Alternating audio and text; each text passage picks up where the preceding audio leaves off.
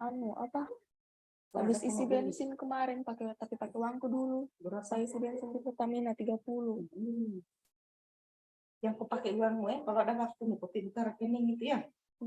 Bawa kau kesana. Ini uang apa? Ini uang gantinya beli bensin. Sisanya.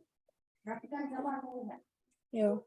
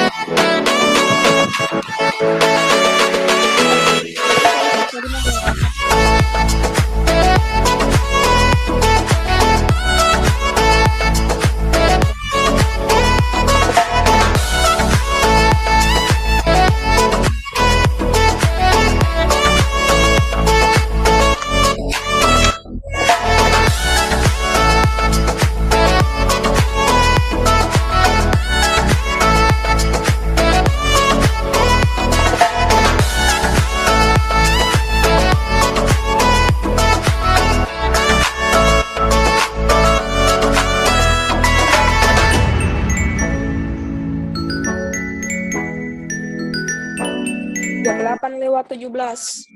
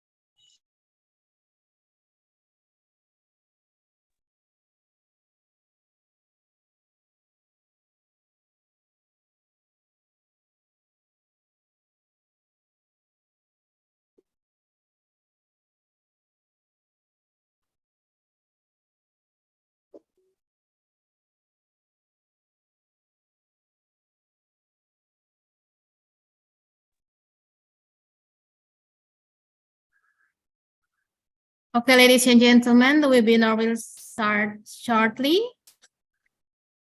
During the agenda, we will request the audience to kindly open their cameras while still muting the microphone when we have the people in charge are speaking. Thank you.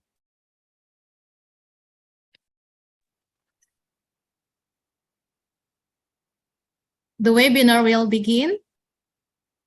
Her Excellency Director General of Health Workers Ministry of Health of Indonesia, Ibu Dr. Gigi Arianti Anaya MKM, Honorable Director of National Health Poltekkes of Kendari, Bapak Teguh Fatur Rahman, SKM MPPM, Honorable our speaker today, Professor Dr. Farida Muhammad Said, RN Midwife, PHN, MS, PhD, Deputy Dean Postgraduate Nursing Study, Lincoln University College Kuala Lumpur, Malaysia, Mrs. Fitra Ilamoku, SKM MSR, Master of Community Health Development, PhD, visiting scholar at the Australian National University, Mrs. Sarina Sariman, Bachelor of Science, Master of Science, PhD candidate, lecturer in nutrition at Faculty of Health and Life Science, Management and Science University, Malaysia. Dr. Sirajuddin, SPMKes, Head of Dietitian Study Program, Poltekkes Kemenkes Makassar, member of Indonesian Nutrition Association, Persagi. Bapak Samsudin S. Nurse MCAP, the Head of Diploma Study Program of Nutrition from Poltekkes Kemenkes Kendari, member of PPNI. This guest and participant of webinar. Assalamualaikum warahmatullahi wabarakatuh and good morning. Waalaikumsalam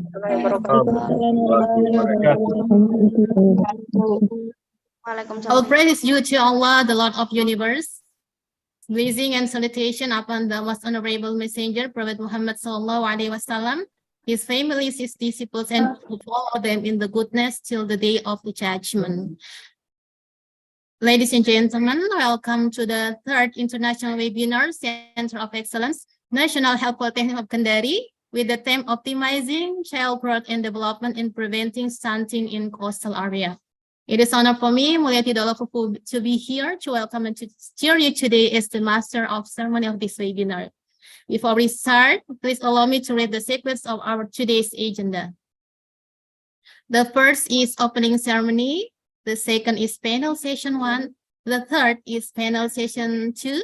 The fourth is panel session 3. And the last is closing ceremony. Ladies and gentlemen, now to start with, let's open our today's agenda by reciting Basmalah. Bismillahirrahmanirrahim. The national anthem Indonesia Raya now will be played. Dear audience, please be well sit and sing along while still muting the microphone to avoid the technical problem. This will be continued by the March of National Health Poltekkes of Kendari.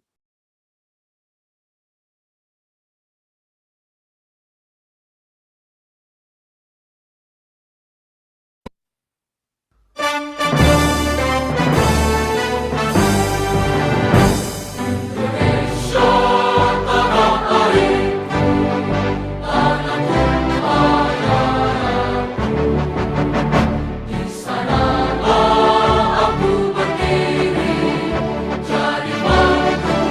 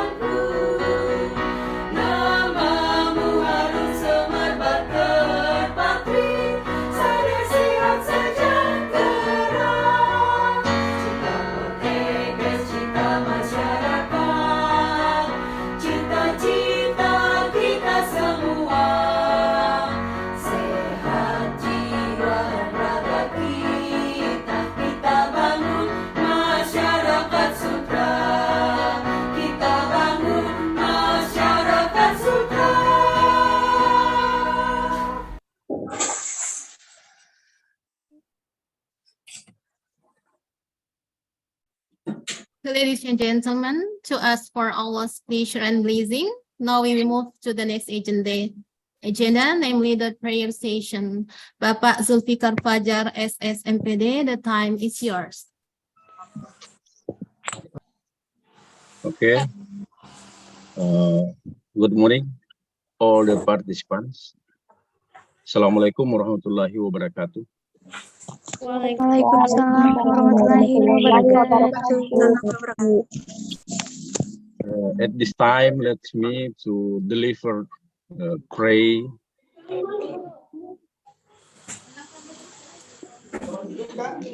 our agenda. Our international seminar this morning will be running well. Let me deliver pray in Islam for the other religions. Maybe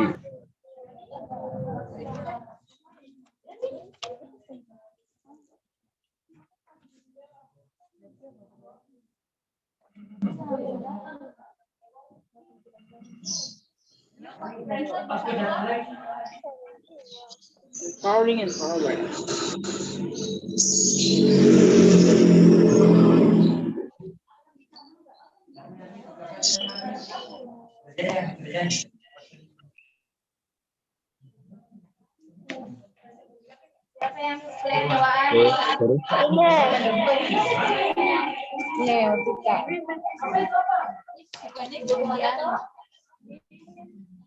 hopefully everybody can be quiet, please. I will deliver the pray, my dua into Islam. Bismillahirrahmanirrahim. Alhamdulillah Rabbil Alamin. Hamdan naimin, hamdan syakirin, hamdan ni'amah wa yuqam mazidah. Ya Rabbana lakal hamdu kama yanbaghi li jalali wajhikal karim wa 'azimi sultanik. Allahumma salli ala Sayyidina Muhammad wa ala ali Sayyidina Muhammad. Allahumma rabbana faghfir lana dhunubana wa kaffir anna sayyiatina wa tawaffana ma'al abrar. Allahumma rabbana zalamna anfusana wa illam taghfir lana wa tarhamna lanakunanna minal khasirin. Allahumma ighfir lil mu'minina wal mu'minat wal muslimina wal muslimat al ahya'i minhum wal amwat. Ya Allah ya Rahman, ampunilah segala dosa-dosa kami, segala kehilafan kami, segala kelemahan kami. Pada pagi hari ini, berkahilah kegiatan kami yang akan menyelenggarakan seminar internasional. Ya Allah ya Rahman, rahmatilah semua peserta, panitia, terutama para narasumber, agar mereka bisa memberikan ilmu yang bermanfaat. Allahumma inna nas'aluka ilman nafi'an wa rizqan thayyiban wa 'amalan mutaqabbalan. Allahumma la sahla illa ma ja'altahu sahla wa anta taj'alul huzna idza syi'ta sahla. Ya Allah ya Rahman, Engkaulah yang menjadikan mudah dari yang sulit, dan Engkau pula yang telah bisa mengubah segala yang sulit menjadi lebih mudah. Ya Allah ya Rahman, Rabbana afriq alaina sabran wa sabbit aqdamana wansurna 'alal qawmil kafirin. Rahmatilah kami kesabaran. Rahmatilah kami kekuatan iman dan sabar dalam menjalani segala aktivitas kami. Rahmatilah kami, ridhoilah kegiatan kami. Rabbana atina fid dunya hasanah wa fil akhirati hasanah wa qina adzaban nar. Subhana rabbika rabbil izzati amma yasifun. Wassalamun alal mursalin walhamdulillahi rabbil alamin.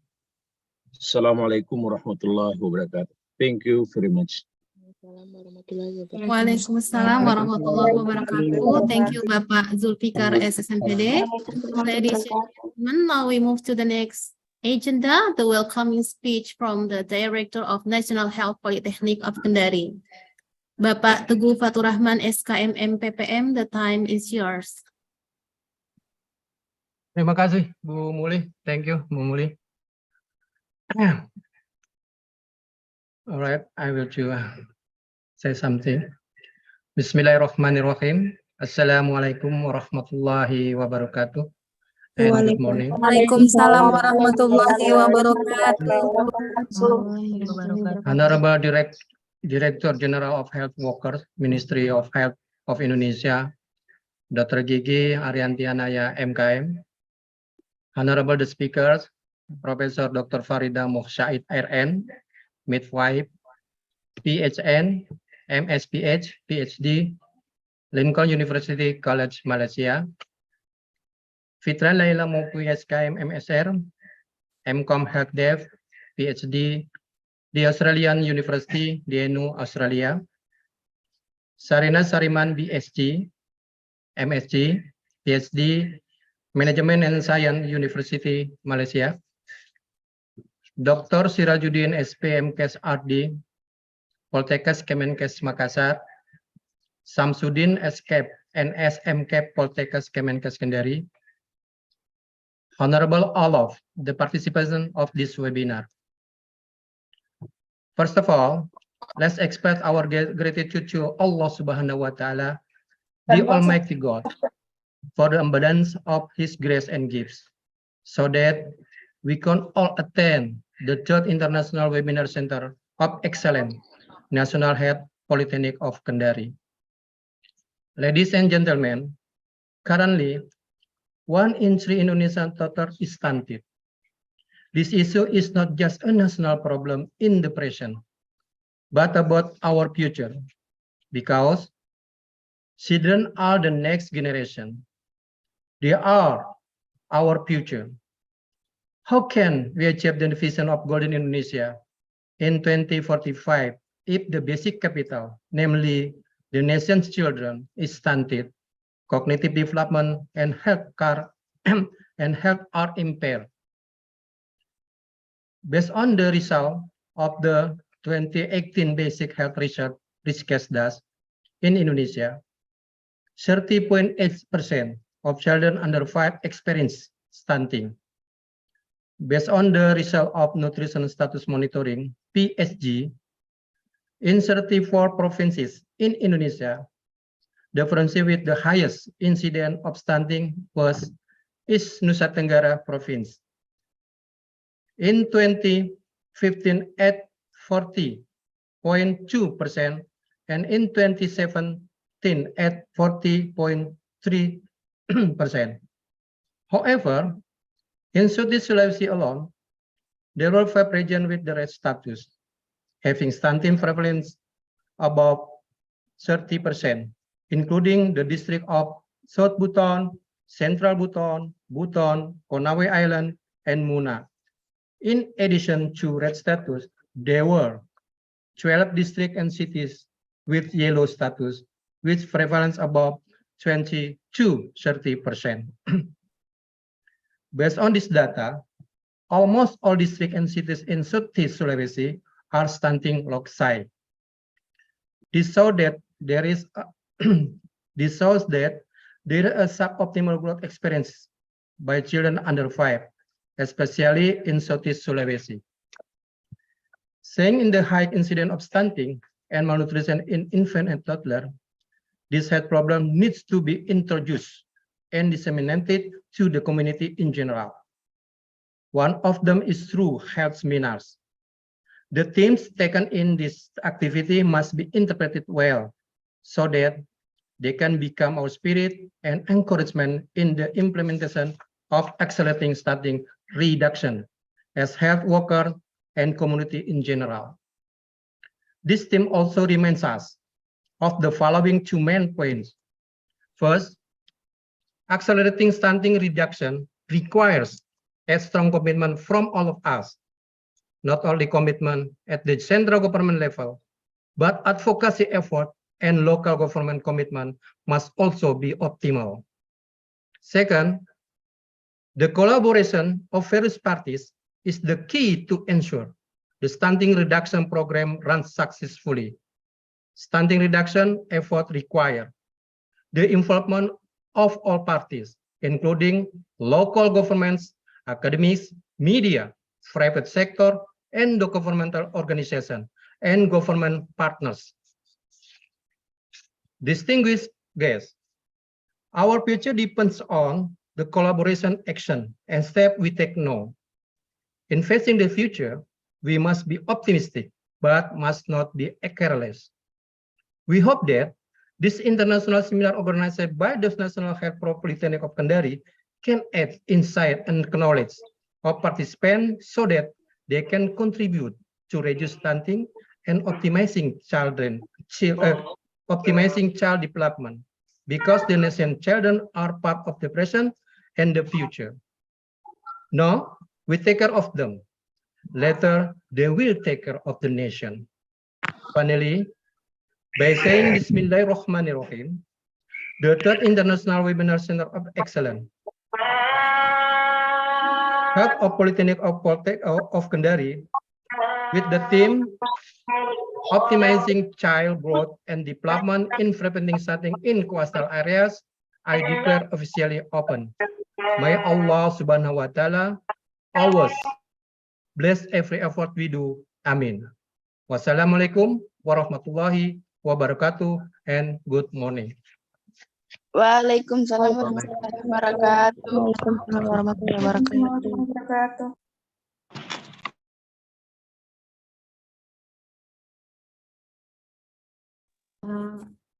Thank you, Bapak Teguh Fatur Rahman as the Director of National Health Polytechnic of Kendari for giving the welcome speech for this webinar.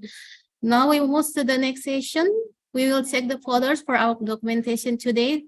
To any participant that do not have any hurdles or obstacle, please turn on your camera.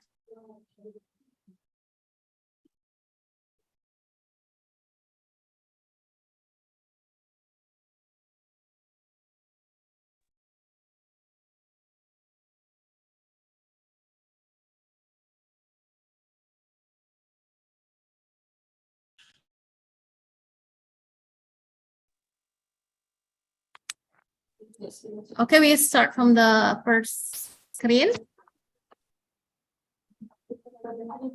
Please turn on your camera. Jadi untuk partisipan dimohon untuk mengaktifkan kameranya. Kita sesi dokumentasi terlebih dahulu.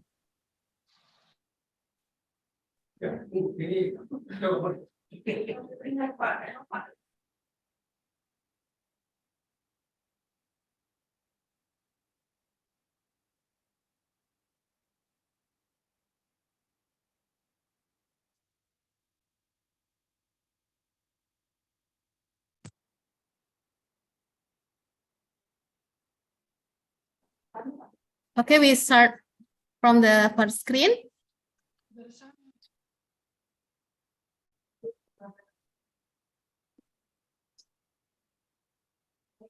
The second screen.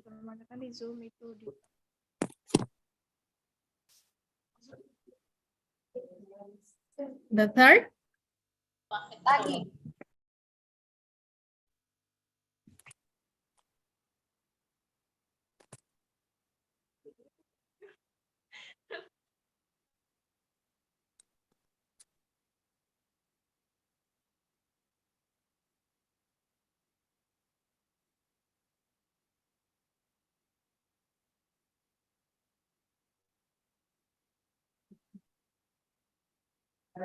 Okay, we hope that you still open your camera. We are in documentation session.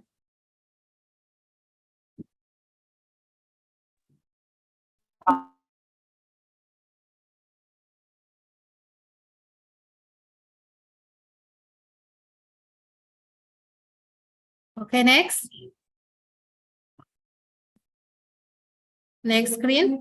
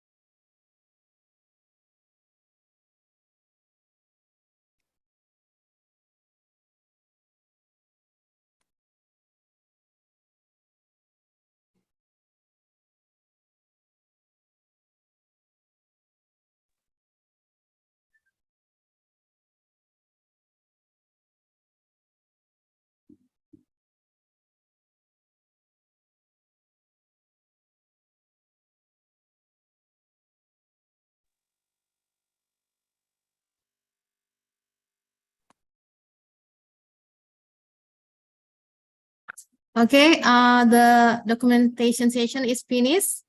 Now we will move to the next agenda, the keynote speech from Director General Health Workers, Ministry of Health of Indonesia. But now we will still waiting for her to join with us here. So we hope that you can be waiting patiently.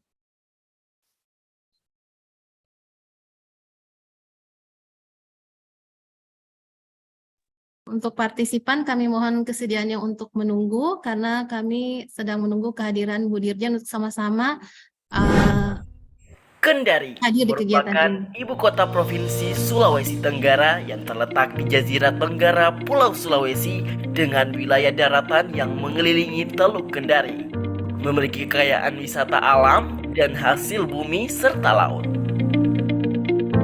Poltekkes Kemenkes Kendari memiliki visi menjadi perguruan tinggi kesehatan yang unggul dalam ilmu pengetahuan, teknologi kesehatan, dan etik untuk meningkatkan kesehatan masyarakat daerah pesisir dan kepulauan, serta mampu bersaing pada tingkat nasional dan Asia Tenggara. Dalam menjalankan peran dan fungsinya, Poltekkes Kemenkes Kendari didukung oleh sumber daya manusia dan sarana prasarana yang memadai.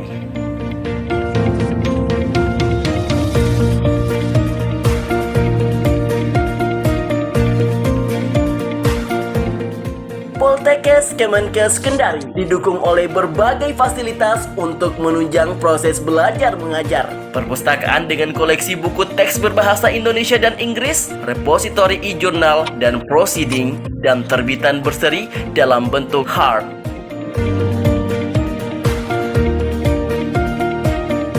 Berbagai kegiatan kemahasiswaan termasuk peningkatan minat, bakat, dan kreativitas mahasiswa, serta pemanfaatan sarana prasarana oleh pihak luar.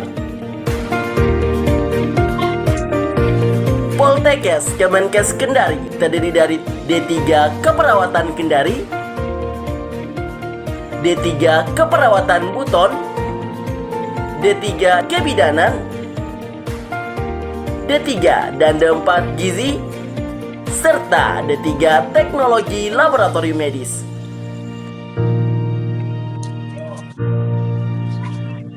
Poltekkes Kemenkes Kendari dalam upayanya menghasilkan tenaga kesehatan yang berkualitas, melaksanakan kerjasama dengan berbagai pihak baik dari dalam maupun luar negeri, menyelenggarakan kegiatan pengabdian kepada masyarakat berbasis hasil penelitian. Berbagai prestasi baik akademik maupun non-akademik yang diraih oleh mahasiswa.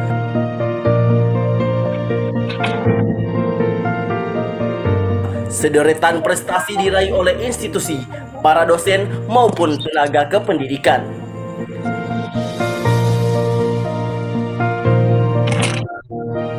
Berbagai produk maupun inovasi yang dihasilkan oleh para dosen dalam kegiatan penelitian maupun pengabdian kepada masyarakat untuk memperbaiki dan meningkatkan status kesehatan masyarakat maupun peningkatan pendidikan bagi anak sekolah. Berbagai kegiatan unggulan sebagai bentuk kepedulian terhadap masyarakat maupun tanggap terhadap situasi kesehatan pun dilakukan. Berbagai inovasi di bidang sistem informasi yang mendukung tata kelola di Poltekkes Kemenkes Kendari. Poltekkes Kemenkes Kendari bersinergi dan berkolaborasi untuk Indonesia sehat, generasi unggul.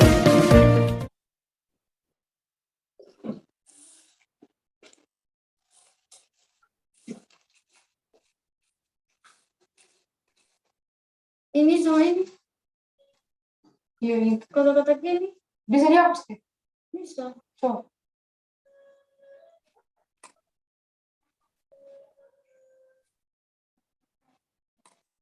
Lah. Kalau kayak gitu.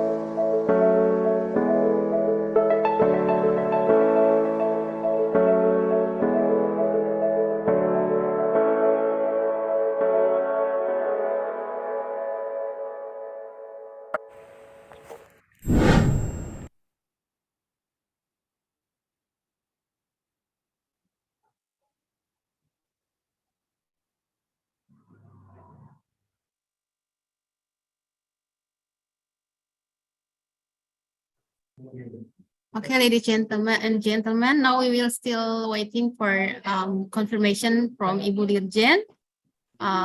But we get the information that she is in another meeting right now. Untuk kami menyampaikan kepada para partisipan bahwa Ibu Dirjan saat ini sedang ada di kegiatan ya, sedang ada pertemuan. So now we will continue. We will start in our session of our webinar today. We have two speakers in the first session. The first, Professor Dr. Farida Muhammad Said, RN Midwife, PHN, MSPH, PhD, the Deputy Dean Postgraduate Nursing Study Lincoln University College, Kuala Lumpur, Malaysia. And the second is Mrs. Fitra Ilamukui, SKM, MSR, Master of Community Health Development, PhD, visiting scholar at the Australian National University. The session also will be led by myself, as a moderator also in this session. In the session, each speaker will present their material for 1 hour. And after that, will be continued by the Q&A session, the discussion session for 1 hour too for two speakers. So ladies and gentlemen, please let me introduce the first speaker.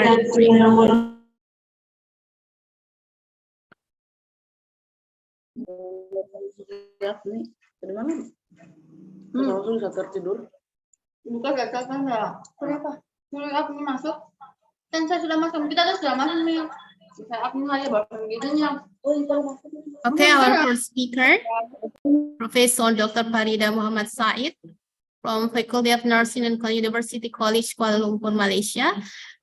Her current position is Deputy Dean Postgraduate and Head and Program Coordinator of Postgraduate PhD Nursing in University Kuala Lumpur, Malaysia. Her academic qualification, doctorate in Community Education and Development from University Putra, Malaysia in 2012. Master of Community Health from University Kebangsaan Malaysia 2002. Advanced Post Basic Certificate Public Health Nursing from Ministry of Health Malaysia. Bachelor Nursing Science and Nursing Education from University Malaya. Advanced Post Basic Certificate of Midwifery from Ministry of Health Malaysia and Basic Nursing from Hospital University in 1979. Her year of experience teaching and research in 25 years. This is the industry experience of her. We can see so many, mashallah, and of course about the research and grant and research activity. This is the history of her experience as a speaker.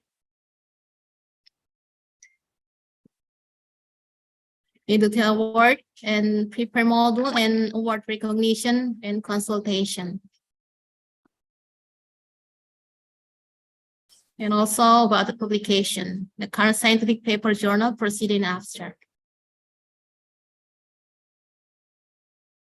So many that we hope we can gain main experience and knowledge from Professor Farida. Okay, this is the brief explanation about the curriculum vitae of Professor Farida. Now it is time for you, Professor, to give your presentation. The time is yours. Thank you. Can you hear me? Yes, Professor. Okay. Can I share? Can you put on multiple participant sharing so that I can share my slide? Yes. Yes, please. Yeah. Yes.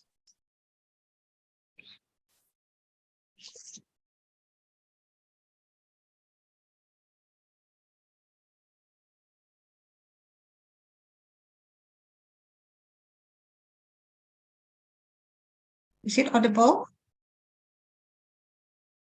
Okay, we can see your slide. All right, thank you. And all right. Okay, Assalamualaikum warahmatullahi wabarakatuh and selamat pagi. So saya berbahasa Malaysia untuk permulaan. I would like saya ingin mengucapkan ribuan terima kasih di atas jemputan sebagai peneliti untuk berkongsi sama ilmu dan juga pengalaman dalam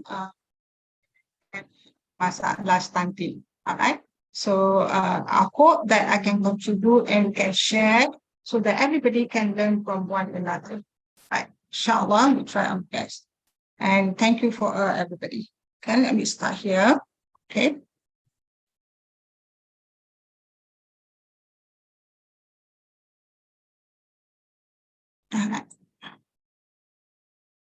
Okay, today my topic will be on the promoting early childhood development for sustainable stunting free of children below 5 years. The reason why I want to choose on the promoting early childhood because I'm very, very sure that Indonesia and the society as well as the community have been working so hard to improve on the stunting rate until they can reach to the required standard stunting rate that is below 14%. All right. So now we try to promote. Now the children already have been has been delivered or they are born. So now how are we going to improve on their stunting? Right. So as mentioned earlier on, in 2018, there's there's a documentation to say that burden of stunting in Indonesia was ranked second in Southeast Asia.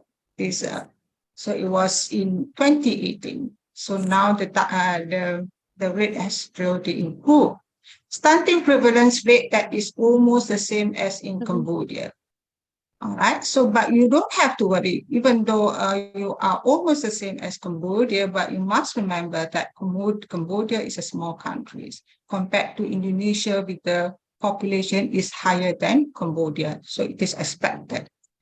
Considered higher than in neighboring countries such as Philippines and Vietnam with the per capita income as Indonesia. Now they are comparing with the socioeconomic.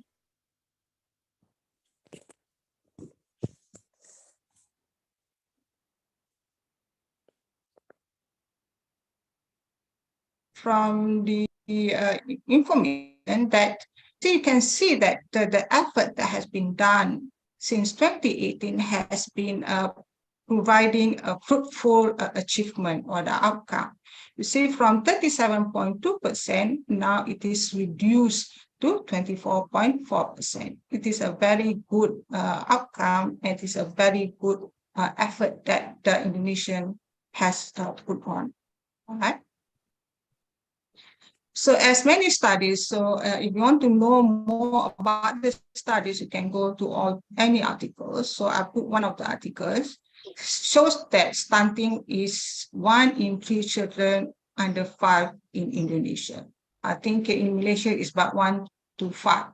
Okay, it's not that much difference, which is associated with the precedental factors such as low birth weight, inadequate feeding, infection, poor care practice, poor sanitation, and clean water, as well as issues with the paternal and maternal smoking and the family factors. All right. It is also associated with the impact health cognitive, social, emotional function, and later it can reduce work of productivity and increase the chance of mortality. So that is the reason why we try our best even in any other countries, we try to curb or we want to avoid this stunting happen to the children under 5, as early on we know that it is our future of the countries. So now looking into what are the plans by the Indonesian government. They have many planning how to improve on this stunting. In 2018, it started in 2018, and their planning was that in 2018 to 2024, the acceleration of stunting prevention was implemented. So they start to and intensify, or the stunting prevention was made more intensified so that the stunting can be prevented. So in 2018, the first phase was that the implementation of intervention in 100 districts and cities. And the second phase, that will be, the district will be increased to 160, and third phase, that will be 2020 to 2023, all the districts and cities will be gradually included in all those activities in preventing stunting. So based on that, from 2018, you can see that, all right, well, you can see from 20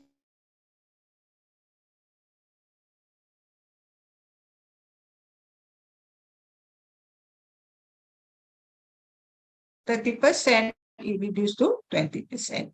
As mentioned earlier on, many provinces stunting prevalence between 30 to 40%, which is quite high, except, okay, certain area like Jakarta, their percentage is only 20%, which is also classified as medium.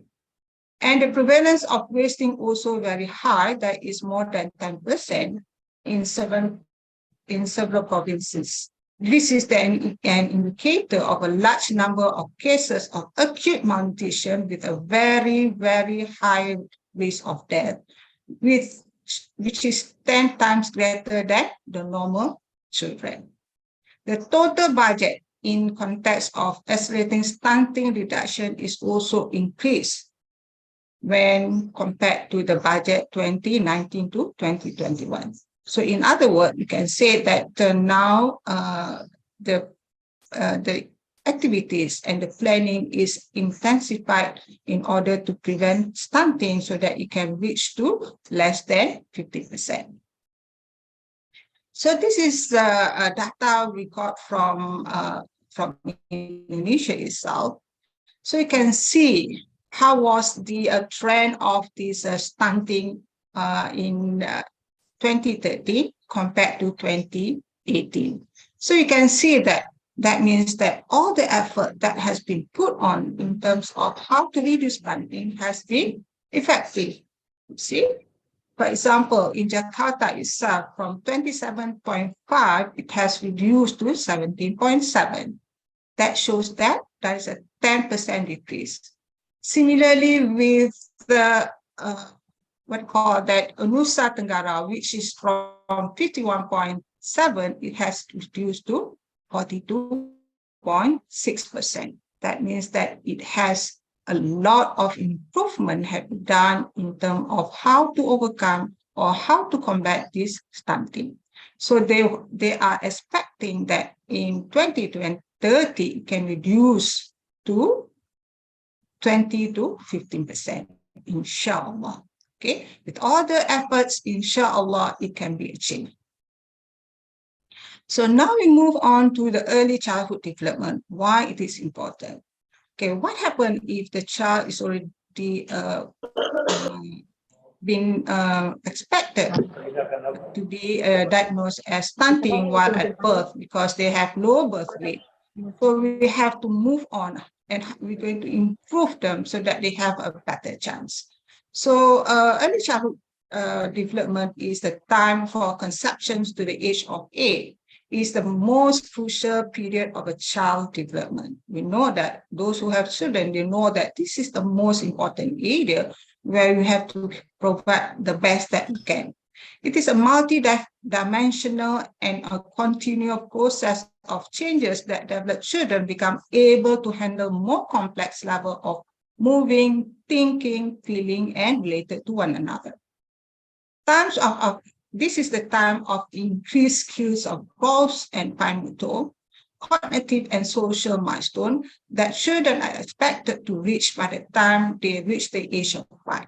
So the minimum that we expected they should improve is at the age of 5. This includes not only physical aspect, but also the intellectual, emotional, and social aspect. So that is the reason why we said early childhood development is very, very important. All right. So just to recap, what are those early childhood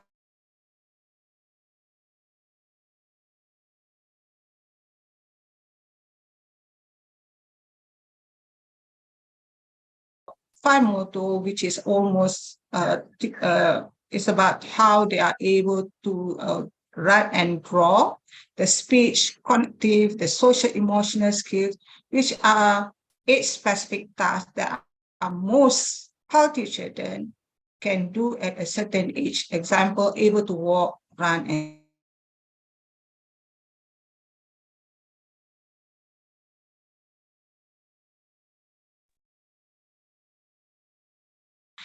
because the maturity of function and the ability of the skill that we can observe from the cephalopods, that means from head to toe.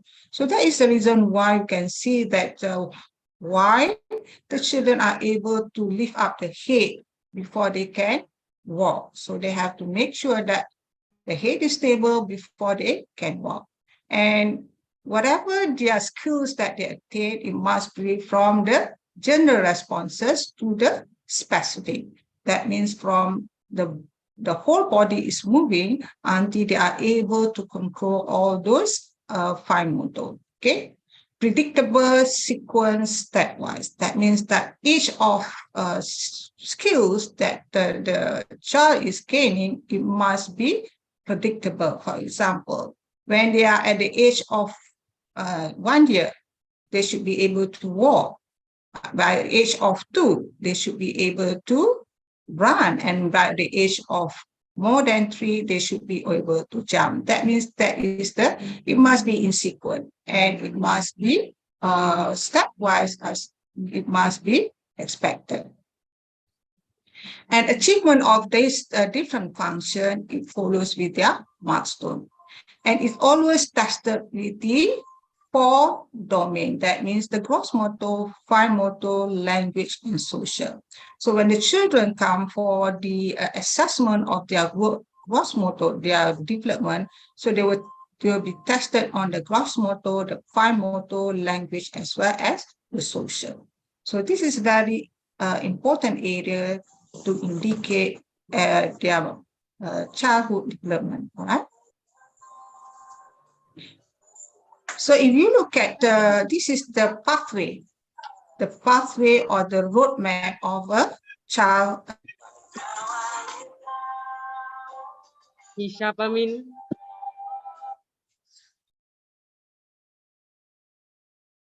Two months and within that 5 years, there are certain skills that are expected from them to gain throughout their care.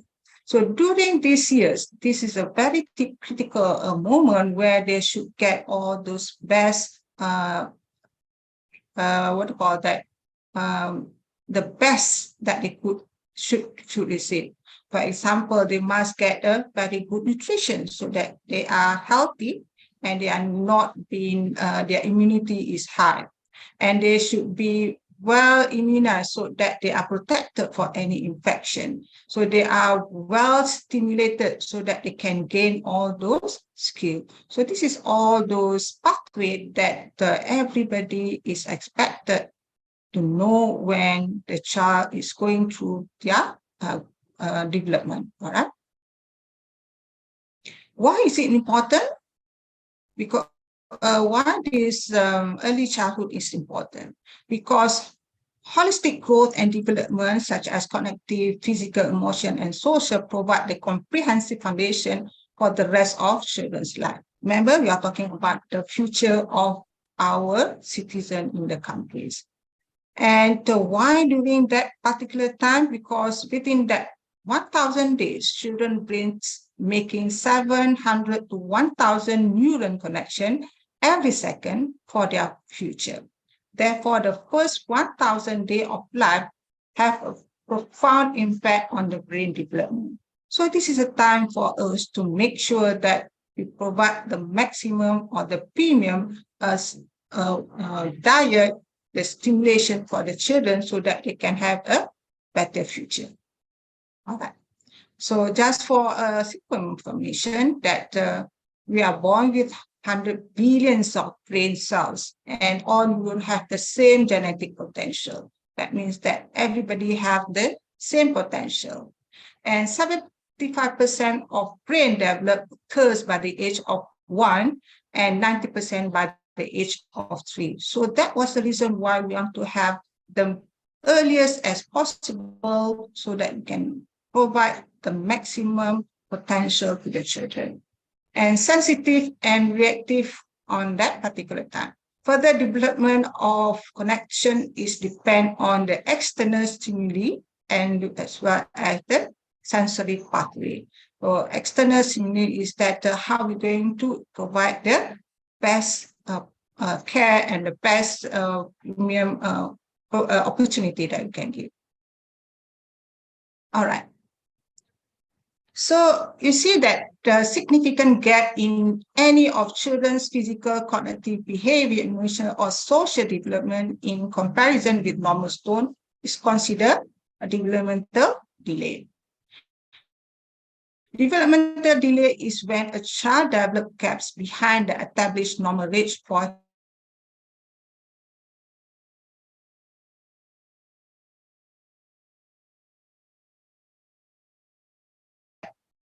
we as the healthcare provider, we have to make sure that we know what is their pathway, what is expected growth and development for the child so that we can assist the child to growth normally. Because children who are stunting may never attain their full possible highest and the brain may never develop in their full cognitive potential. So it's okay if they are short for the age, but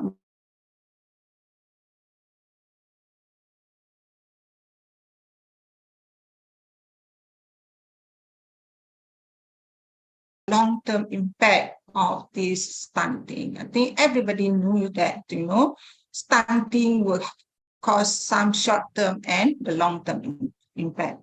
So the short-term is that the child performance is school will be very low, so that when they have a low performance in school, so they're going to have moral demotivation. They can be bullied in school. So this is one of the reason, one of the factors lead to one implication, right? They have a reduced cognitive function, right? So when you have reduced cognitive function, they become the victims. Okay, victims for everything that we are talking about. Victims of being bullied by the school, victims by discrimination by the family, or there are so many issues that are going to happen when they have reduced cognitive function. And they are also prone to be obese, simple infection, disease in adult due to poor immunity. So when you have poor nutrition, so they have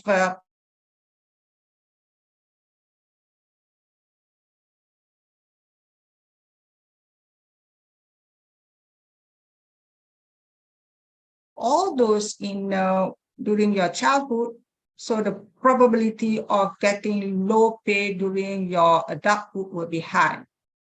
On top of that, so women who were stunted as children are also at risk of having a stunted children as well. So actually, it is not run in a family, but it is not genetic. It is much more due to the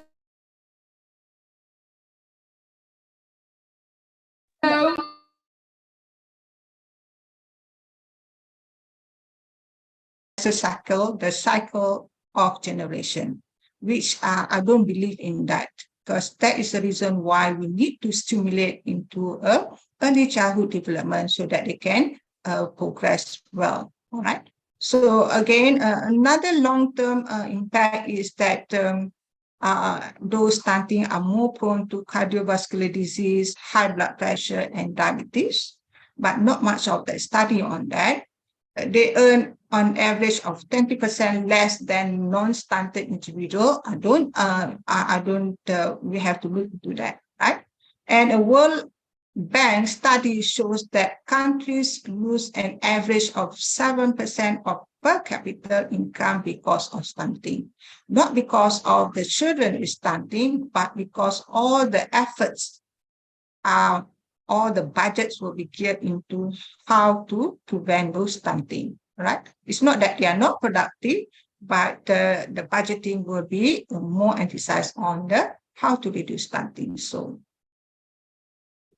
all right, so this is some of those I mentioned earlier on. Studies shows consequences of children stunting are risk of morbidity and mortality, all right, because of infection and so on. Poor child development and learning capacity. So we talk about the low performance, low cognitive, all right? High risk of infection and non-communicable disease, all right?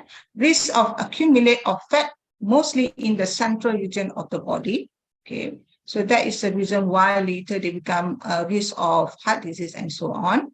Lower fat oxidation and lower energy expenditure. Insulin resistant, high risk of developing diabetes, hypertension, dyslipidemia, lowered working capacity, and maternal production outcome in adult. So this is all as mentioned earlier on. And they will experience a rapid weight gain after 2 years, have an increased risk of becoming overweight or obese later in life. So this is the as I mentioned earlier on, that is the reason why it associates stunting with cardiovascular hypertension and diabetes, because we say, oh, stunting, why it is related to all those diseases. All right. Okay. Studies also have shown that, okay, worldwide, more than 250 million children below 5 years do not reach their developmental potential due to several causes, including malnutrition. All right. Study also showed stunting and wasting were consistently associated with delay in most motor and cognitive milestones and among children aged 12 months. All right. Stunting strongly associated with delay in gross motor milestone. All right.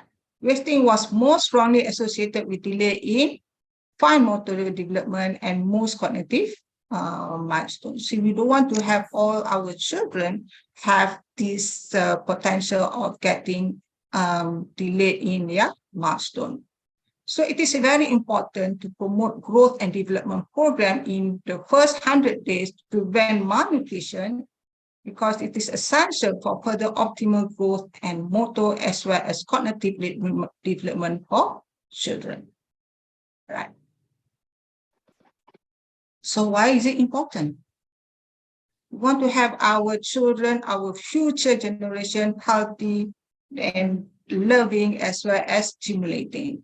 That means that they are very active. So when they are active, they are very well developed in their abilities in terms of cognitive, physical, and so on, because that is the good foundation for the rest of their life. So this is very important why improving on the early development, child development is very, very important. I'm sure that we know that we have the sustainability of developmental goal, and how are we going to match this SDG with our stunting program, and how can we improve those areas so that it is related to how are we going to improve our stunting program. All right. So if goal number 1, improve the poverty issues, I think this is all we know, that the government is trying their best to improve the gross capital so that they have reduced the poverty issues. Number 2, zero hunger. So how are we going to have that zero hunger? If we can improve the poverty issues, but sometimes the poverty issue is not the only cause, but we want to have a standardized nutritional program for the children so that they can have a what we call well-balanced and a good diet, that they can have a better life. All right. Goal number 3, healthy life, long healthy life. So, but how are they going to have this healthy life?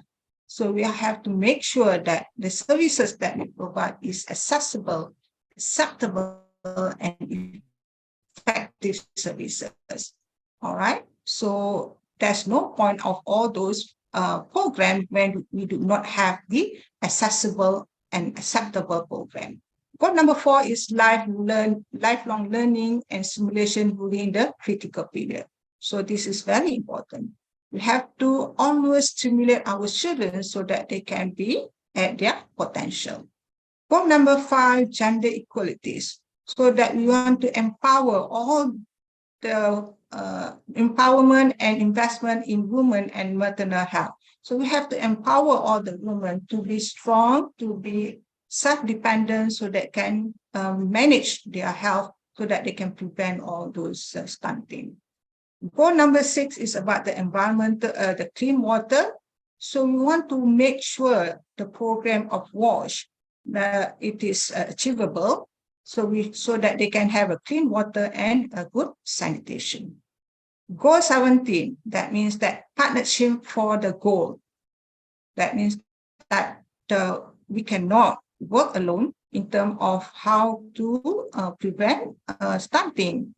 So we have to work with all other agencies, as well as ministry, as well as other countries, so that we can have that stunting free or stunting merdeka. So this is very important in terms of how we're going to integrate all these SGDS into our stunting free.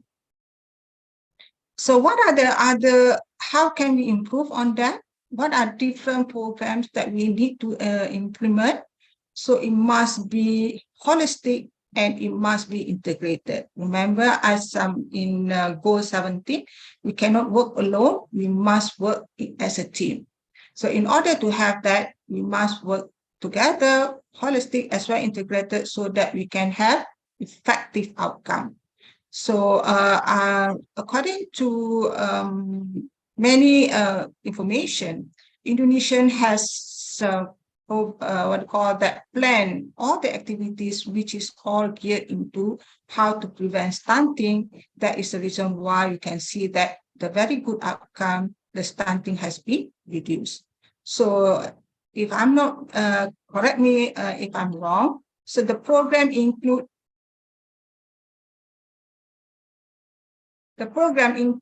peningkatan akses dan mutu pelayanan. That means that if I'm not wrong, so this is all related to your effective, efficient healthcare services. Am I right? All right. And we also, in Indonesia, they also make sure that the future parents have been well informed about how to bring up a healthy families. All right. And then they also have the program of how to ensure that the nutrition, good nutrition for all those children. And they also have this, what do you call that? We call it family counseling if they have any issues. And of course, the most important area is about the access to clean water and the sanitation. This is very important because we want to ensure that there is no recurrent infection happen to the children, because children with the low immunity have high risk of infection.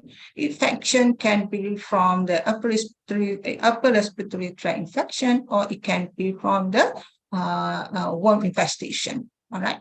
So we want to avoid that. There are those infections which is current repeatedly occurred to the children, which can cause loss of weight. So Indonesia also adopt the UNICEF program, which is adjusted to the Indonesian context, whereby they have all those. Pasti ada di sini ada kirim. Bukan, ada di pertama tadi link Zoom. Yeah. So sorry, Professor Farida. Yes. We will. So sorry. Ibu Dirjen, right now.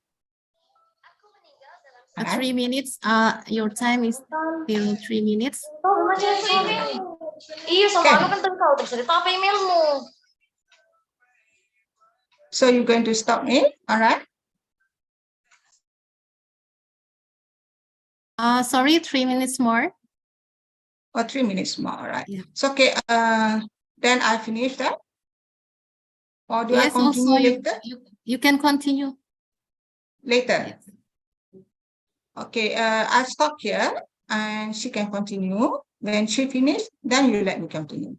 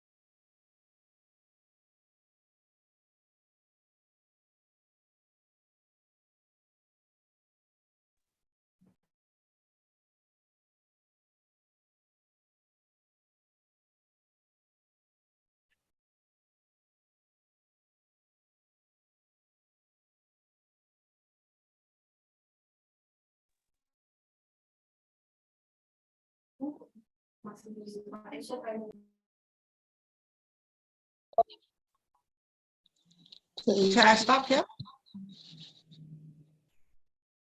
Yes, Professor, you can stop for a while. All right, okay. Thank you so much.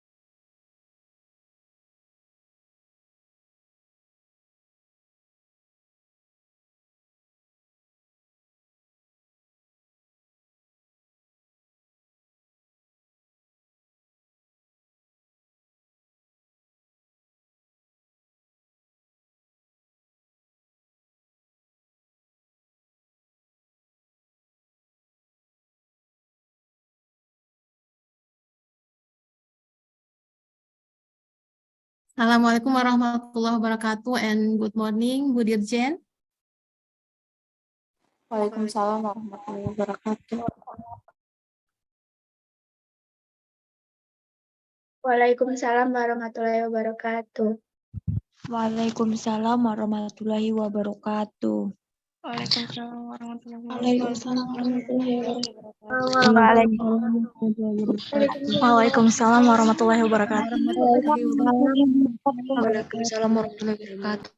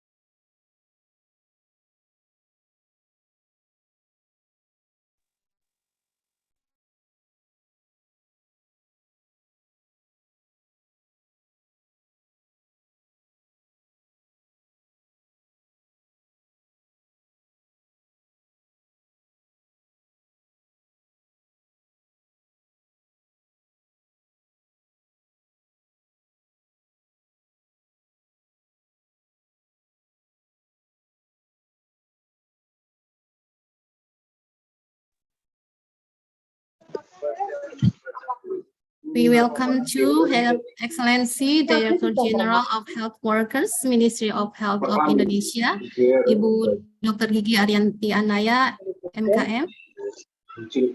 Selamat pagi, Bu.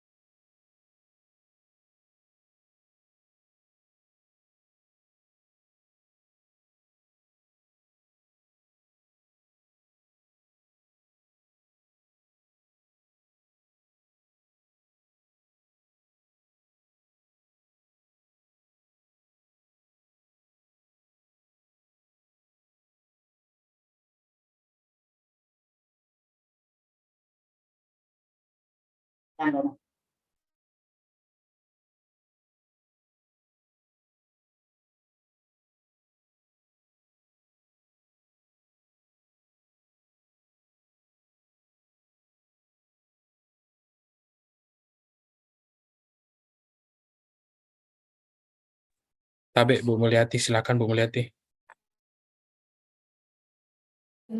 Terima kasih Pak Eko atas Assalamualaikum warahmatullahi wabarakatuh dan selamat pagi Ibu Dirjen, Ibu Dr. Gigi Arianti Anaya MKM. Waalaikumsalam warahmatullahi wabarakatuh. Udah ini? Ya. Assalamualaikum warahmatullahi wabarakatuh. Waalaikumsalam warahmatullahi wabarakatuh. Assalamualaikum Bu Dirjen. Waalaikumsalam Pak Teguh, sehat Pak? Alhamdulillah Bu, sudah agak lumayan. Kemarin sakit katanya pulang dari haji. Iya Bu, ada pembengkakan jantung. Oh, ya udah alhamdulillah udah sehat ya. Iya Bu. Oke Pak. Good afternoon, greeting to all of us. Om Swastiastu, Namo Buddhaya.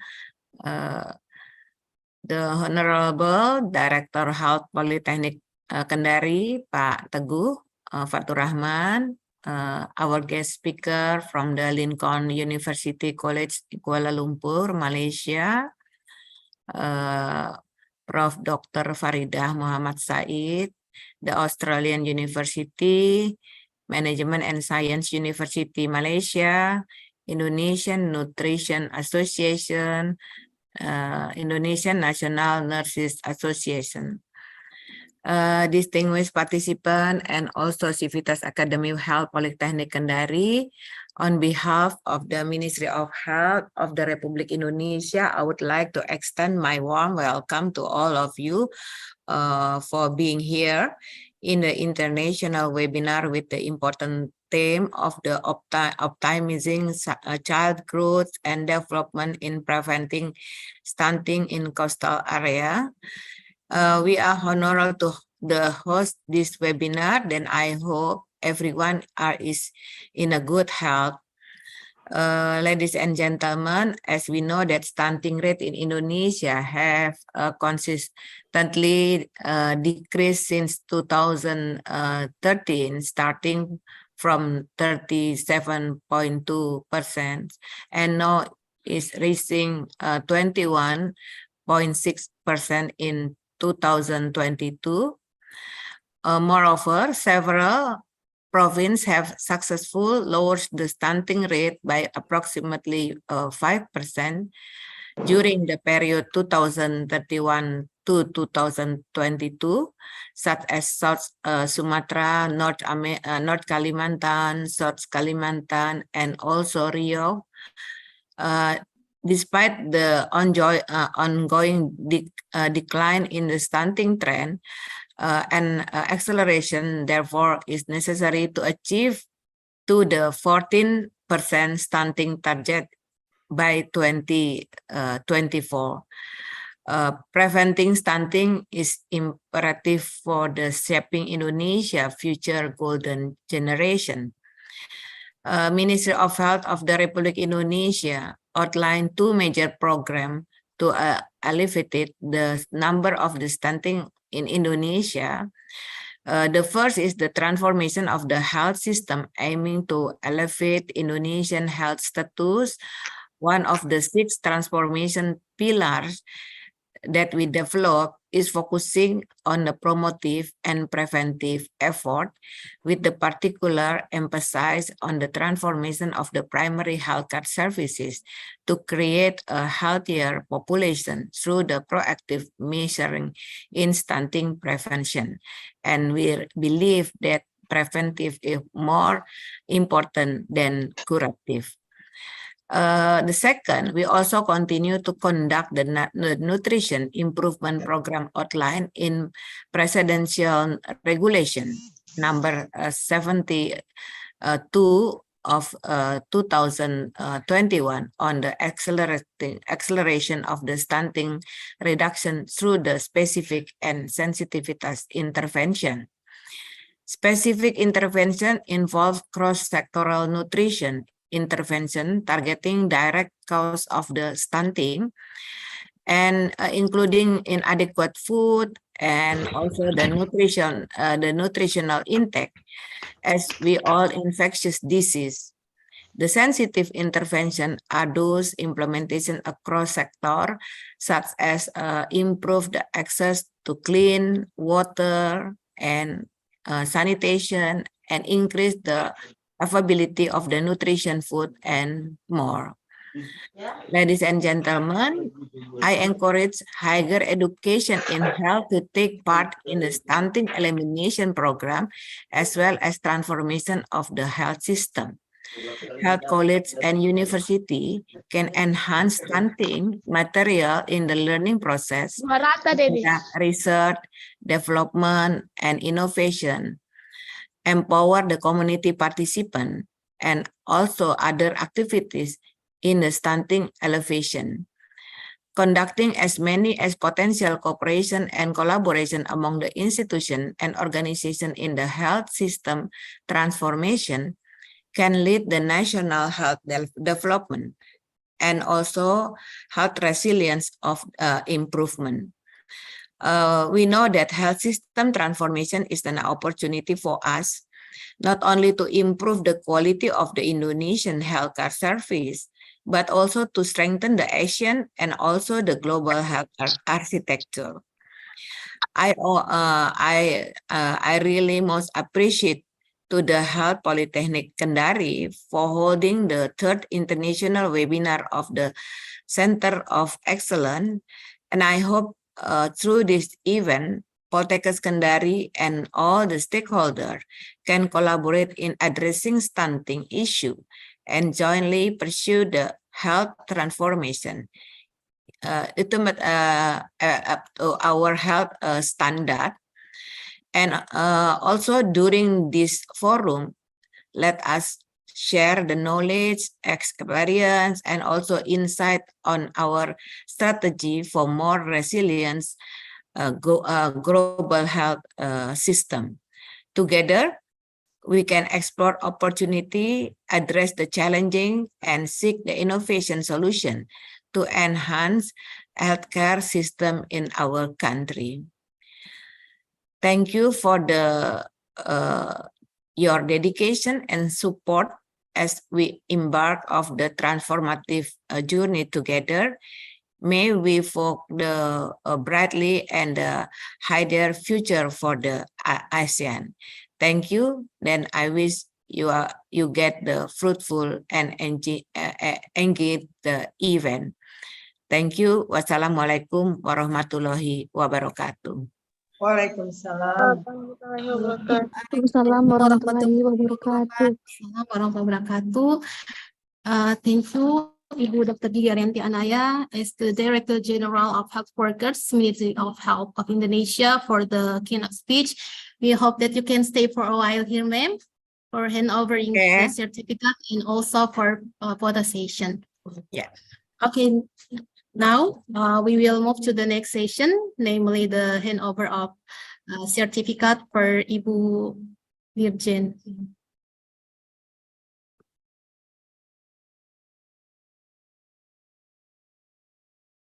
Terima kasih Ibu Dirjen yang telah memberikan keynote speaker pada seminar internasional yang dilakukan atau dilaksanakan oleh Poltekkes Kendari sebagai tanda penghormatan dan penghargaan kami dengan apa yang Ibu berikan hari ini sangat bermanfaat bagi kami, khususnya para dosen-dosen di Poltekkes Kendari.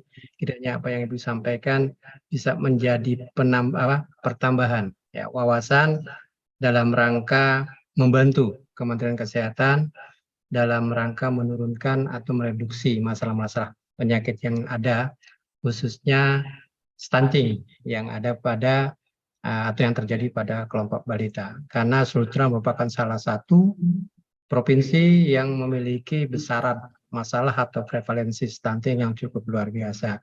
Itu rata-rata kisarannya di atas yang telah ditargetkan oleh Pak Presiden, ya kita masih tetap tinggi. Lebih-lebih kita ada 5 yang statusnya, 5 kabupaten statusnya merah, kemudian 12 kabupaten statusnya adalah kuning.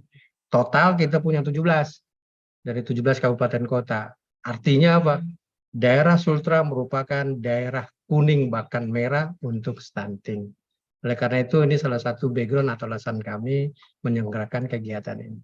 Nah, sebagai salah satu tanda penghormatan dan penghargaan kami mohon Ibu Dirjen kiranya bisa menerima sertifikat dari kami atas kesediaan Ibu sebagai keynote speaker pada seminar kali ini. Kami mohon kiranya Ibu bisa menerimanya. Demikian, terima kasih Ibu. Terima kasih Pak Teguh dan appreciate ya Pak atas pertemuan ini, mudah-mudahan bisa membantu pemerintah daerah. Terima kasih Pak. Amin, amin. Terima kasih Bu. One shoot Bu. Ya, 1 kali foto Bu untuk dokumentasi kami. Siap. Ya, baik. Kita foto Bapak Ibu untuk 1 layar. 1, 2, 3. Terima kasih kami ucapkan kepada Ibu Dr. Diarenti Anaya untuk kesempatannya, the insightful and also motivation for us here about the keynote speech that you gave today. Semoga Ibu sehat-sehat selalu dan dimudahkan dalam bekerja beraktivitas. Terima kasih. Sampai kamu bisa Saya izin ya, Liv. Baik Bu, terima kasih.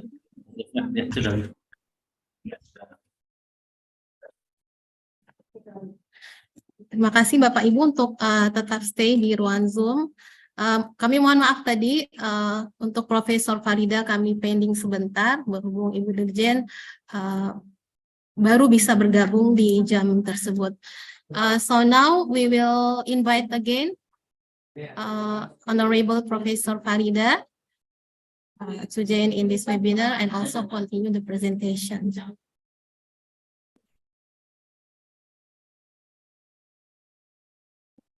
The time is yours, Professor. All right.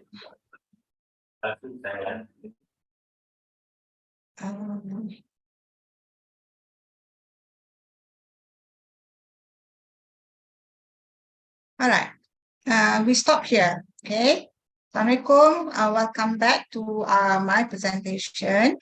I hope that I can very slow so that everybody can understand, because I understand that it is quite difficult for everybody to understand the English. Right? Okay.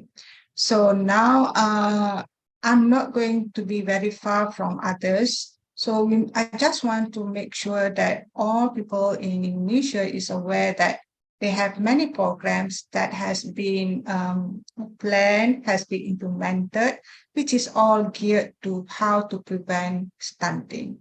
So I think the framework itself has been focuses on all those very important areas, such as area like the nutrition absorption, which is necessary, that can be handled by all those people from the healthcare side, and the health status also has to be handled by all these people. In terms of nutrition absorption, whereby they have to ensure that the availability, the affordability, access to the nutrition food. So I'm sure that all effort has been done or have been geared to that. Okay. Social environment, that is non-infant and child feeding, hygiene education, as well as health promotion. I think this has been done very extensively by all those healthcare providers in Indonesia, right? In terms of health status, whereby we want to ensure that this is a healthy environment where all those health services are accessible and affordable and acceptable by all people. Why I say acceptable is that we can have all those health services or health intervention, but if it is not accessible, people cannot reach to the people. If it is accessible but it's not acceptable, the people will not come, so your problem will not be solved. All right, so that is very important. In terms of housing settlement environment, this is very important to ensure that they have a clean water. So I think it is well documented that in Indonesia, the what we call that sanitation hygiene should be improved in order to have clean water as well as good sanitation. So this is all the area that has been geared, has been focused, and has been intensified. So inshallah, with all those activities geared to all those framework, it can be done in terms of reducing stunting, right? I'm not going to touch about the political, all those things, because that is beyond my topic, right? So what are the different intervention types? I think everybody know that the Ministry of Health in Indonesia has come up with all those framework, and all the intervention has been planned.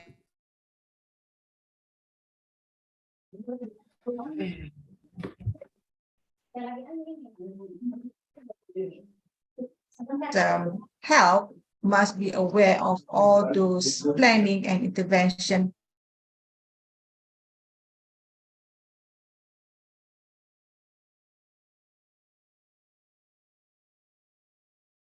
education. We should be aware that there is some program in terms of increasing availability of drinking water and good sanitation, which can improve on the prevention of infection, increase access to the quality of nutrition and health services. So I'm not going to touch on the nutrition, but I will touch on the health services, which later in my slide, okay? Increase mother and child nutrition awareness, commitment, and parenting practice. I think this has been done, intensified. But what is the outcome of that? It need to be explored. Whether all those health promotion, health education, is it really effective in terms of empower all the women, all the mothers in ensuring a good diet for the children? That has to be monitored and it must be measured. All right. Increase access to nutrition food. Okay.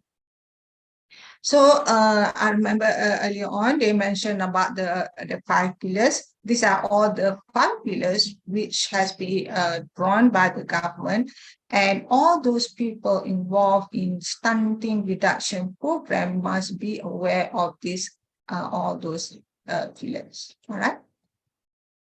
Okay. This is a very interesting area where I think this is a very important in terms of we want to improve on the stunting. So you must have some what you call that indicators. All right. So this is a very good effort. You see, like they have some indicators that they have to monitor. For example, they want to look at the output. Number one, impact reduction of stunting prevalence in the first 100 days of life household at the national level and in the priority district municipals. So what I would like to suggest here is that, instead of just a general statement that in order for us to move to more what we call the achievable goal, so you must have the SMART KPI here. That means SMART means that, you must have the measurable KPI. How many percent do you want to increase to it? So then only you can know, all right, because every state or every district or every municipals, they have the different what call that achievement, their target. So if you have this general, so you cannot achieve, don't know what is the achievement that you should get, all right? Annual increase in number of priority district. So how many numbers, how many, so it should be included. So when you plan for any intervention in your own institution, so you must have all those what do you call that, the measurable KPI or the indicators, all right? Yes. Okay. All right. So again, percentage of number 2, pillar 2, result percentage of public naming stunting as one of the top 10 most important issues. So what are the things? It is very broad. So in your own area, so you have to have what are the performance KPI that you want to achieve. All right. So that will be very good in terms of that. Okay. Looking at the framework, how to improve on that, how to reduce that, there are many different areas. So as we know,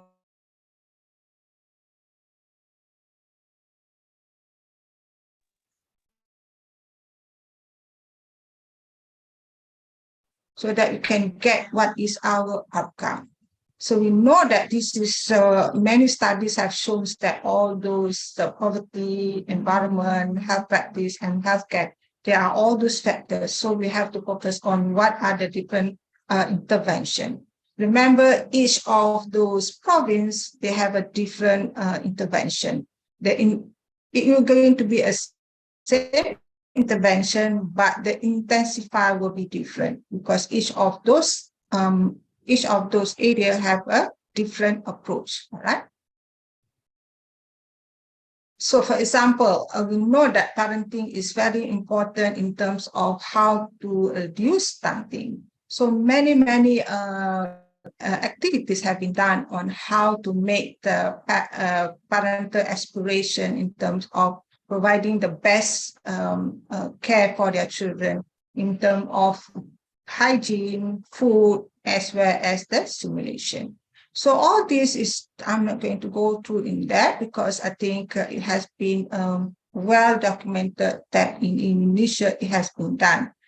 But the thing is that to make it more, what we call that, more meaningful, you must have some indicators whether all this can be measured to ensure that it can improve on terms of the early childhood development of all the 4 domains. So this is very important. All right. Similarly, with the nutritional empowerment, I think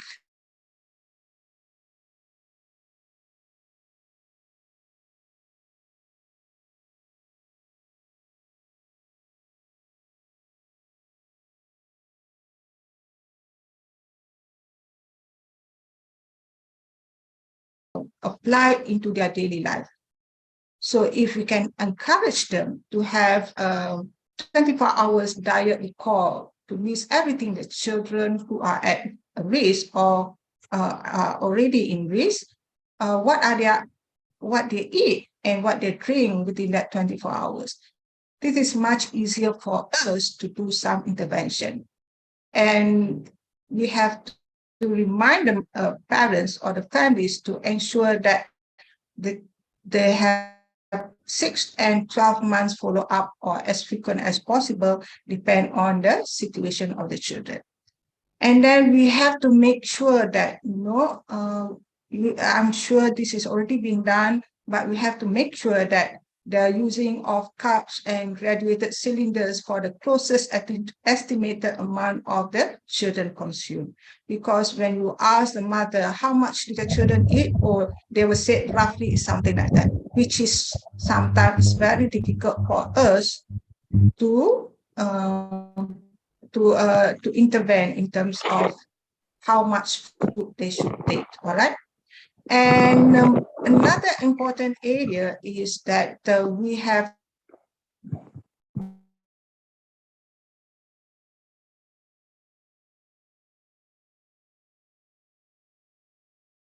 based on my experience when we say about the cup, they have a different cup at home.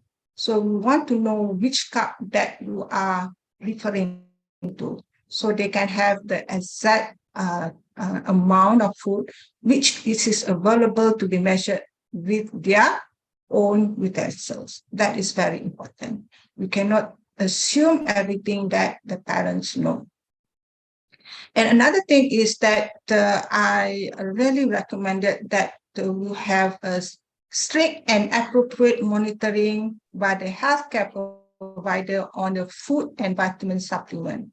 We provide all those baskets of food. We provide them with all the vitamins, but how much do they consume? It is another issue that we need to monitor. Because based on my experience many years ago, when we are working on that stunting in Malaysia, we provide all those things, and we know that all these people from the low socioeconomic, and they need the money. So instead of providing that, they start selling to get money so that they can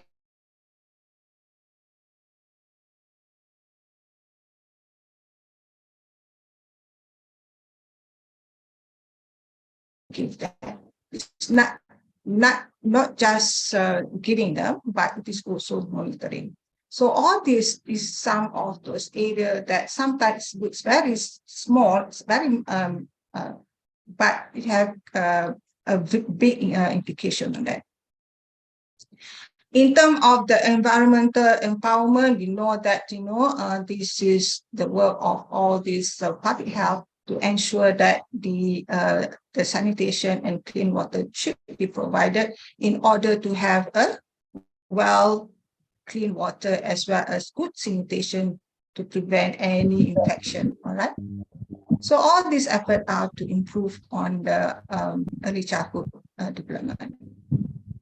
Okay, lastly, what I want to stress more on the healthcare providers empowerment, because you know that healthcare providers are the most important actors, or the person who can do wonders for this stunting prevention. Okay, so we have to have that 4 A's and 1 EQ in our services. What are the 4 A's? Available. The services must be available at any time. It must be appropriate. So if they are from the high income province, so they have a different approach. You have a low income province, they have a different approach. So it must be appropriate intervention. We must be affordable.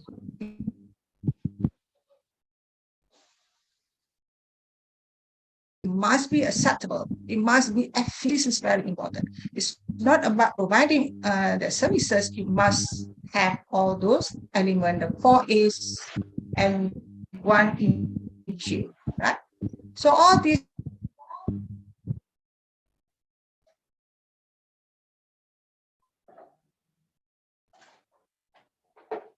into that.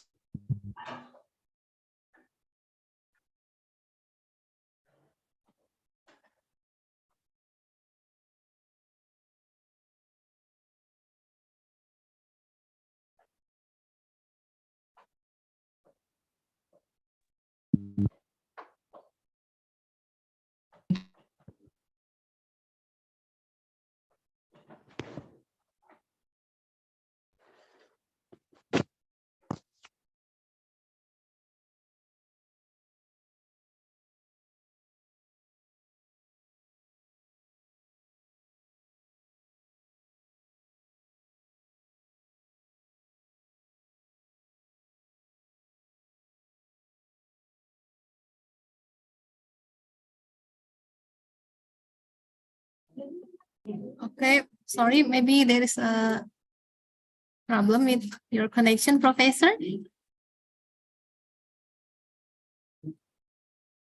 You are still mute. Suaranya, termute. Yes, still mute, Professor. Sorry, your voice still mute, Professor Farida.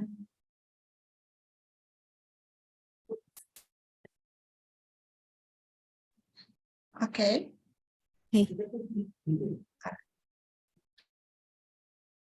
Okay. Okay, is it audible to everybody? Yes, you are audible. All right. Okay. All right. So we'll continue. So this is all the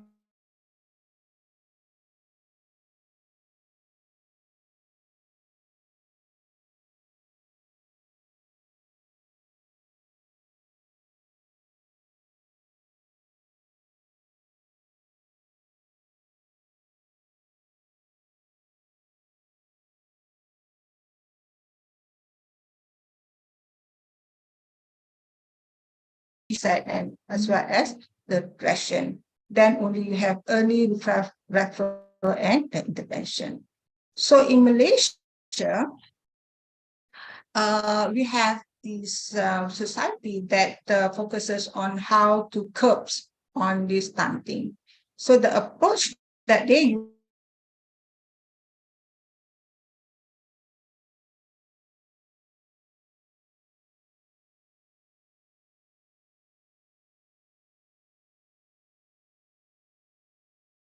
as monitor, which involves taking all the children's weight, height, and so on, and plot it under the WHO growth chart to ascertain whether the children's growth fall in the normal, at risk, or stunted. So this is very important. We not only measure, we also measure and monitor. Number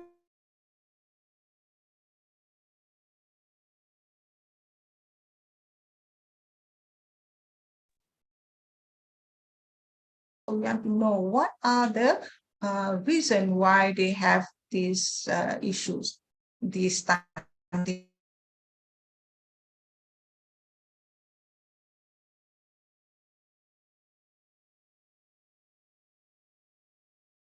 We committed in terms of how to improve the children's nutritional problem so that they will not be continuously being stunted until their adulthood. So this is our approach. All right.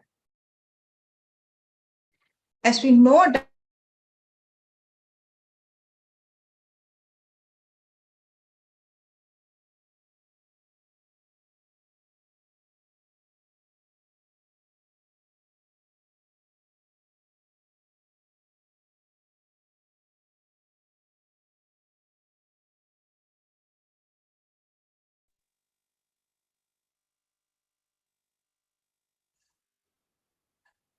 they must be what do you call that, collaborate, or you must work together in terms of to ensure that the growth and development management and monitoring can be done.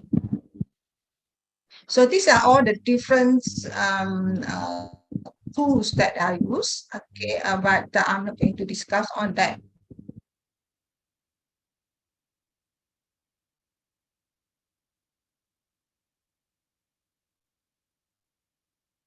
Number chart, you have that cats, and you have baby liars.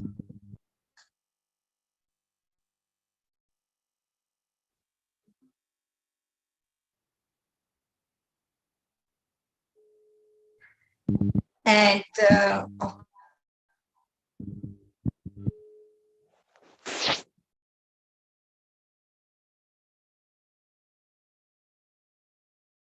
chat as well. So as the healthcare providers, we should be aware of those.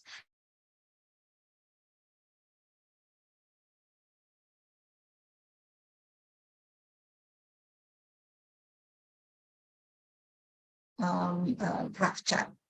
They have the standard, but maybe in terms of the what do you call that, the indicators will be different. All right. So this one I took from the Peraturan Menteri Kesihatan Republik Indonesia number .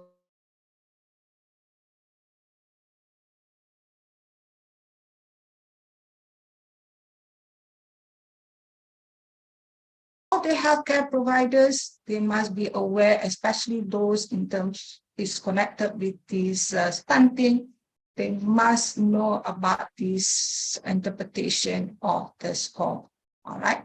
So there's no point of us putting all those effort, but we not able to interpret all those reading, because if we do not interpret appropriately, so we're going to have problem of stunting. Either we over reported or we are under reported. So we have to be very clear of that. So this is all provided by all healthcare providers. All right. So I'm sure everybody is aware that this is all the normal growth. So we are happy when a child comes to you with all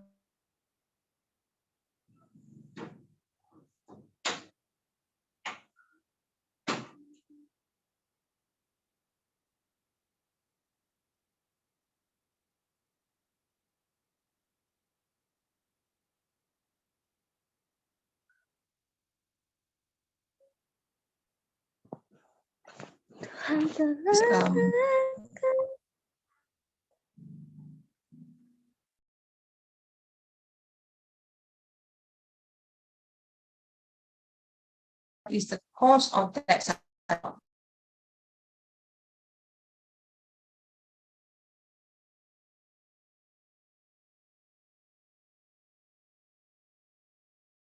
On that, and you have to ensure that there is an increase in terms of the graph. It go back to the normal curve. So we have to be very sensitive. And we don't want to see any of this happen in terms of the children who come with this type of graph. This is very alarming, and we have to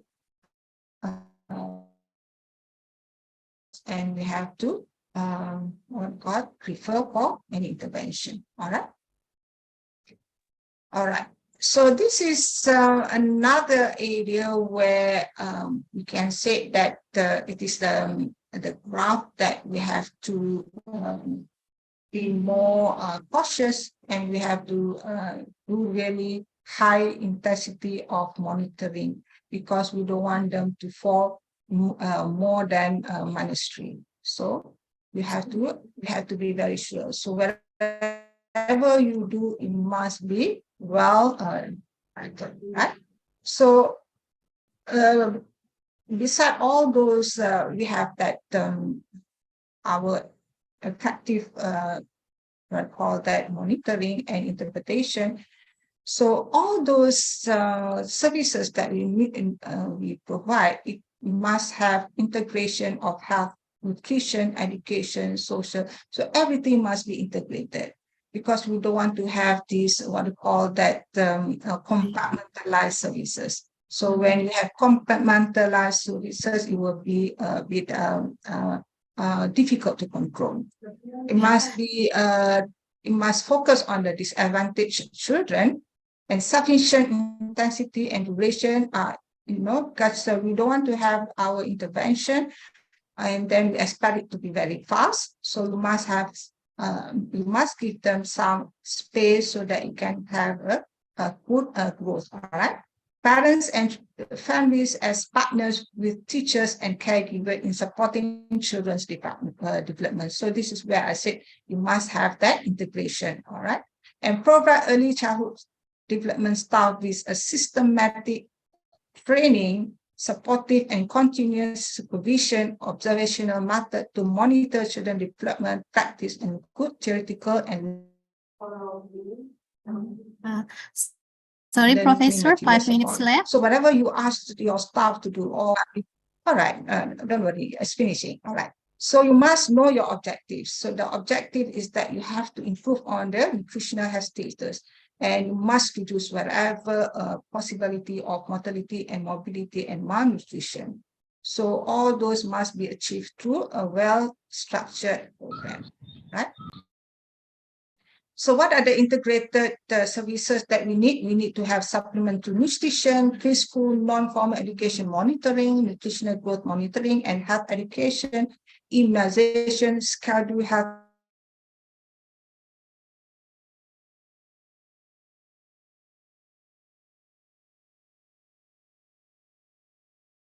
which that need for intervention, stunting, inadequate cognitive stimulation, reading deficiency, and iron deficiency.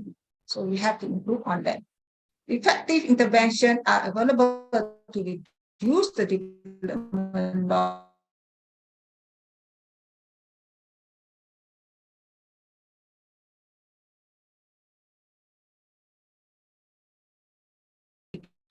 given to children who are 0 to 3 years old, right?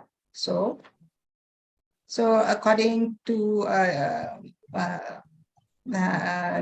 this from Deputy of Human Development Community, investment in our children. Okay, so this is the investment not only in Indonesia, in many countries. It is the investment for our future. All right. So in Malaysia, we have this program. It is a collaboration of the healthcare system with all the pediatricians. So they call it I am Fit for Growth. This is identification, management of feeding difficulties program. So they are the one who have very actively involved in terms of preventing stunting since 2012. So it's already almost more than 10 years. All right. With that, thank you so much.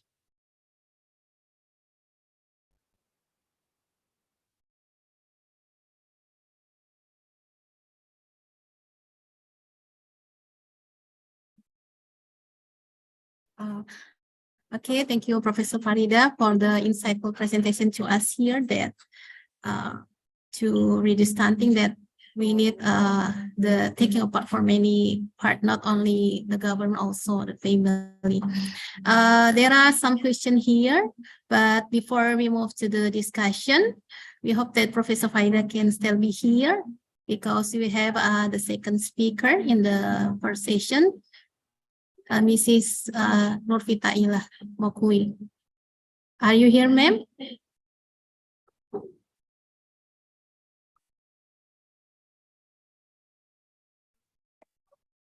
Yeah. Assalamualaikum warahmatullahi wabarakatuh. I'm here. I'm ready. Waalaikumsalam warahmatullahi wabarakatuh. Alhamdulillah, our second speaker in the first session has already come and joined us in this webinar. Before we continue the presentation of the second speaker from the first session, I will explain her curriculum vitae briefly. Okay, ladies and gentlemen, this is the curriculum vitae of our second speaker in the first session. Mrs. Fitra Ilhamokui, SKMMSR, Master of Community Health Development, PhD candidate, the Australian National University. This is the employment and experience as independent consultant and researcher for education, health and well-being, cultural anthropology and medical anthropology, and then aged care and disability community support worker, PhD in medical anthropology and cultural epidemiology of the Australian National University, and then internship support officer, Wooden Community Service in 2012, assistant in nursing, and then supervisory support at the Australian Demography and Social Research Institute, lecturer also in Halayalia University and Academy of Nursing Indonesia from 2005 to 2008, epidemiologist and public health officer and project manager till 2001. This is her research and publication from Australia Sexual Health Conference, the Singapore Credit Forum, United Nations Information Technology Disaster Reduction Conference in Geneva, Switzerland. And also, this is the last, the education and qualification. Her educational background, PhD in medical anthropology, cultural epidemiology, the Australian National University, minority graduate in 2023, Master of Community Health Development in 2011, Independent Research Project, and Master of Social Research from the Australian National University in 2009, Bachelor of Public Health, Epidemiology Honor from Hasanuddin University, and Certificate 3 and 4 in Aged Care and Community Service and Nursing. Okay, this is the brief explanation about the CV of our second speaker. Now it is time for you, ma'am, for present your presentation. The time is yours.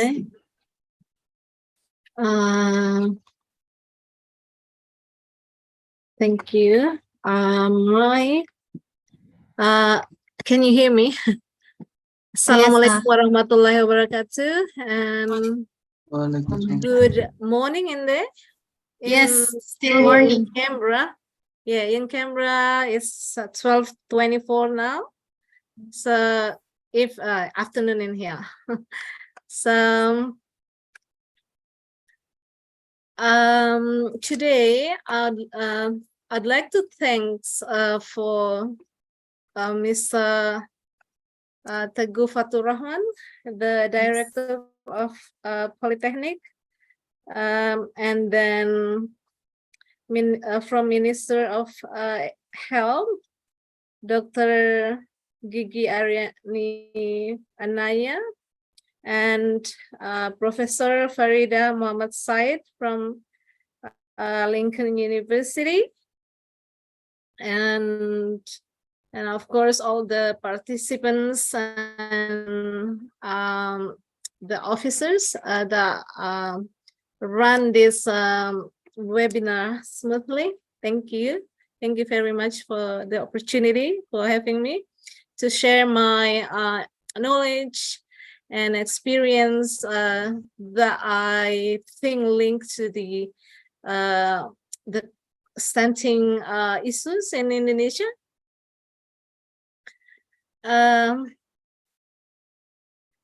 So my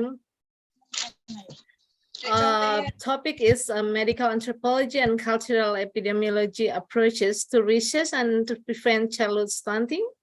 And then I'm taking the case study of Bombana coastal area where I did my PhD field research for approximately 1 year in there. I live in Bombana and back and forth to I live in Kendari as well. And the aim for my presentation is to understand the definition of cultural epidemiology and medical anthropology and health research and their advantages. So in this case, in stunting, early childhood stunting that I'm focusing on, And the second one is to portray the real case of cultural issues and how risk of related to the stunted children in Bombana coastal area. I take a case study of Dita. Dita is a girl that has condition. Yeah, I'll explain later.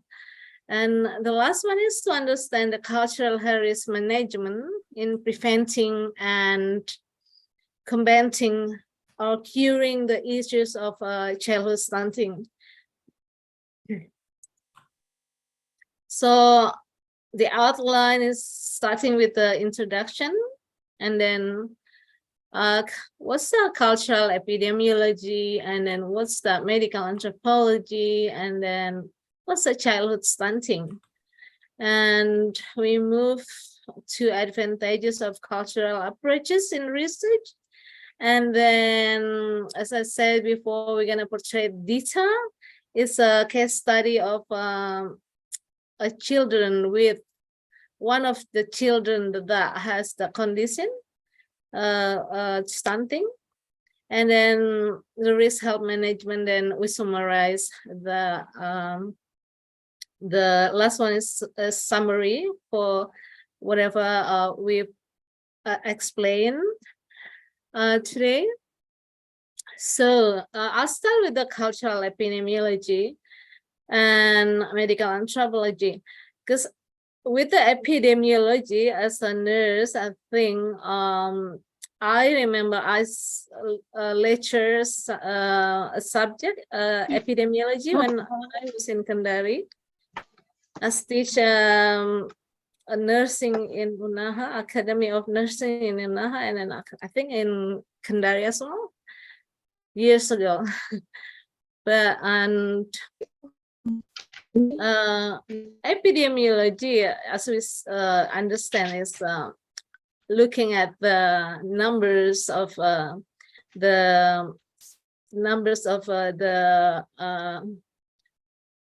yes, Merlin? Do you raise your hand? Can I continue?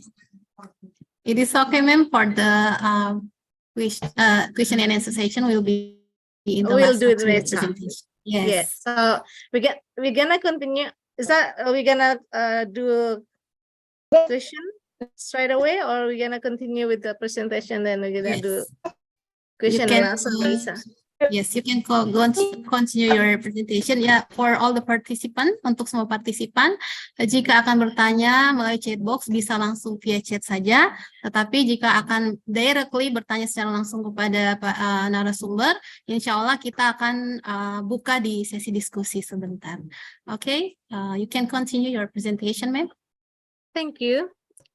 So, epidemiology is a study of distribution of the diseases, and then yeah, it should be fine. So with the epidemiology, what I mean by epidemiology, we learn about numbers, but in here I focus on the cultural epidemiology that looking at the culture is focus to understand the diseases in a community.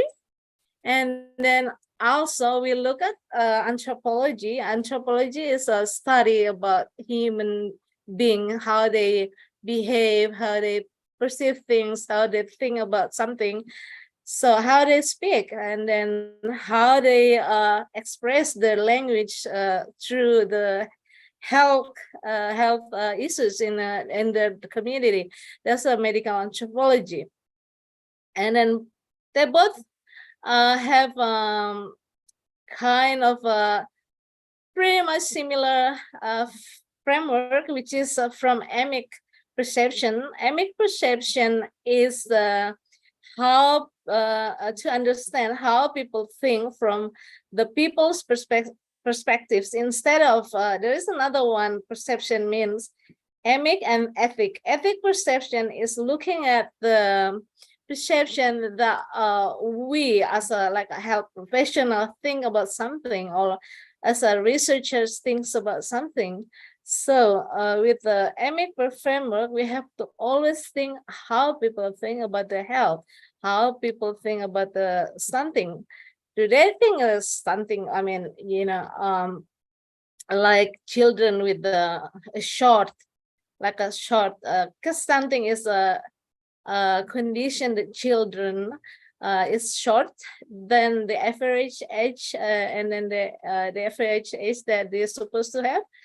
So the other one is wasting. Wasting means the relative weight towards the head. Weight means berat dengan the head, tinggi. So there's something is we focus on the average rate for the head, the tinggi. So with the emic framework, people think in some community in Indonesia, for example, because the father or mother pendek is short, so they think, it's okay, the children can have that because they genetically come from the community that parents or their ancestors are pendek, but that's not the case in this stunting, because we should think that Indonesian has like Japan. We compare to Japan. Indonesia should have like increasing in nutrition over the ages, over the years. So we should think the community have to have like mixed perspective that something or the height should be not the average, but we're hoping for the age the height is more than what we have, because in Japan we can see now children, they're tall, and compared to their parents or their grandparents, their grandparents or their ancestors. But according to the research, because of the nutrition. So, but in Indonesia, we face the loss of there was the fact that there are increasing in numbers of stunting in children, in early childhood stunting. So that's the case that we need to think. We need to start to think that in order to research and to cure or prevent these stunting issues in Indonesia, we have to think about emic framework from cultural study of health risk. And then the second one, both medical anthropology and then cultural epidemiology have natural allies of bioscience to understand the concept of health risk in society. And then the two disciplines focus on health risk related behavior. So for these two approaches, we always think about people's behavior, community's behavior, and then community's perspective, community,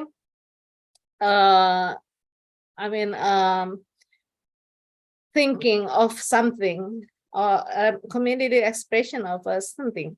As a scholar, we have, I used to be an epidemiologist, so I took the cultural epidemiologist as a approach, and then sitting in the anthropology department. So I took those, combined those two to research about the cultural risk of mercury in Bombana gold mining. But then during my research, I found that stunting there were lots of children with the health condition, which is one of the children was we have very severe stunting condition. And now we move to the definition of stunting. We've been, I think we had a presentation from Professor Farida about stunting, what was stunting, and then what's the definition of stunting and how to measure stunting in Indonesia and Malaysia compared to, and then how do the WHO explain the stunting in general is about impaired growth and development that coming from due to poor nutrition and then infection, the acute infection, and then inadequate psychosocial stimulation. And then in this inadequate psychosocial stimulation, I think we can see in here, this is the children undernutrition, but child undernutrition can be stunting, wasting, or malnutrition. You can see in here, in this picture, there are lots of kind of factors that they influences other. Is kind of, it's not coming from one factor only, but it comes from mix of blend or lots of multi-factors that come together that as subsequently exacerbate the issues of stunting in Indonesia. Or in one household, you can see in here dietary intake and requirements, and then from the, we can see household food security, resource for food security, household wealth. But there also, if we can see in here, environmental services, we talk about water and sanitation, healthcare utilization, access to media. And then the third one, socioeconomic and caregiver status, parental education, mother control and autonomy, mother's health and status. They're all in here, combined with the socioeconomic, political, and environment. But what we miss in here is the cultural issues behind those factors. We can see in here household food security. For example, in our culture, I believe in most of our culture in Kendari, some household believe that men or fathers, the head of household, should be served the food first, should eat first, should have like a more nutritious food compared to the, I mean, you know, other members, family members. So when we serve food, children can eat first, but daddy has to go with the food first, to have the food first instead of the rest of the family. And then, for example, pregnant women, ibu hamil, they can't have the food until the parents finish having the food. I mean, the men. So this is the cultural issues that we miss in this, you know, in behind this picture of the conceptual framework of the determinants of child nutrition. And there are some issues, cultural issues, for example, water and sanitation, and healthcare utilization, and access to media. water and sanitation, some people, they don't want to, in some culture, it's hard to get to access the water, the clean water, and then has the like standard for healthy water consumption. So, and this is not coming from the household, but it's like a precondition in the society that they can't access water because of the drought or the condition that they live far away from the water source or the river where they get water, or the condition of the water that it's not safe to be consumed because of the, for example, in Bombana, there are lots of mercury in the water, or water in the river cannot be consumed because of the very muddy puddle in the river. And then the other things is health care utilization. The healthcare utilization, there are lots of like cultural issues that can influence people to utilize the healthcare services.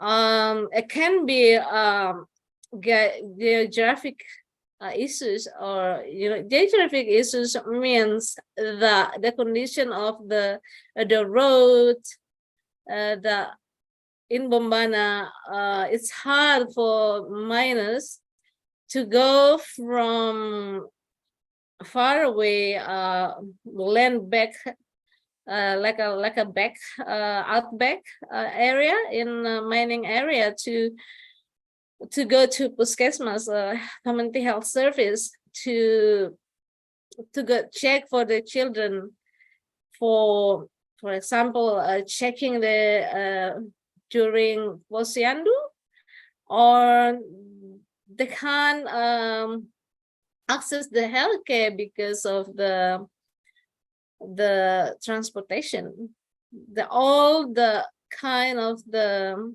factors that hinder the people to utilize the healthcare in a Bombana mining.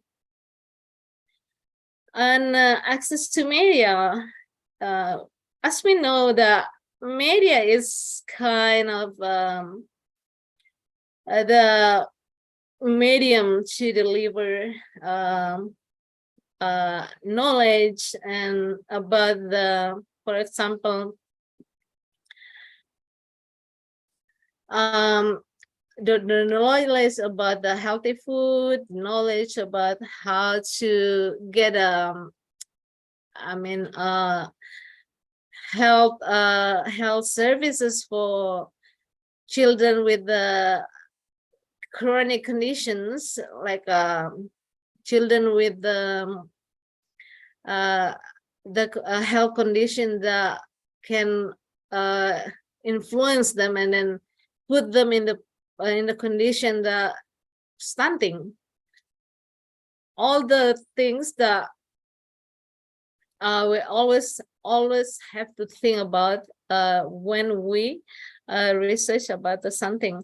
And then the social, economic, and caregiver status, parental education. This is the crucial one, because I believe in Kendari, the some children, with a stunting condition, they may have parents that don't go to school, or they just go to school and drop off the school, or the parents maybe didn't even have opportunity to continue their study when they were young because of many factors.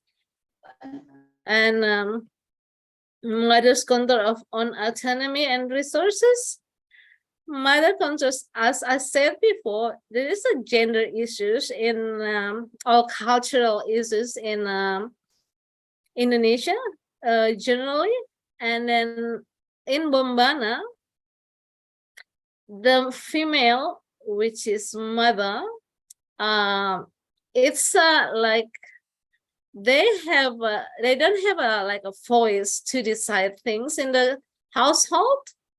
Male dominance. The males is a head of keluarga, ketua keluarga, which is the breadwinner of the household, which is the one the mencari nafkah, breadwinner.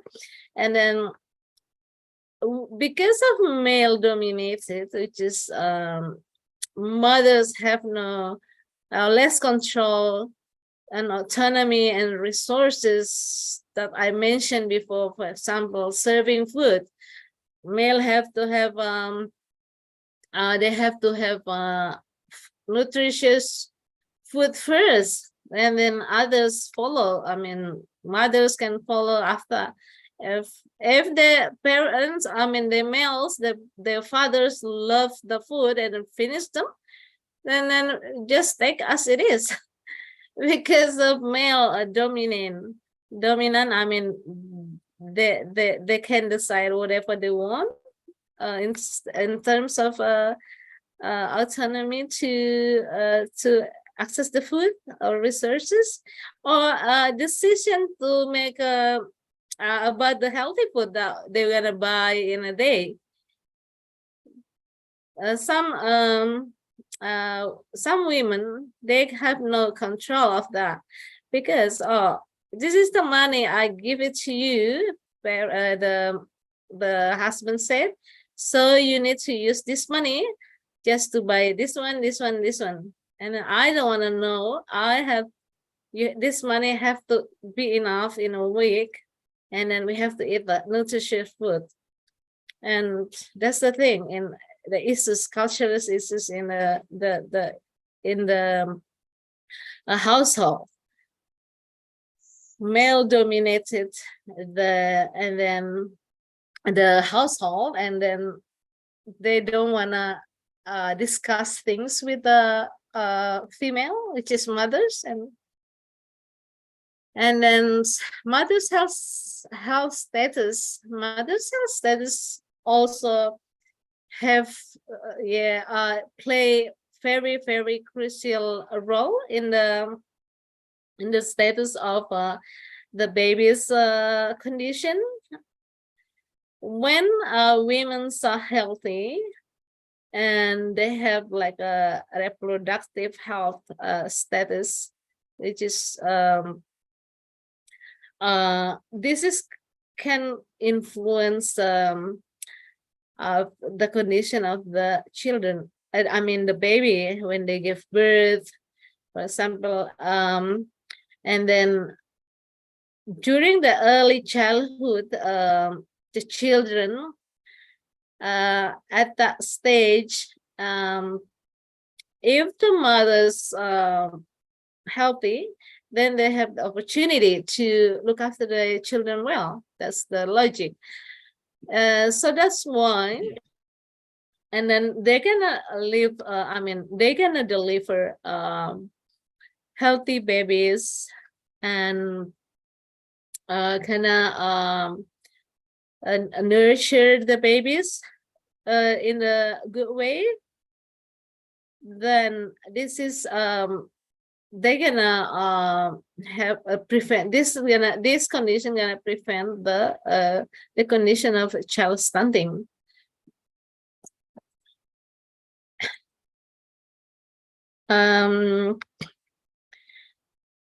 And then why do we need to prevent the early childhood stunting? We want our children grow, because as a future generation in Indonesia, and then in particular in Southeast Sulawesi, Kendari, if one of the health indicator is a stunting now, the numbers of children with a condition of stunting. So we through this number, we can predict what's gonna happen in the future. If we nurture, if we look after the children, if we have the strong, healthy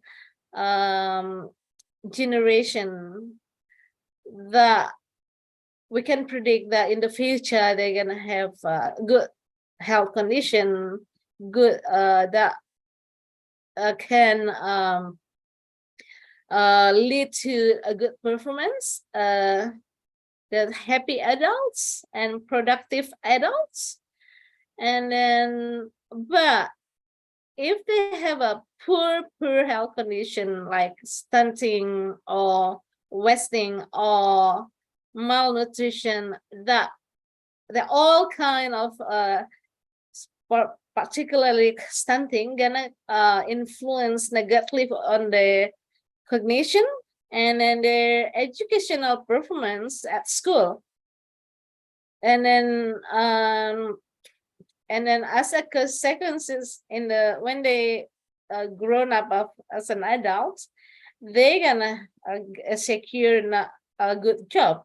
I mean, because of low productivities, and then this is based on the research. This is based on the what WHO research.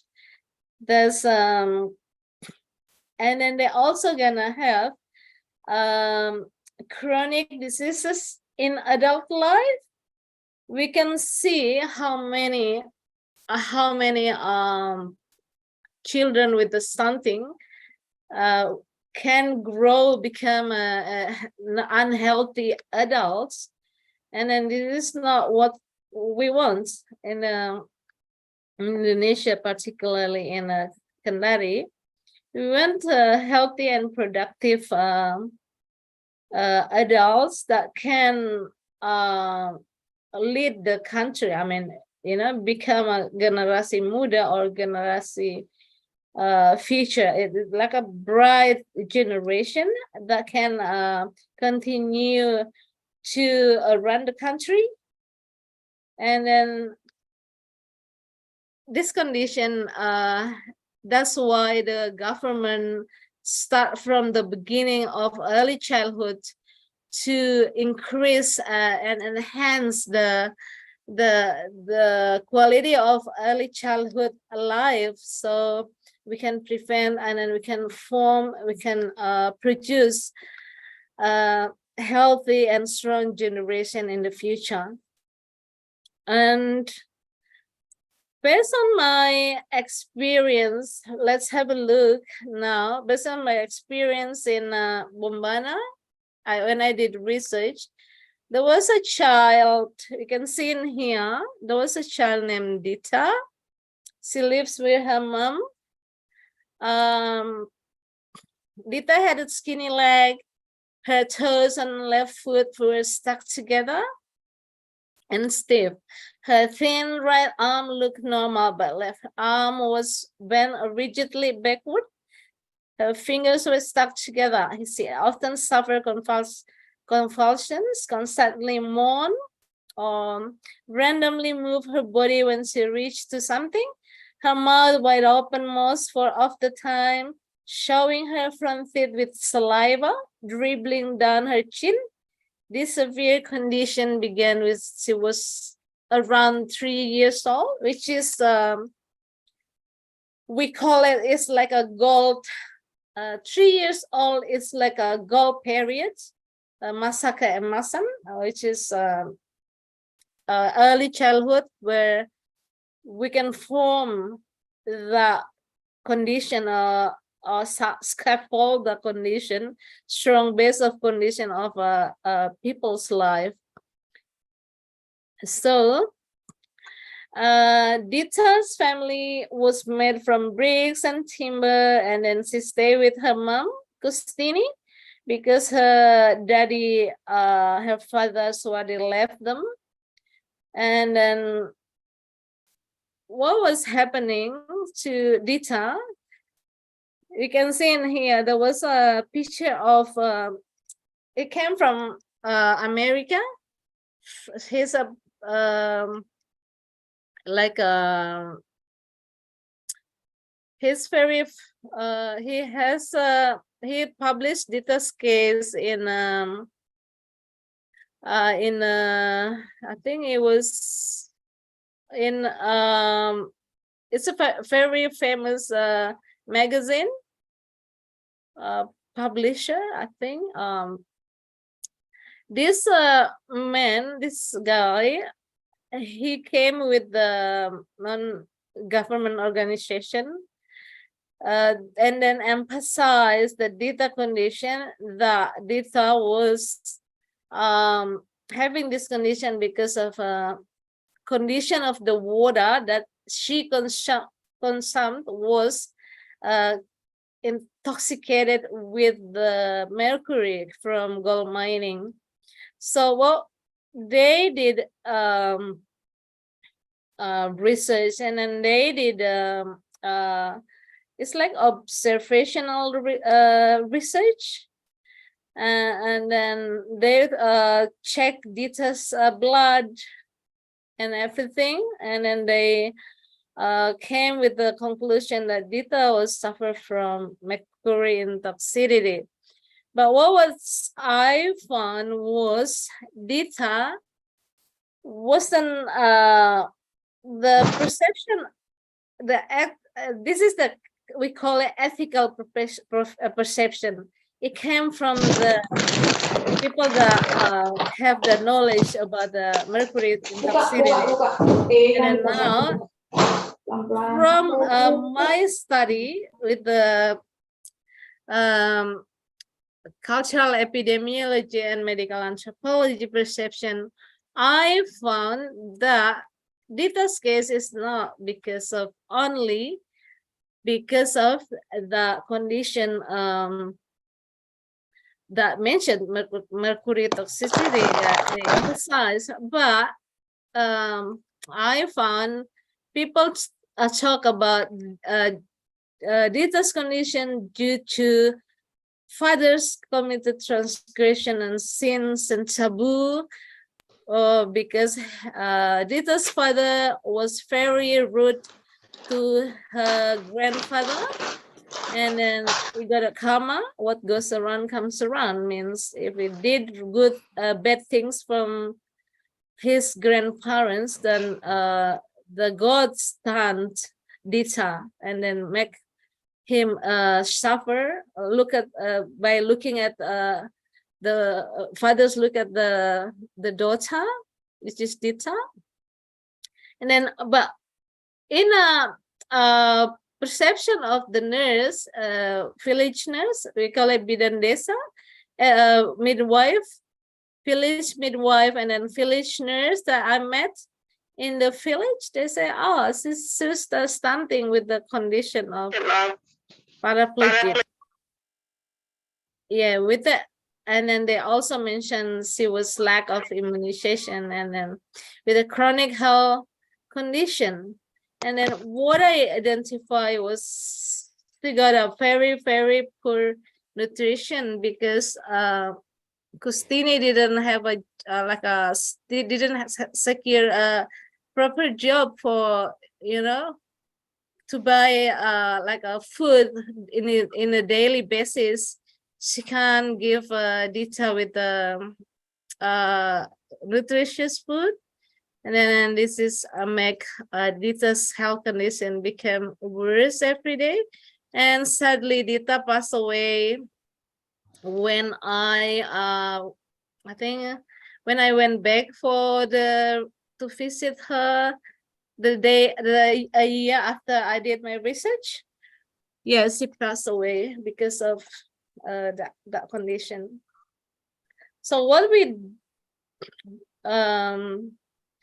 so combine what the WHO, if we see that, if you have an opportunity to Google by yourself, stunting in a nutshell, it's a WHO conceptual framework of contact cases and then consequences of childhood stunting. If we saw this video and look at the compared to Dita's condition,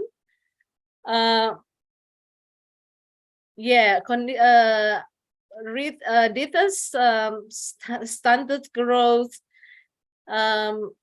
is very, very poor. She had it's according to the WHO that two standard deviation means just like a curve. If you see the curve, then Dita's under the curve. I mean the average height for the age.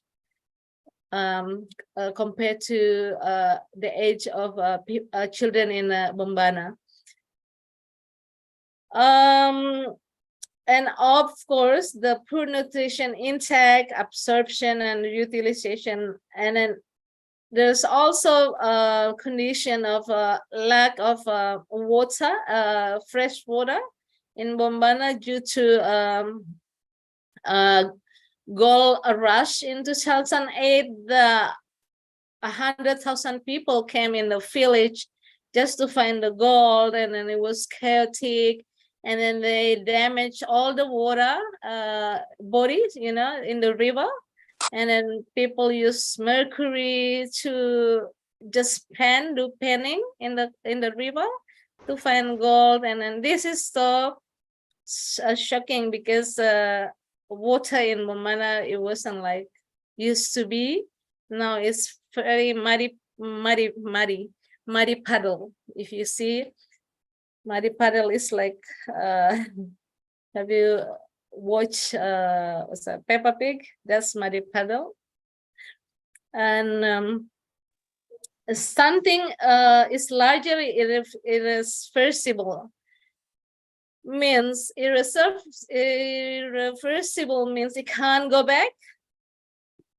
They can't go recover in a short time. It takes time.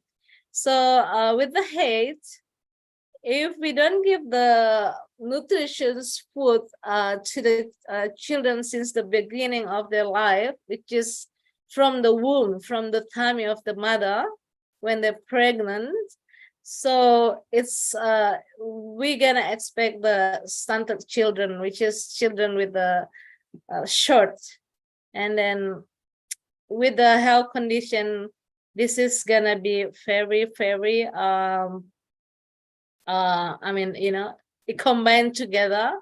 This is decreasing the health condition of the children. And then if they added up with the chronic diseases, this is gonna be very worse gonna happen. Then we don't want this happen to our children. So that's happened to Dita and then some other children because of the lack of nutrition since the beginning of their life, and then combined with the mercury toxicity,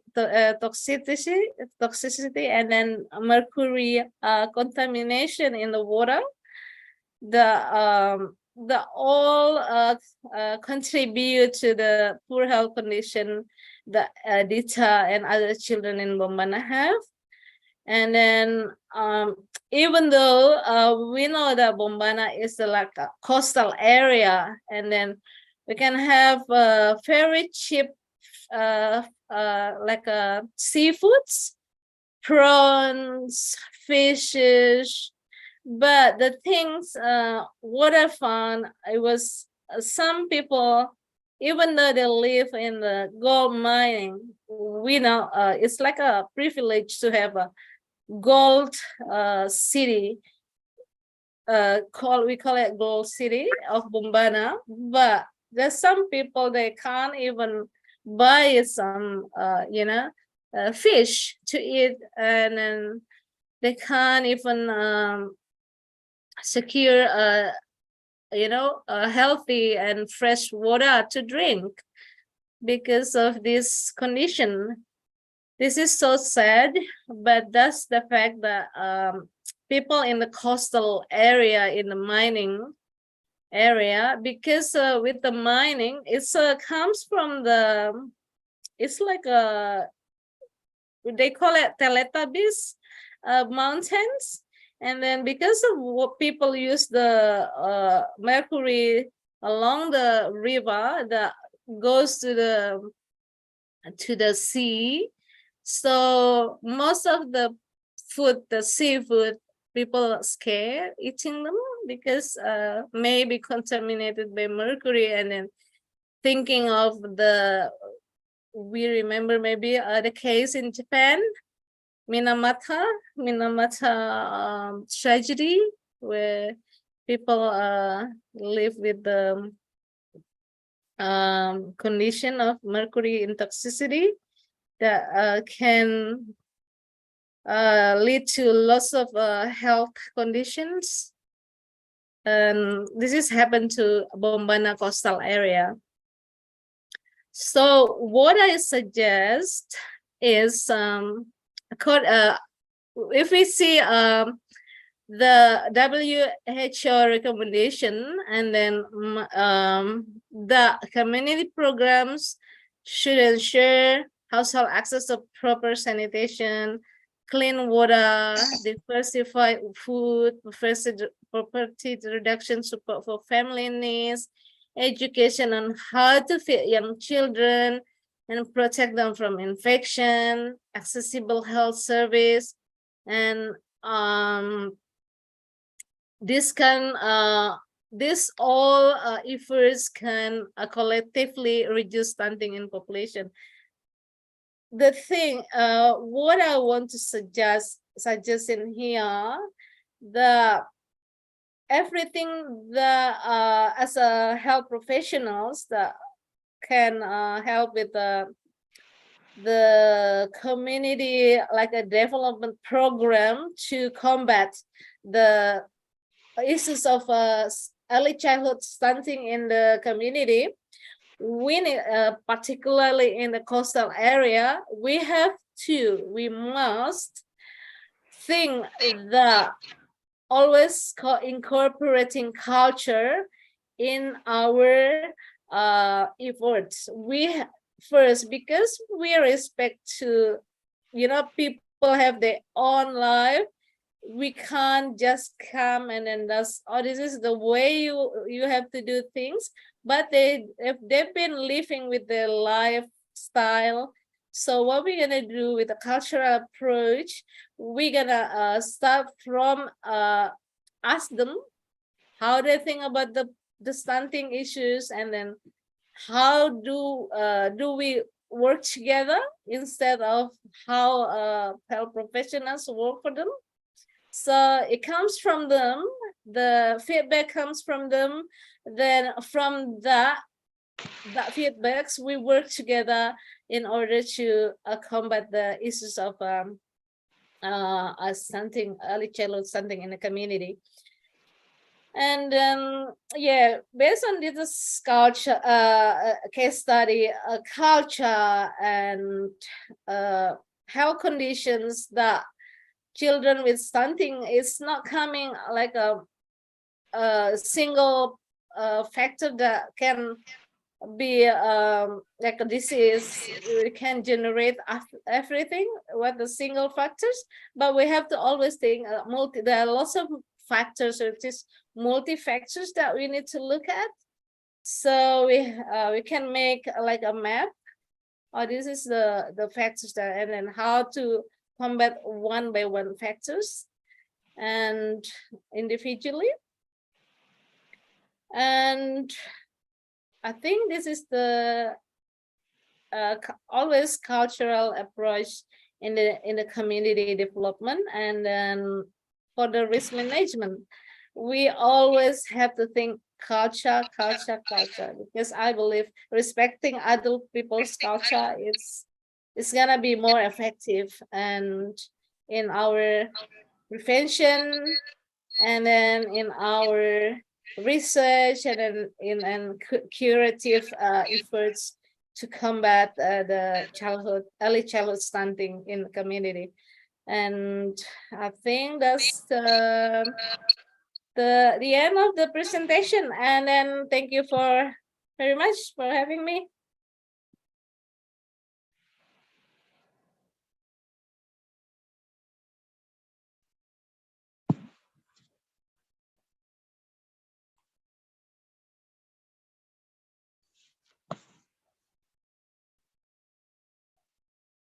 Okay, thank you. Big thanks for Mrs. Fitra worries. Ilmopuli, PhD, for presenting the second material, the second topic in the first session of our panel session in this webinar. So now, for everybody here, for the participant, this is time for discussion. You can ask your question directly, and some of question I have write down. I have accumulated some question in the chat box. So the first, Alhamdulillah, Professor Faida is still here. Thank you, Prof. Now, before I will read the question from the chat box, maybe some of you want to ask the speaker directly, please. Silakan kepada Bapak Ibu partisipan yang akan bertanya secara langsung, dipersilakan.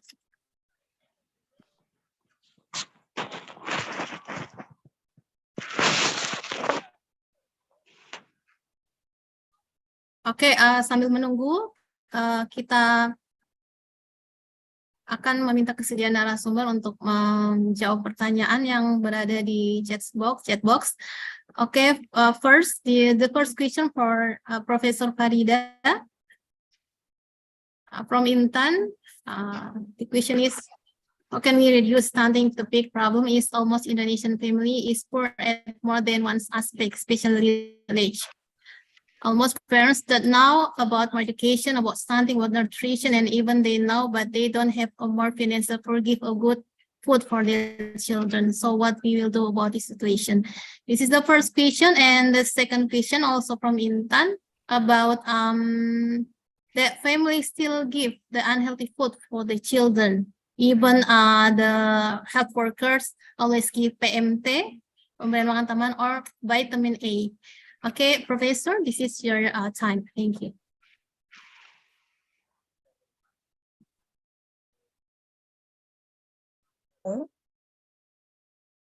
Can you hear me? Yes, Professor, it is your turn. All right.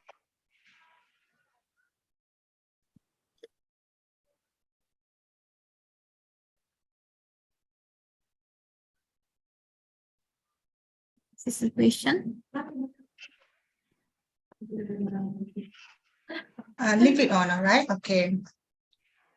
So thank you, Intan, for the very interesting question. Okay. I don't know how to answer the first part. All right. How can we reduce stunting if the big problem is almost about the poverty? All right. So how can we reduce stunting when the Indonesians majority, maybe 50% or 60% families are under poverty? All right, so I think it is, I don't know how to improve on how to overcome the poverty in Indonesia. I think now the Indonesian government is very happy. They are doing their very level best to improve on the poverty. However, in terms of those people, because I think back to our previous history in Malaysia when we are handling all those stunting. So regardless whether you are poor or rich, the type of food that we provide is the most very important. All right. Okay. So the availability of the food, the gizi or gizi, what type of food that you're going to provide to your family is very important. You know that in Malaysia, we have different categories. They classify the protein into a different categories. They have low, mid, moderate, and high protein. So you know that high protein will be based from all the meats, and the low protein is from all those what we call that, the tempeh, tahu, and everything. So we maximize of what we have. I understand that, we can say, how can we provide tempeh and tahu every day to our children? But if that is the only food that we can afford to provide to our family, so we have to provide the the best way of how to make this tahu and tempeh or whatever you have to be more eatable. To do that, okay, you have to modify, you have to improve on the presentation, on the taste, on the way of how you're going to cook on that. All right. So that is what I can advise in terms of how can we maximize the availability of food for those who come from the low socioeconomic categories.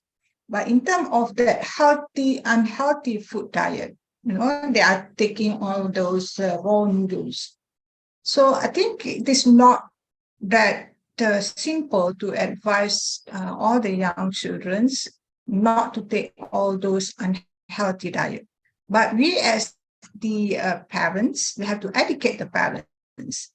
You know that if the child likes to eat that the noodles, the raw noodles, so we have, or in other words, the children would not want to have the noodles with all those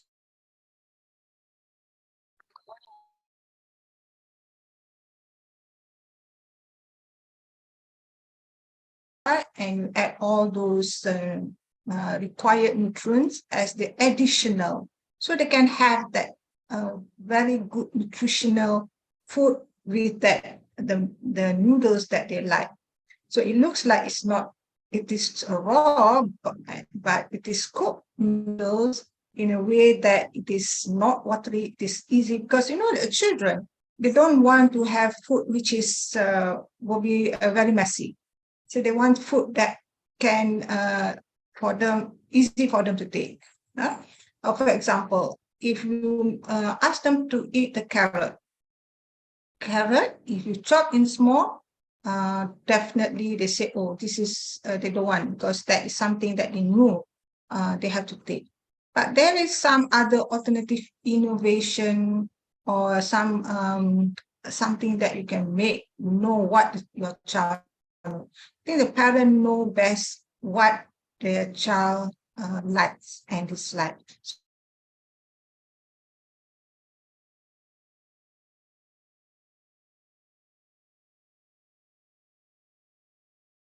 To make a child eat when they don't want to eat. So we have to modify, we have to have a lot of way of innovation so that you can attract them to eat. So that is the best way that can. So the best thing is that we can always ask pakar nutrisi or nutritionist or the dietitian to help in terms of how to make the food more interesting for the children to take. I think that will be my question, my answer for that. Okay, in fact, I hope that will help you. Okay, thank you, Professor, for your answer. Now we have some of participants who want to ask directly. Munsira, from the student from Midwifery Department of Poltekkes Kendari, please. Okay, bismillahirrahmanirrahim. Assalamualaikum warahmatullahi wabarakatuh. Waalaikumsalam warahmatullahi wabarakatuh. Thank you for the chance. Introduce myself. My name is Munsira. I'm from today midwifery class. All right. Hello. Yes, hello. Yes. Assalamualaikum. Waalaikumsalam warahmatullahi wabarakatuh. Yes. I want to question my question. In Indonesia, there are still many remote villages. How can we as midwiferys prevent stunting in a remote village who who have not matched with the development science. Okay. So the question, your question is that how can you improve stunting, all right, or any health issues in a remote village where they do not have the facilities, right? Am I right? Munsira, sudah sesuai pertanyaannya? Sesuai kah itu soalannya? Adakah itu? Ya. Yeah. Okay. Sudah. So Oke, how? Profesor. Yeah. Okay. Kami di Malaysia, I just want to share our experience in Malaysia. We have those days. We are talking about those days, yeah, when we have this issue where we have a remote area. Even we still have the same issue.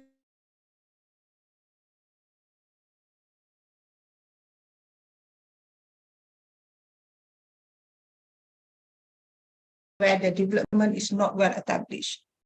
So how in those days, how we resolve the problem is that we have this the team. We have our team comprised of medical team, doctors, we have nurses, we have nutritionists, we have all those people who will go to that remote area. So, and they will provide all those facilities which is not available in that particular area. So each of those klinik kesehatan, we call it a klinik kesehatan, they have a team who will go to all this remote area on certain particular day which it is been assigned. One. Number two is that we make use all those kepala apa ya, the head of the community. Yang sana panggil apa ya? Head of community? Kepala desa. Oh, kepala desa. Yes. Desa boleh. So we maximize the power of kepala desa to influence all these people to follow the exactly of what it is needed for them to do in order to improve their health. So that's how we're going to have that. Because without the influence of this kepala desa, with the help of those team, it will not be improved. So the thing is that we need to go to all those areas where it is not accessible, where the perkhidmatan or the services is not available. We have to go to them because that is our roles in terms of providing the help. All right. Okay. Okay, thank you. Is there any service in Indonesia where they have the team yang pergi ke into remote area? Is there any services there? Yes, Professor. Indonesia called Nusantara Sehat. So collaborate from several health professionals that collaborate and be placed in the rural area also. All right. Doctor. So this is So this is where remember we are talking about the indicators, our KPI indicators. So if you go to that particular area, then you identify you have many cases of those stunting. So the frequency of how you're going to go to that particular area will be more intensified. So the thing is that how you're going to manage, how frequent are you going to do? It is the most important task for all those healthcare providers. So you must have the target. So this is where I say if you found that in that particular area they have 80%, so your target is that within that 6 months, the number, or within 1 year, the number of that should be reduced by 20%. Then you really go towards that. All right. Okay. Thank you. Okay, thank you, Professor. Munsira, semoga menjawab and inspire also for all another student, especially in midwifery department. So now we move to the next question. The second question, we would like Mrs. Fitraila Mokui for answer this question.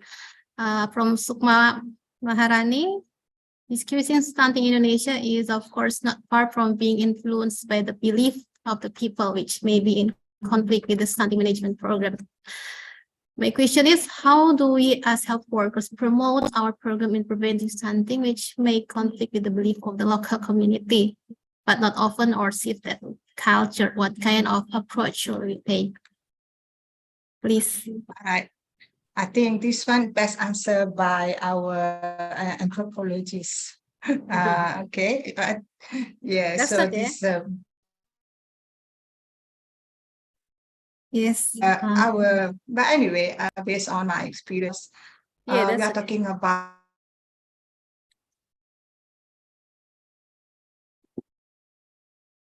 Yes, please. belief and culture. All right. So the thing is that as the care provider, it is very important for us to know our facts. We must be able to explain to them very, very, very simple, which for them is easy to accept. All right. For example, if you say it is very important for them to have a very good protein, and you ask them to buy chicken, for example, and you know that they cannot afford to have chicken. So you, as the healthcare provider, you should be very sensitive in terms of how can we provide them with the other alternative.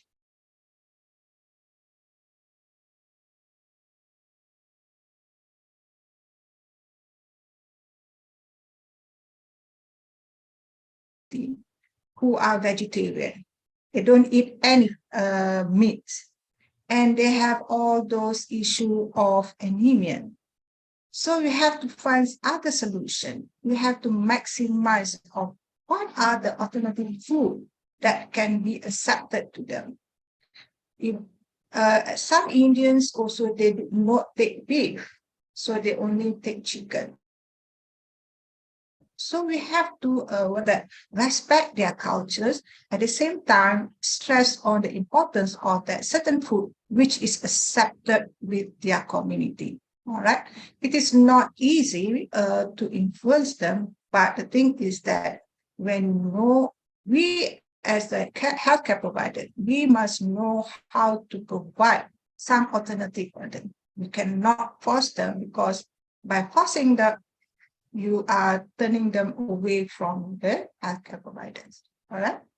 Okay. Okay, thank you, Professor, for answering the second question. Also, we invite Mrs. Fitraila Mokui also give her perspective about this question, about the belief that happen in Indonesia that sometimes inhibit the program of our government. Okay, I'll add a little bit. Yes. It's regarding, thank you. It's regarding to the case of Indonesian, like a village nurses or village midwife that I had experience on this. So I met Sukmawati and some village nurses in Bombana, and then they experience like a challenging situation on how to to promote healthy life and healthy behavior, particularly for children, because they had every monthly posyandu. It's like a community health post they conducted in the community, sometime in a villager's backyard, or sometimes conducted in a community health service. So they had a program for Posyandu to deliver, what's that, PMT? What's that PMT stands for? It's like a pemberian makanan tambahan, maybe, yeah. It's like an additional healthy, nutritious package from the government to target the children with underweight, or to enhance the health and then their weight, health condition and their weight. But there's some mothers, some households, they refuse that kind of package because of they think the government gonna give the babies like a food, like a foreign food that can make the babies sick, and then they won't grow normal like other children's. So some refuse for that. Some people in the village refuse that kind of packages. And what we did, I suggested to the village nurses, we during the a community, it's like a community gathering, all community meetings. And then as Mrs. Professor Farida suggested, that I can talk to the head of village, or what I found that was very effective is talk to the community leaders in the community, because sometimes community leaders can be like orang tua kampung. They call it is the people that been respected, been there for a long time in the community, and then they have like a kind of respect, like a respected aura. The community think that they have like knowledge that they've already embodied for years in the community. So they're more respected than the Kepala Desa or the village head. So try to speak to them and then ask inputs or feedbacks from them. So I think that's more effective one, instead of imposing our knowledge that this is the healthy food, this is good for your children. This is the important, the crucial thing about a cultural approach for whatever we do in the village. I think that's why I spoke about this today. So we can't, as a health professional, we can't just come with our ethic perspective, but we have to think about emic perspective, which is how people think about the product, a health product that we deliver to them. Do they think it's healthy? Do they think it's important for them? And how can we make it they have the same level of knowledge and then understanding that we have in order to accept this PMT package. And then the other things we can also, during the Posyandu, we can add with another activities like on how to make a healthy, affordable food for babies. I believe that not all healthy always expensive. Healthy can be very cheap, particularly in the village. We have tempe, as Professor Farida mentioned. We have tempe and tofu. Tempe and tofu, they are very healthy. Tofu means tahu. So tempe and tofus, they're very healthy. They are good for children, because in here in Australia we eat a lot tofu, and then But the tofu and tempe that we have in Indonesia, I think much more healthier in Indonesia. That's all my feeling. Because you can, if I bought a tempeh from the supermarket in here, it's already frozen tempeh, and then I have to heat it up in microwave, and then. But from organic tempeh and tofu, we can create a food that can be healthy for children, and then there are also lots of like organics food, vegetables in the village, even nuts that we can give to the children. Then I think that they're not very expensive. And in terms of the the how to in terms of ingredients, and then mix them all together, and then how to prepare them, that's I think we need to collaborate with the nutritionist and in the village. And then yeah, we can always say to the villagers that healthy food doesn't necessarily to be expensive or to be in a package, but can be gathered from foraging. Foraging means you can get it from your front yard or backyard, from your yard.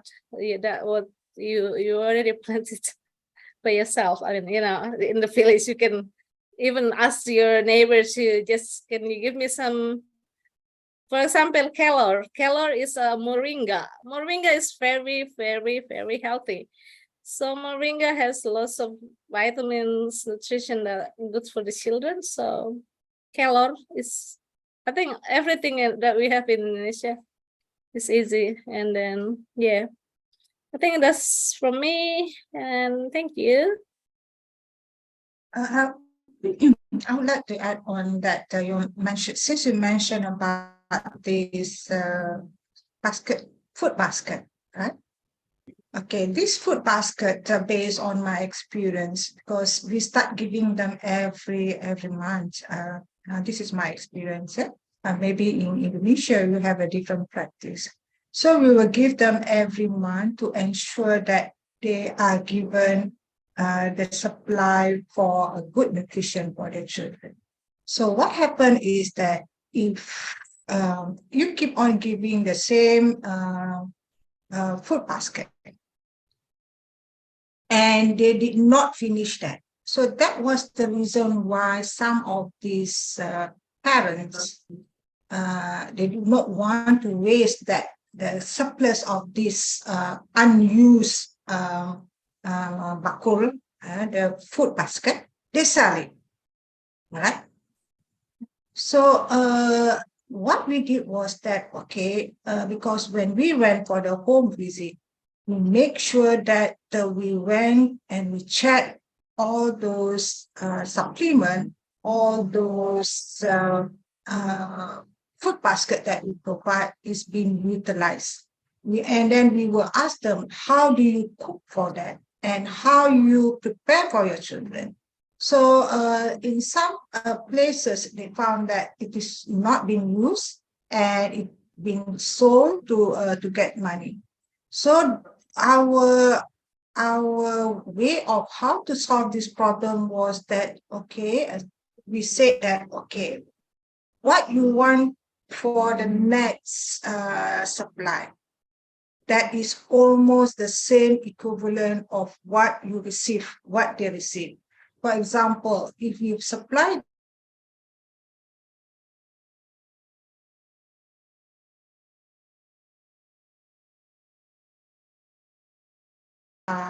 or can be what we call that, butter or whatever this one, so that the children can eat with bread or they can use it for cooking or something like that. So this is where we say we need to have a lot of what we call that innovation in terms of how can we improve on that issues. Okay, that's it. Okay, this is some of my experience, all those stunting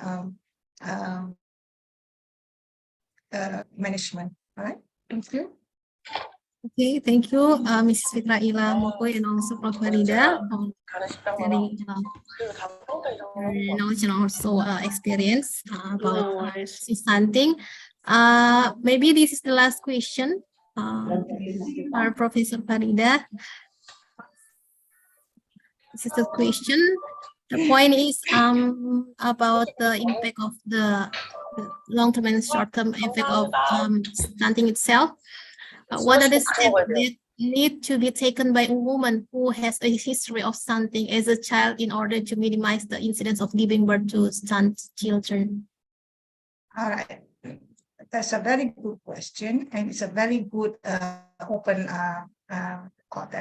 open-minded for all those our from the medical health perspective. So when we have a mother who is with a history of stunting, the possibility of she deliver another stunting child is there, right? So how are we going to prevent that? So this is through a very close monitoring of the pregnancy. We ensure that she has the adequate food as required for the fetus growth. Right? Number two is that we have to have a close monitoring of the fetus growth. That means that from the cephalocodal, that means that you must have the measurement for the fetus from the head to the fetus length. All right. So you must have that monitor, and then you have to monitor on the babies as well as the mother's weight. You have to make sure that the mother's weight increase as according to what it is required.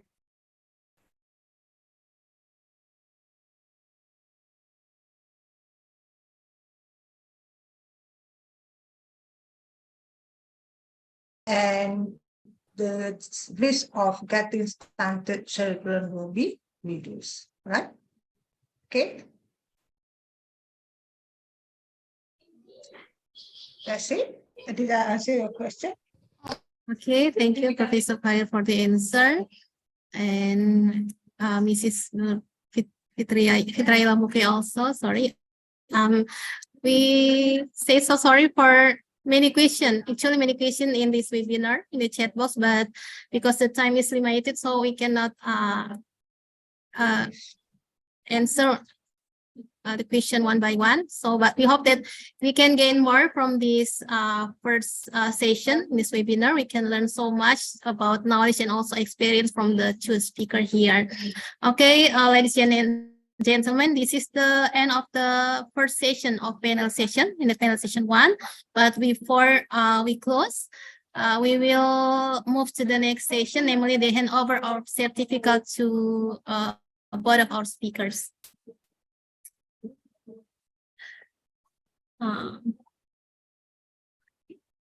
This is the certificate for our speaker in the first session. Poltekkes Kemenkes Kendari proudly present the certificate to Professor Dr. Farida Muhammad Said, RN Midwife, PhD, MS PhD as the speaker. Thank you, Professor, for the insightful presentation today to us here. And also the second for Mrs. Fitraila Mokui, SKM MSR, Master of Community Health Development, PhD, also for the speaker, the second speaker in the first session. We also thank you for the insightful and sharing of knowledge and experience for us here. Okay, thank you. This handover of certificate and the first session of webinar. We are so sorry for something inconvenience happen in the first session. Thank you very much. Big thanks for Professor Farida and also Mrs. Fitra Mokui from Malaysia and also from Australia. I hope that we can meet all of you again and semoga sehat selalu. Thank you very much. Amin. Thank you. Thank you. Yeah, thank you. Okay, for guys. see you again. We hope that you can see also. We can see you also in Indonesia, especially in Kendari. Inshallah. Okay, bye. Thank you so much. Okay, thank you. Bye. Okay,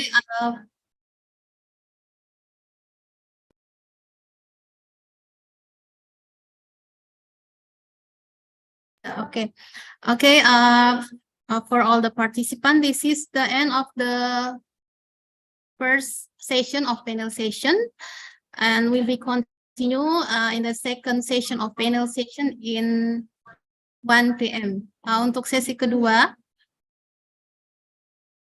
akan dilanjutkan pada pukul 1 siang untuk sesi kedua, dan untuk link daftar hadir insya Allah akan di-share pada sesi kedua.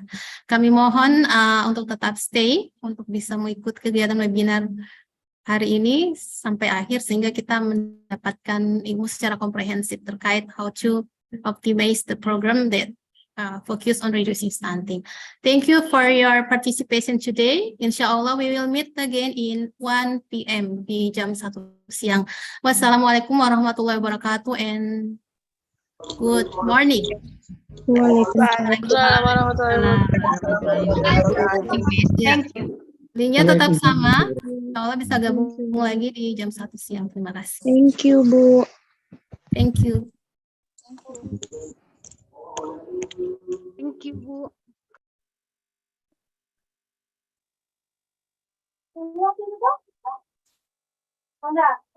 Iya.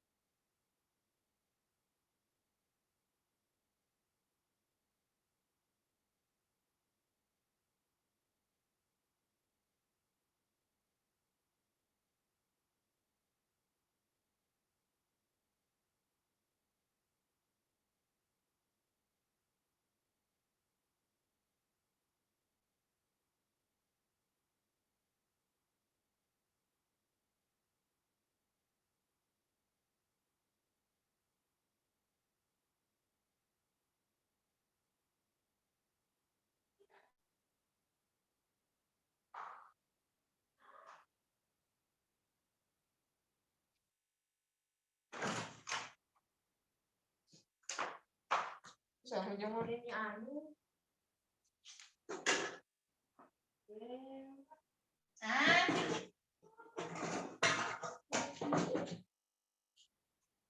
Ini jangan digoreng.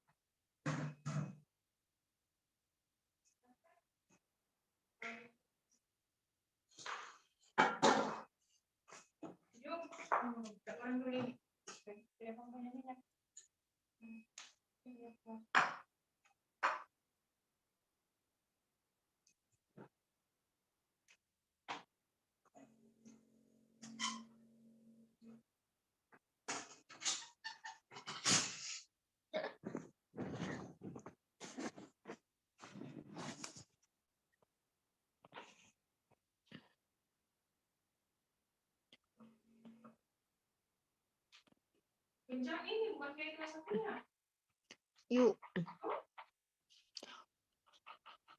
Bro itu cepat lobet. Satu kali pedica saya selama dapat di Bali. Astaga, bodoh-bodoh.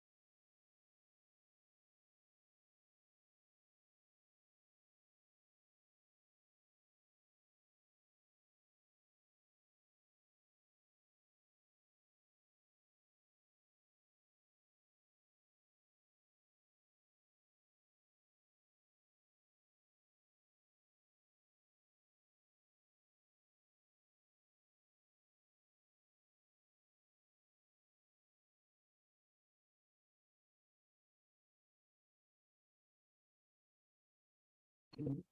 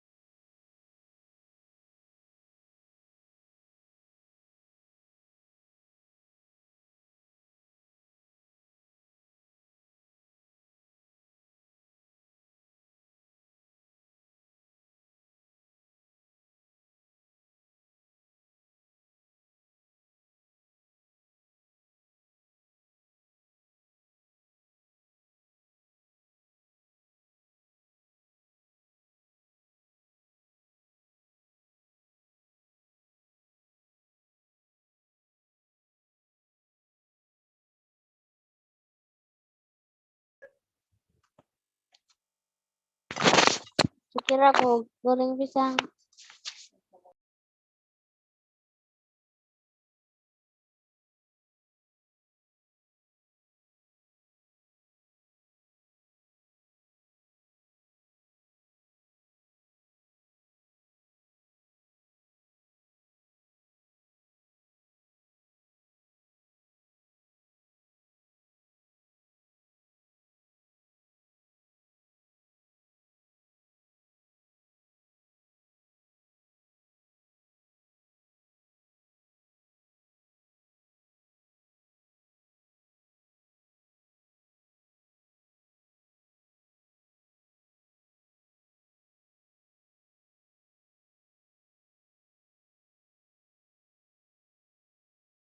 Mana nama Wahiri na kenapa dah?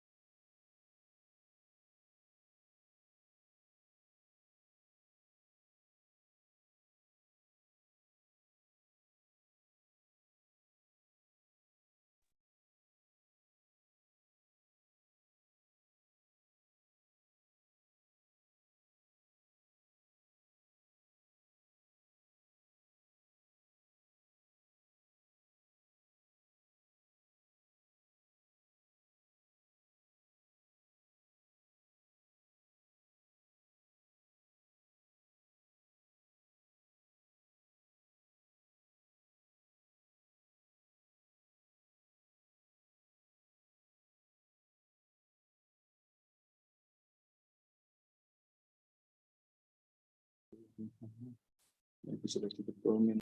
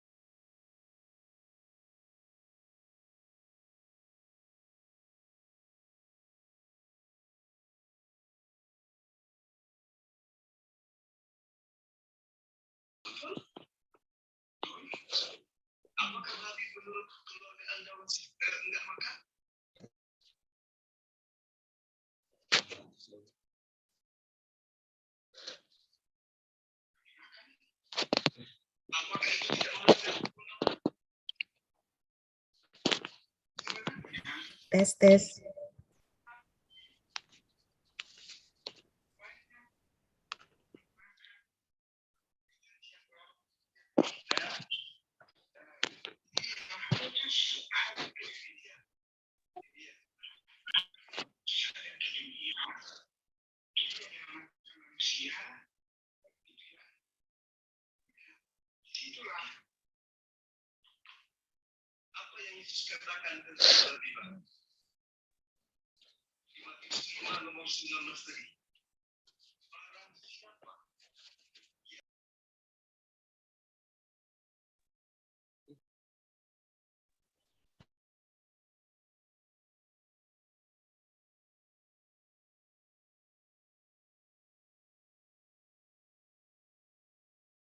Bismillahirrahmanirrahim. Assalamualaikum warahmatullahi wabarakatuh and good afternoon.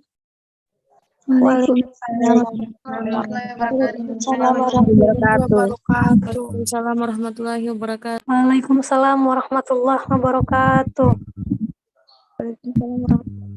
Honorable our speakers in the second session of panel session, where we have Mrs. Sarina Sariman BSc, Master of Science PhD candidate, lecturer in nutrition at Faculty of Health and Life Science Management in such university, and also Ms. Dr. Sirajuddin SPMKes, the head of dietitian study program, Poltekkes Kemenkes Makassar, member of Indonesian Nutrition Association Persagi, and all distinguished guests and participants.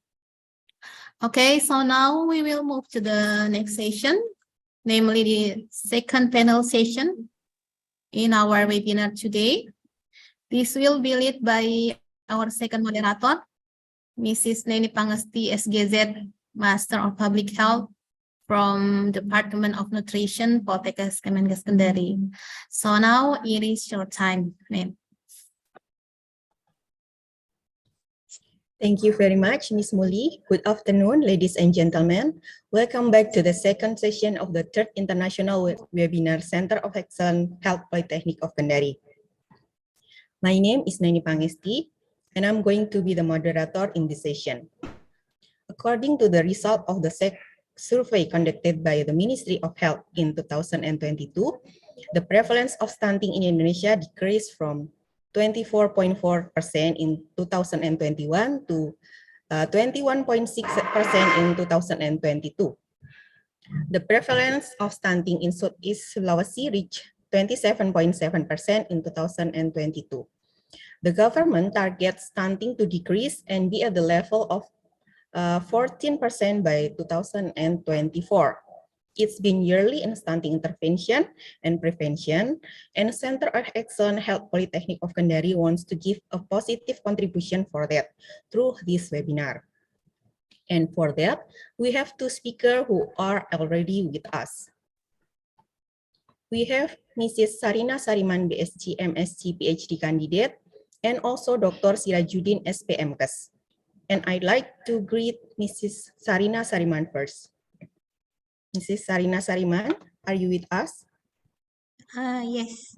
Can you hear me? Okay. Yes, I can hear you. Thank you.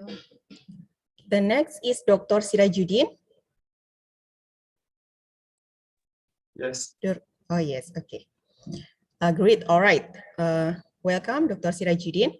In this second session, each speaker will talk about 1 hour, and after the two speakers have presented their topic, we'll have a discussion for about 1 hour too. And for your information, most our audience are faculties and students from Health Poltekkes Kendari. For audience, you can ask questions during this session by raising your hand, or you can type your question in the chat room and I will read them for you. Please mention your name, your institution, and for whose speaker you asked for. All right, can we go to the first speaker? I'm going to invite Mrs. Sarina Sariman, BSc, MSc, PhD candidate. First, I'll read your profile.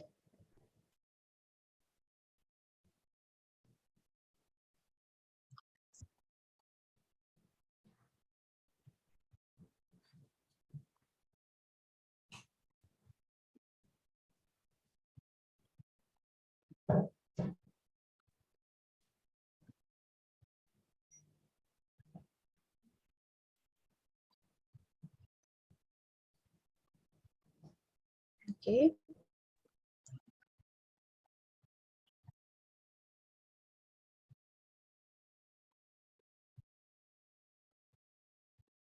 I'm sorry.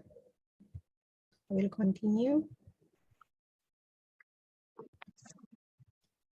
Yes, Mrs. Sarina Sariman, PhD in Nutrition and Community Health, MSc in Community Nutrition, and PhD candidate in Applied Science Nutrition. She is a lecturer in nutrition at Faculty of Health and Life Science Management and Science.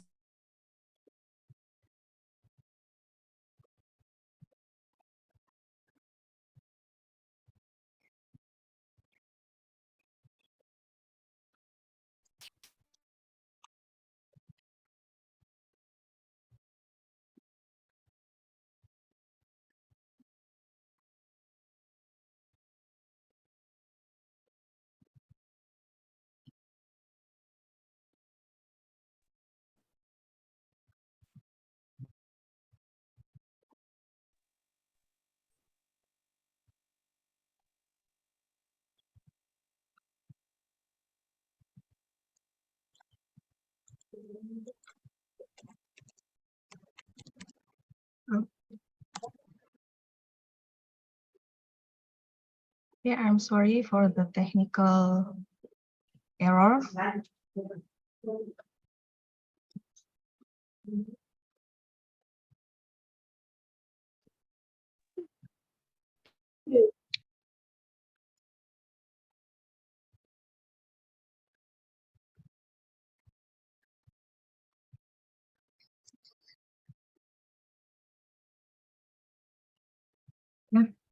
Sorry, I will continue.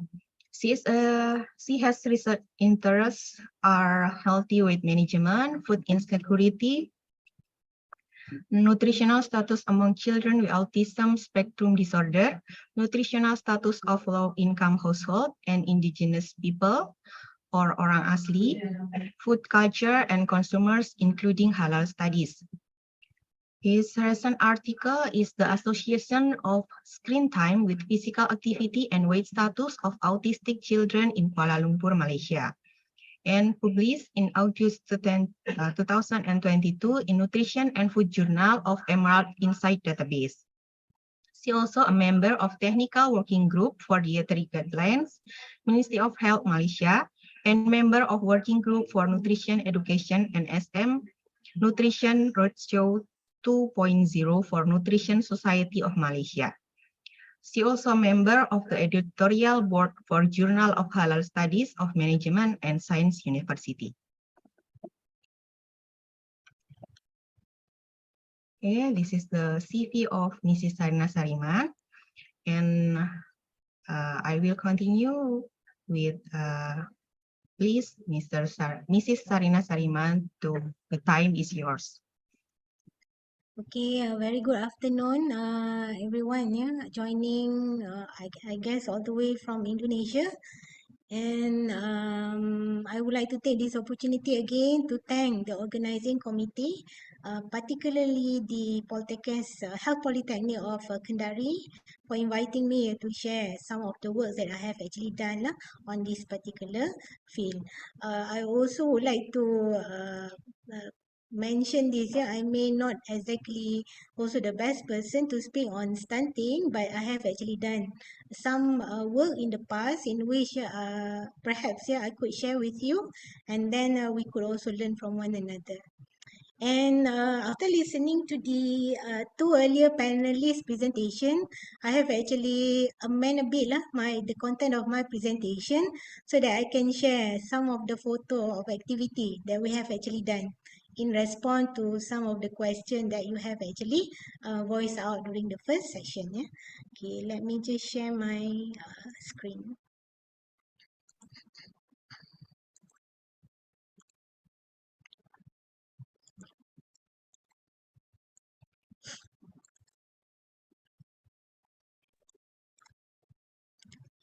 Can I check, Madam Chairperson, if you can see my screen? Yes. Yes, yeah, right. So I think let me just begin. Yeah. Welcome again, everyone, to this afternoon session. I guess not as many as the earlier one. Yeah, maybe some of the participants are still in the process of joining after the lunch break and prayer and so on. Okay. The title that I will be sharing today will be Risk Factors for Stunting Among Children, Evidences from Malaysia, and I am a lecturer in nutrition. You can call me Sarina from Management and Science University, Malaysia. And the photo on the left here on the screen here is actually a photo of our MSU campus. So this will be an overview or outline of the content of my presentation. I think, considering some of the details that has actually been shared in the first session, panelists from the first session, I may not touch very in-depth in terms some of the risk factor because it has been discussed at length by the two earlier panel.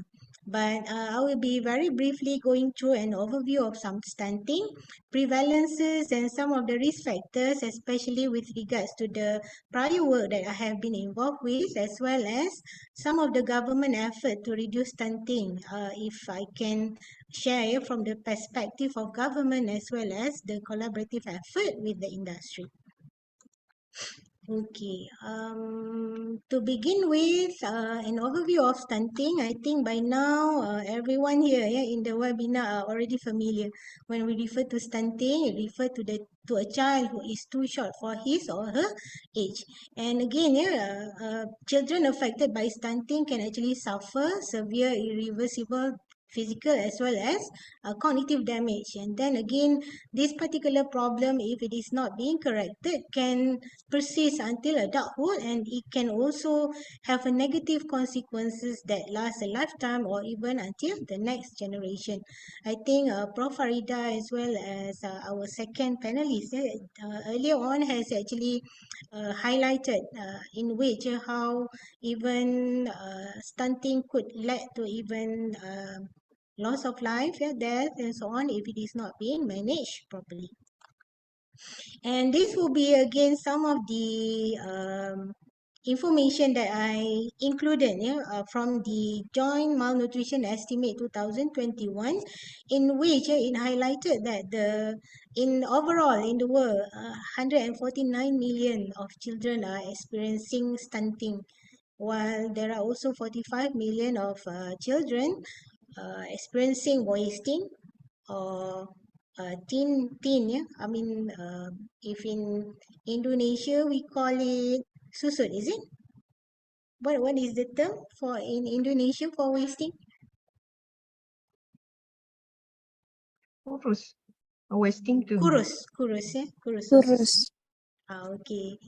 For anyone who wish to ask question, also who wish to comment, you can also voice it out in the chat box. And we also have 39 million of children under 5 especially are also affected by overweight.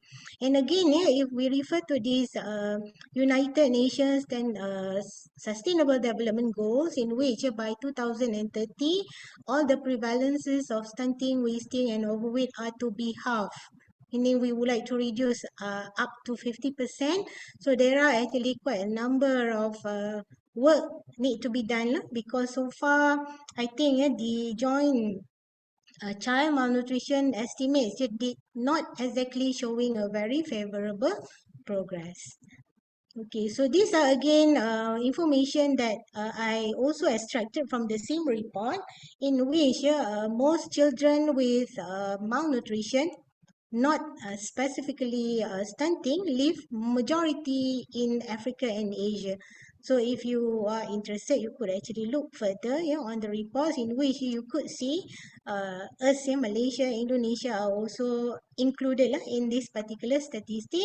And actually not just stunting and not just thinness or wasting, the problems of overweight among children are also on the rise, in which in a particular community or even in the same household, there could be a problem with regards to over and undernutrition, and in which there could also be children who are experiencing stunting, but at the same time also experiencing overweight and obesity because of the short stature and so on. And very interesting also information that we can actually find in the report, in which even though less than 50% of children in the world live in lower to middle income countries, comprising of most majority of the Southeast Asia country, 59% or almost 2/3 or approximately 3/4, 3/4 of the children are experiencing stunting as well as wasting.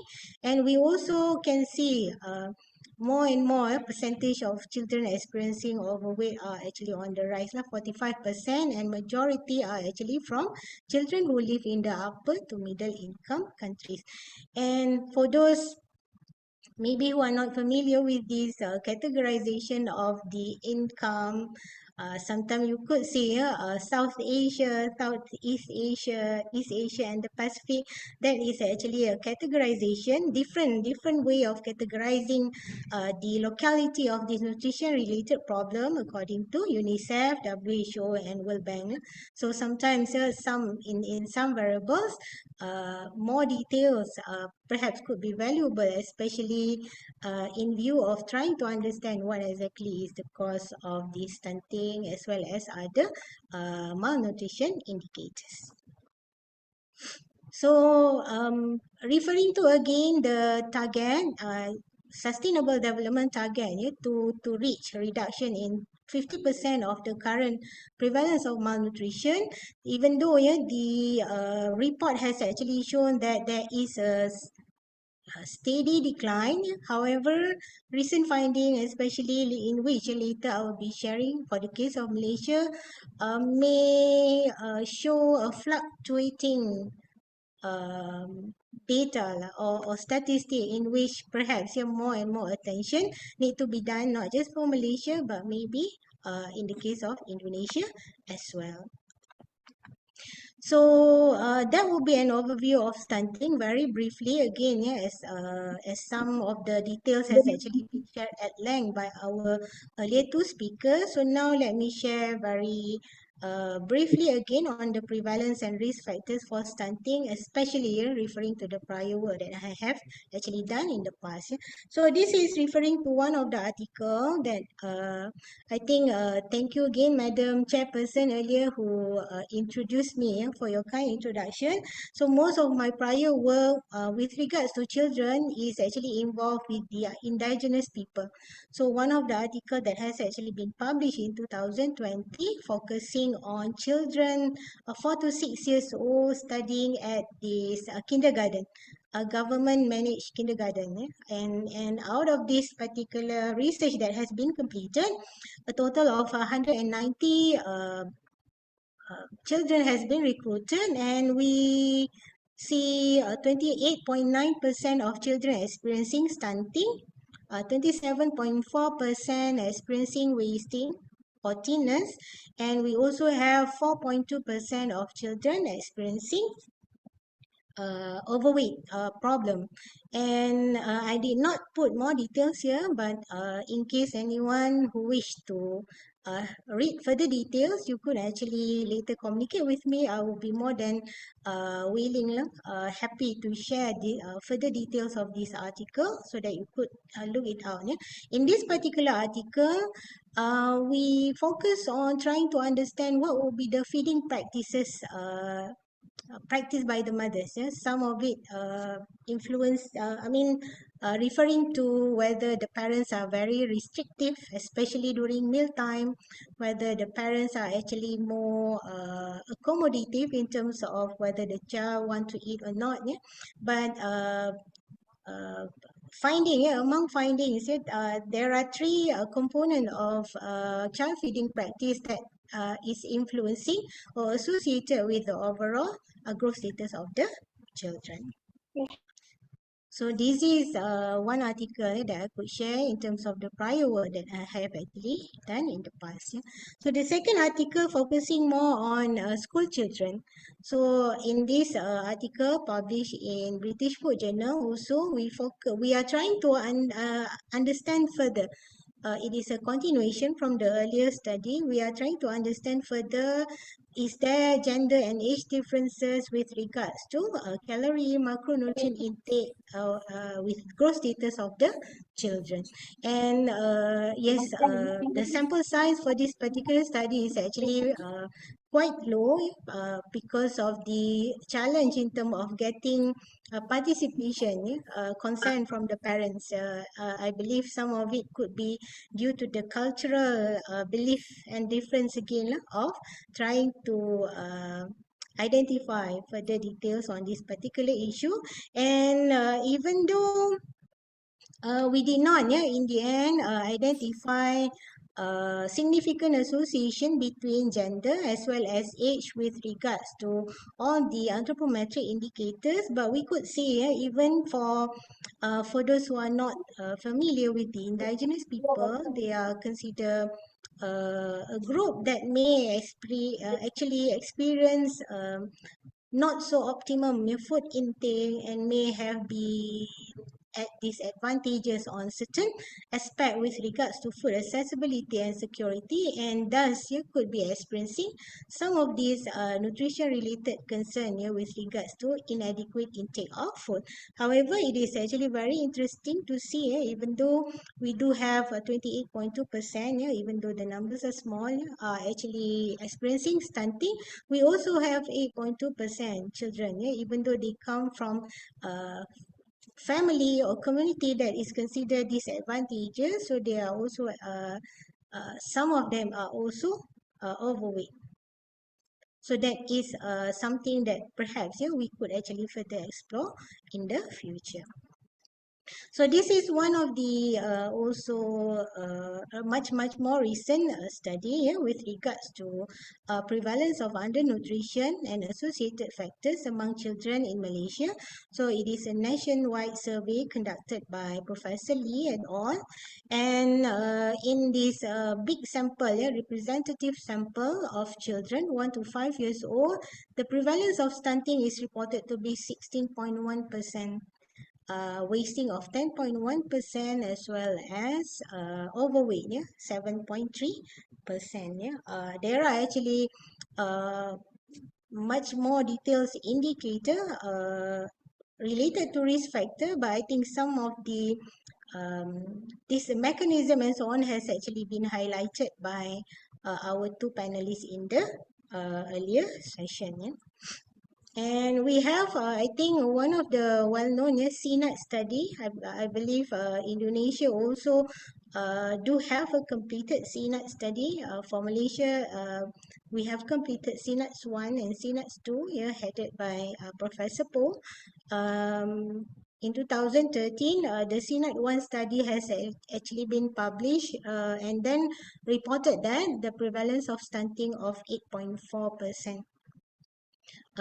Wasting of 5.4% as well as overweight 9.8%. And again, recently again, the CNAT 2 result has actually been presented in the recent Nutrition Society of Malaysia Scientific Conference in last July, and out of 859 participants, prevalence of stunting is reported to be 12.3%. And the CNAT study has actually concluded that some of the risk factors that are significantly influencing stunting include low birth weight, maternal short stature, lower maternal education level, and tobacco smoking parents. So I would like to take this opportunity to share a bit in terms of National Health and Morbidity Survey for participants from Indonesia who perhaps may not heard of this. Yeah, so National Health and Morbidity Survey is a nationwide survey that is being conducted annually, and depending on specific theme or various theme, decide set by Ministry of Health. And maternal and child health as well as adults and health has actually been successfully concluded at the end of 2022. And for especially with regards to maternal and child health, it was first conducted in 2016, followed by the second one, which was recently completed last year. And it provides community-based data on the pattern of common health problem, health service utilization, as well as health expenditure in the community. What I would like to share would be perhaps a little bit more details comparison on the previous, the first one, maternal and child health in 2016, as well as other nationwide studies that could represent Malaysia in terms of the prevalence and so on. So let's move on. So the finding, the recently concluded nationwide survey reported 21.2% prevalence of stunting. So if you could see, so the data that we have, 17.5 in 2006, and then an increase to 20.7% to 2016, and though there is only a slight increase in 2019, but we could see the most recent one, a reduction, even though it is a small percentage, but perhaps there could be something that we could work on, benchmark in terms of what else that need to be done in reduction of this particular problem.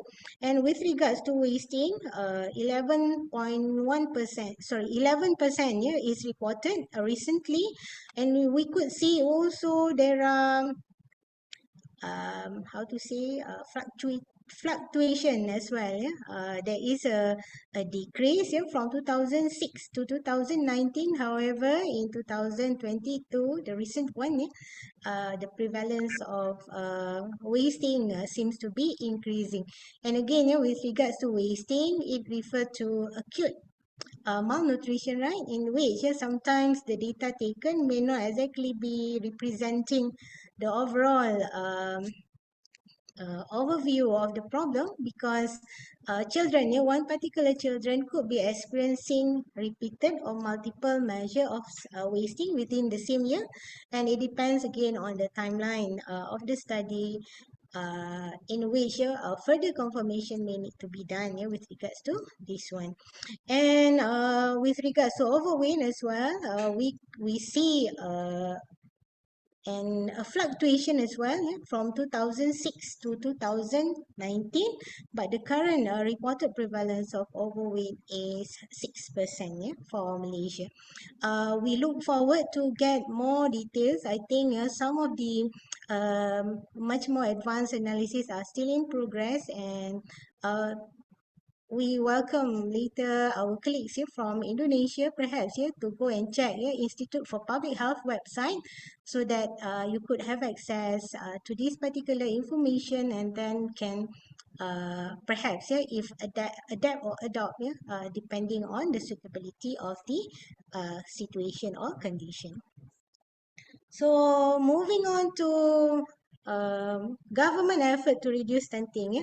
So this is the content that I have actually adjust a bit, because considering some of the questions, some of the feedback given by the participants, and perhaps if I think we have more than enough time later, I may my presentation may not exactly be very long as well, but perhaps we could spend more in terms of the Q&A session, in terms of some of the effort that has actually been done.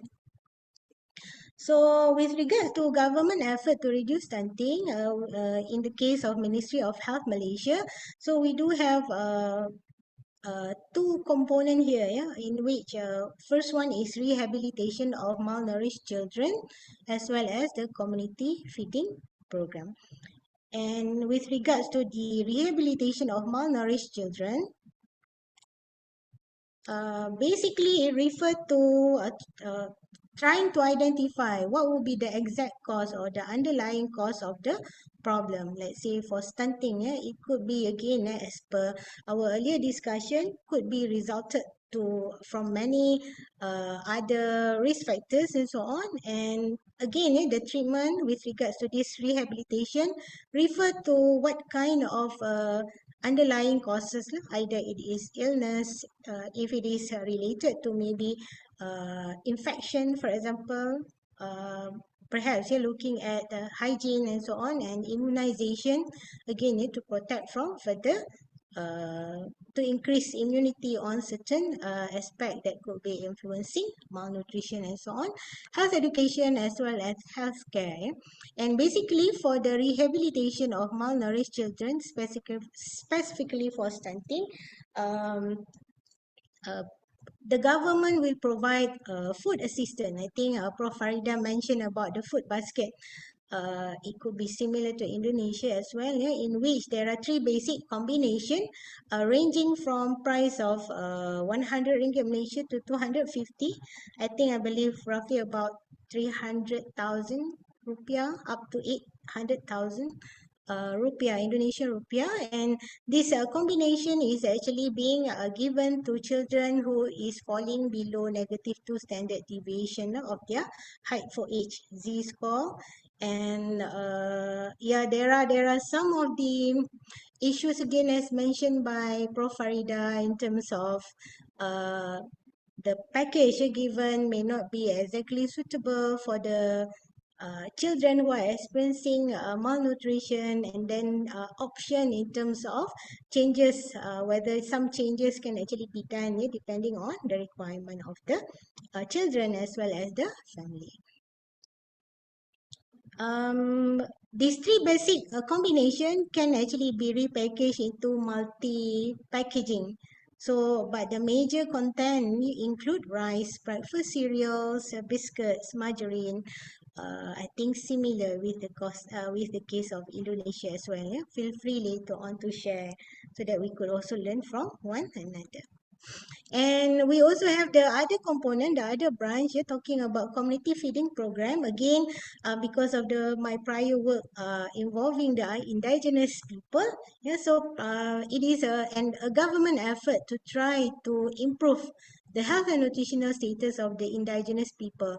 So under the government transformation program, so this community feeding targeted normal as well malnourished children aged 6 months to 6 years, in which for 5 days in a week there will be given provision of complementary food. It could include a glass of milk, biscuit, cereals, multivitamins with iron and fish oil, and the implementation is done at the community where the children are living in. So we have this what we call as a community feeding center, in which the food will be prepared there, and then the children, let's say if they are going to school, will be dropping by and then getting this complimentary food. before going to school and vice versa and so on. So we also have the next one, empowerment of health volunteers in carrying out health activities in the community. I think we also have our upcoming panelists who will be talking about this volunteer training of volunteers and so on. I look forward to listen to the presentation as well, in which some of the activity here include health screening, cooking classes, healthy food preparation, as well as lectures and demonstration with regards to personal hygiene, in which it include also hand washing, and previously with regards to the COVID-19 pandemic, also include aspect of personal care, wearing face masks, hand sanitizer, and so on. So it will be conducted every 3 months at the community feeding center. So I think I have also include here a few example, a continuation of pandemic time, during pandemic, because limitation in terms of time, time constraint, logistic to meet, to reach out to the community. The outreach is being done through social media, and the government through nutritionist KKM, Facebook, Twitter, YouTube, as well as other platform, Instagram as well, do provide informative content that could somehow be useful to the public. So some of the screenshot that I have actually included here is a video of our nutritionist trying to educate in 6 minutes what would be things that we can actually do to prevent stunting. And again, some of the short drama or short video, a full short video, trying to reach out to the public in terms of trying to prevent stunting. Feel free to check it out later. I can also share some of the link in the chat box later on. And these are the platform that I mentioned earlier. It started very actively during COVID-19 pandemic, but because of the well response, feedback, good feedback from the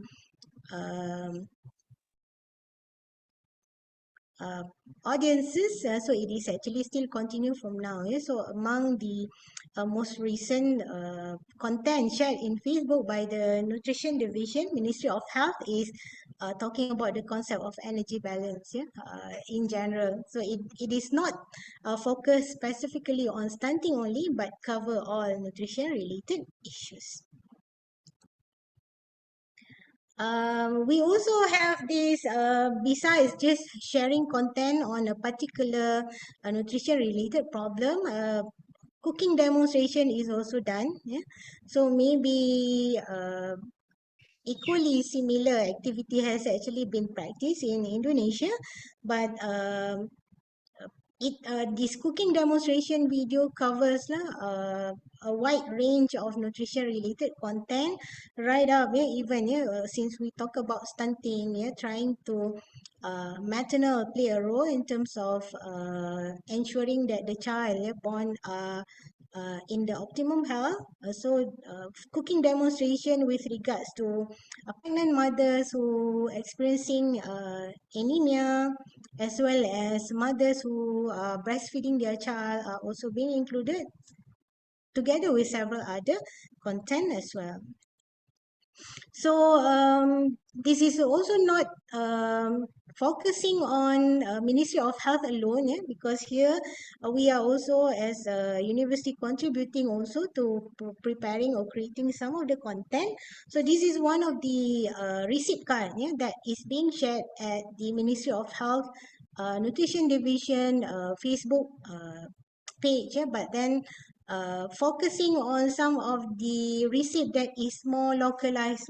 So the one on the left of the screen here is actually rice ball, in which it comprises of rice and then fish together with selected vegetables, and then being prepared in the shape that is attractive to the children. And the one on the right here is actually energy ball, banana together with oats and then peanut butter is being mixed together to provide some of the alternative for high calorie for children who are experiencing malnutrition as well. So here are on the screen a few other. The one on this left is actually fish paste, I think, paste ikan, in which it is well received when we prepare this and then distribute or share this with the children at the community. So they seem to be liking it, for example, perhaps because of the fish taste, and then even though there are vegetables there, and we also have this chicken, sorry, eggs fried with few vegetables in which mix together, and it can be as a snack as well as eat together with rice. So all of these receipt card are also available and accessible online in case any one of you would like to try and so on. And we are not, we talk about the National Nutrition Policy of Malaysia from the nutritionist perspective, because the previous two, I think, talk more on the nursing as well as the medical perspective. This is with regards to the nutrition profession in Malaysia. We work collaboratively, Ministry of Health work collaboratively with Nutrition Society of Malaysia, and basically the activity or the program organized are actually in line with the direction that is set under the National Plan of Action for Nutrition. So some of the program involve multi-sectorial collaboration or partnership involving stakeholders in nutrition strategies and program.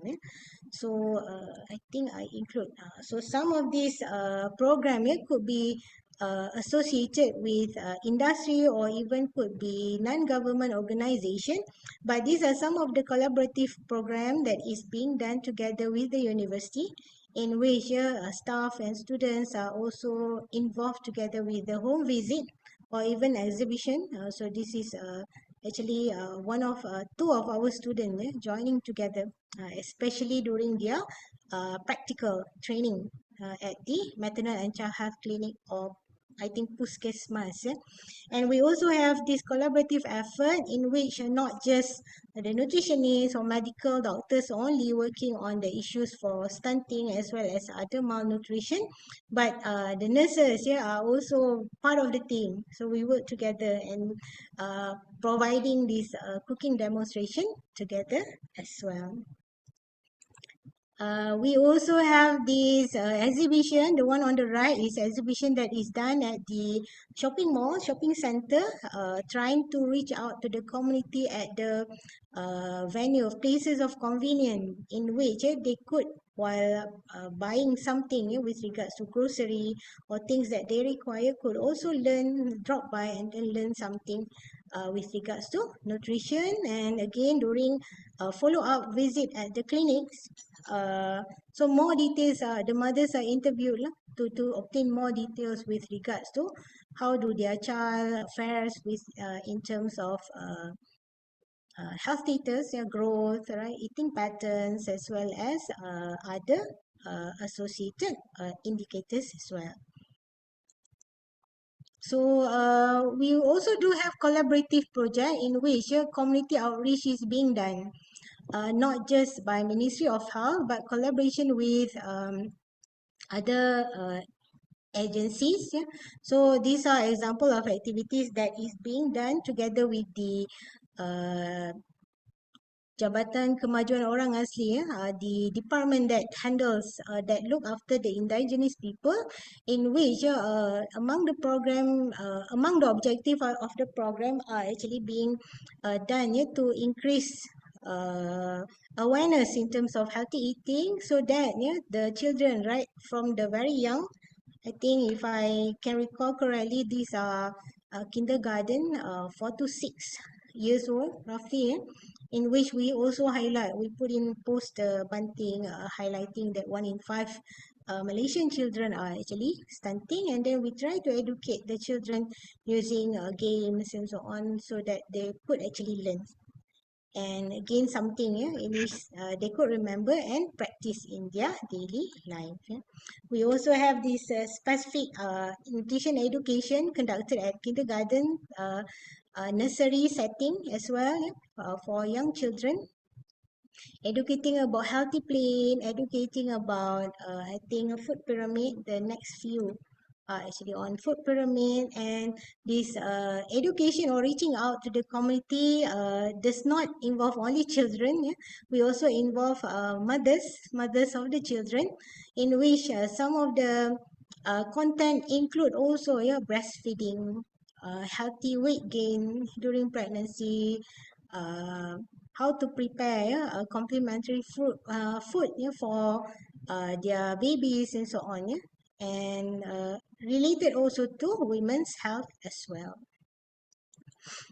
So we have come to the end to my presentation as well. Again, I welcome later on further discussion on this particular content, but I would like to also encourage our colleagues, participants of the webinar to go and check, because there could be materials that could be referred in terms of trying to understand further, or perhaps there could be example that can actually be followed, and this all this documentation are accessible online, even together with the community feeding program pemulihan, I mean this rehabilitation program for the malnutrition program just now, together with our new Malaysian Dietary Guideline, National Plan of Action for Malaysia, all are actually accessible online. I can also share later in the chat box,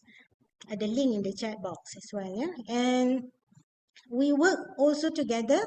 I myself is actually one of the working group members for Nutrition Society of Malaysia, basically on nutrition education across various platforms. So this is one of the example of activity that is being jointly conducted by Nutrition Society of Malaysia, together with Malaysian Dietitian Association, as well as Malaysian Society of Body Composition, in which we collaborate together, creating activities that could somehow assist the public to have more awareness, and at the same time giving them some how to say, advocating them so that they could also be practicing, and they could also be leading others in terms of these nutrition related matters. And I think I did not include a bit on food insecurity. Perhaps that could be on some other platform, but in Malaysia, food insecurity research and program is also gaining more and more how to say, acknowledgement, meaning people are actually recognizing that food insecurity is also an important indicator, because again, our earlier two panelists also mentioned that this trying to understand stunting could be multifactorial, and then could be related to, again, the income categories, right? What would be the kind of food that is accessible to them, and again, many others.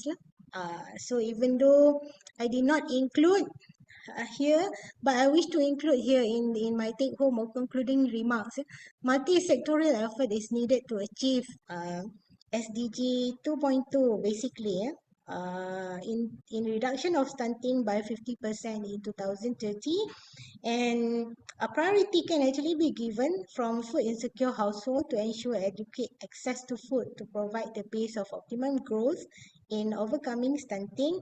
And even though more research perhaps is needed to understand further on the mechanism, acknowledging that the role of girls as future mothers, intervention could be targeted to them to help break the cycle of undernutrition, so that all these girls could grow up to become healthy female, contributing to healthier pregnancies, and again better maternal and child outcomes. So with that, I think I will end my presentation, and thank you again maybe we could discuss further during the Q&A session at the end. Thank you. Sudah itu. Thank you very much, Mrs. Sarina Sariman, BSc, MSc, PhD candidate. We got a new insight from your presentation. And we move to Mr. Sirajuddin. I'd like to read Mr. Sirajuddin profile first.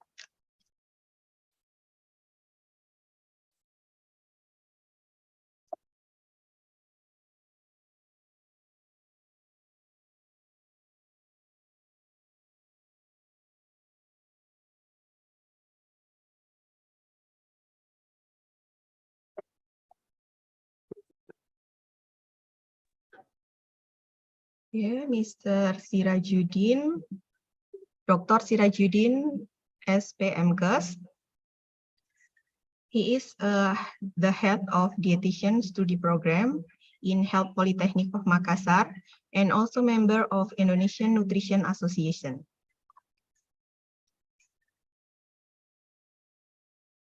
He pursued his doctorate degree in 2022 in Hasanuddin University. His competence is on stunting intervention and prevention based on his publication. He has published 9 articles, with last publication is about the evaluation of effect gamma rana intervention to reducing stunting during the COVID-19 pandemic, protocol evaluation of stunting intervention in Enrekang district. All right, Dr. Sirajuddin, it's time to present your work. You have 1 hour. Thank you. Okay. Thank you, moderator. Assalamualaikum warahmatullahi wabarakatuh. Waalaikumsalam warahmatullahi wabarakatuh. Voice is clear. Clear my voice? Yes, of course. Okay.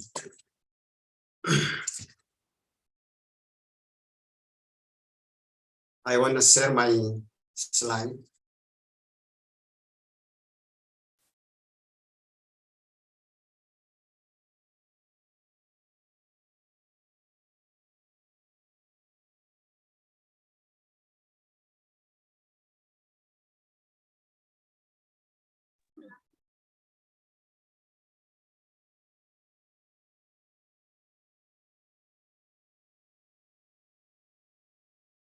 Okay.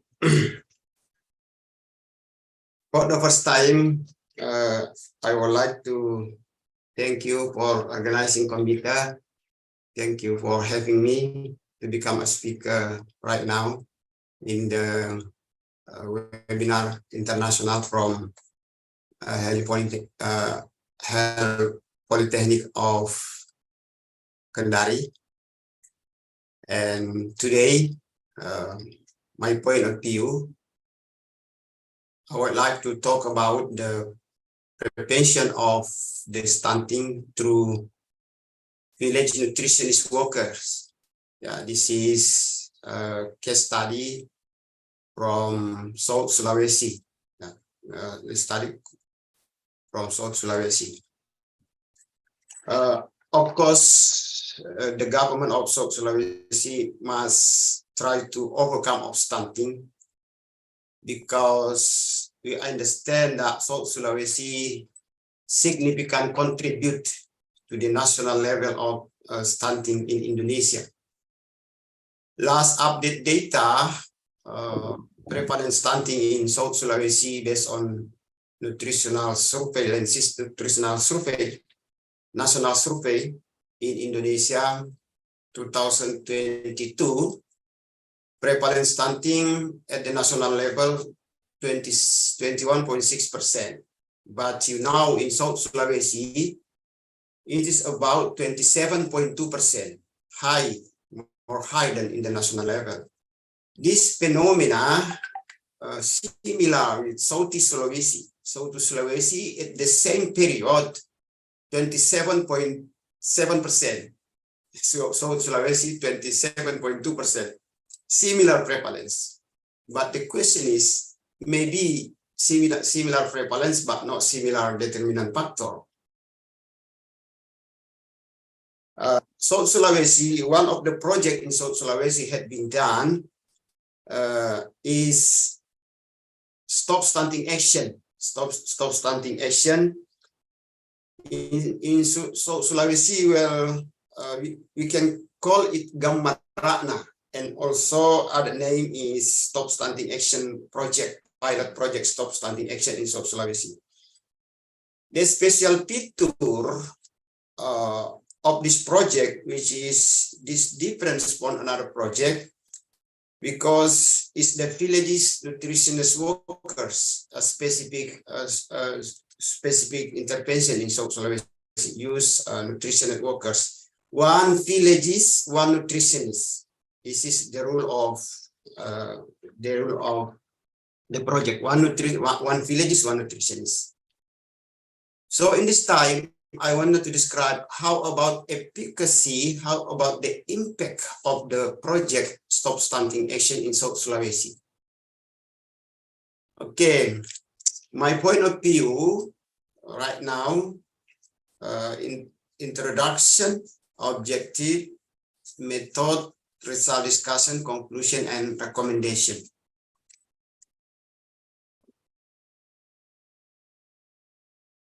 Okay. We know that province of South Sulawesi is the only province that has the village nutritionist workers program, which is this project start in 2020. Yeah, in 2020, because based on data, high prevalence of stunting in South Sulawesi, based on reporting nutritional survey 2019. In one district, for example, in Bone, about 33.2%, very high prevalence in Bone, and also in Enreka. Enreka is a higher prevalence stunting district in South Sulawesi. The position based on the 2019, 43.7%, very high prevalence. So in the first launching of the project, take into account in Enrekan and also district, Enrekan district and Bone district. In 2021, the program expanded to the 80 villages. 80 villages, remain 2 village district Enrekan and Bone. And obviously, 2020 also 70 villages in Enrekan and Bone. The number of nutritionists, village worker also similar the number of villages, because one village is one nutritionist. In 2022, it reached 2040 villages as the target area. 2040 villages. This is totalized district in South Sulawesi 24. So total coverage of district in South Sulawesi to implement it of nutritionist Stop Stunting Action Project. But in every single district, only 10 villages. Yeah, 10 villages. So the total villages 240. And also in 2023, remain 224 districts, but the villages decrease, going to be 170 villages, and only 5 villages every single district. So the objective of my evaluation right now, I wanted to identifying the demographic characteristic of the subject when the coverage and the Stop Stunting Action pilot project in South Sulawesi. Also, I want to describe about birth weight history of the target, by birth weight history of the child. Also, history of breastfeeding among the target. Also, child feeding practice, identifying of infectious disease, and also to assess the impact of Stop Stunting Action Project on the nutritional status of children aged 23 months. Okay. In this picture, I want to show you that before going to village, nutritionist workers as a expert at the level community do training session for across participants, across nutritionists, 240. The duration of training session is 5 days. The curricula of training session based on the issue that related in the community level. Main materi about infant and young child feeding, also technical counseling of breastfeeding, and also how to collaborate with the other sectoral at the village level. After the organizing committee do believe that they have been competent to deliver project Stop Stunting Action at the community level, the next phase, the next session going to villages. They're 7 months in 1 year during in the villages of nutrition to deliver program. 7 months. Okay, the method.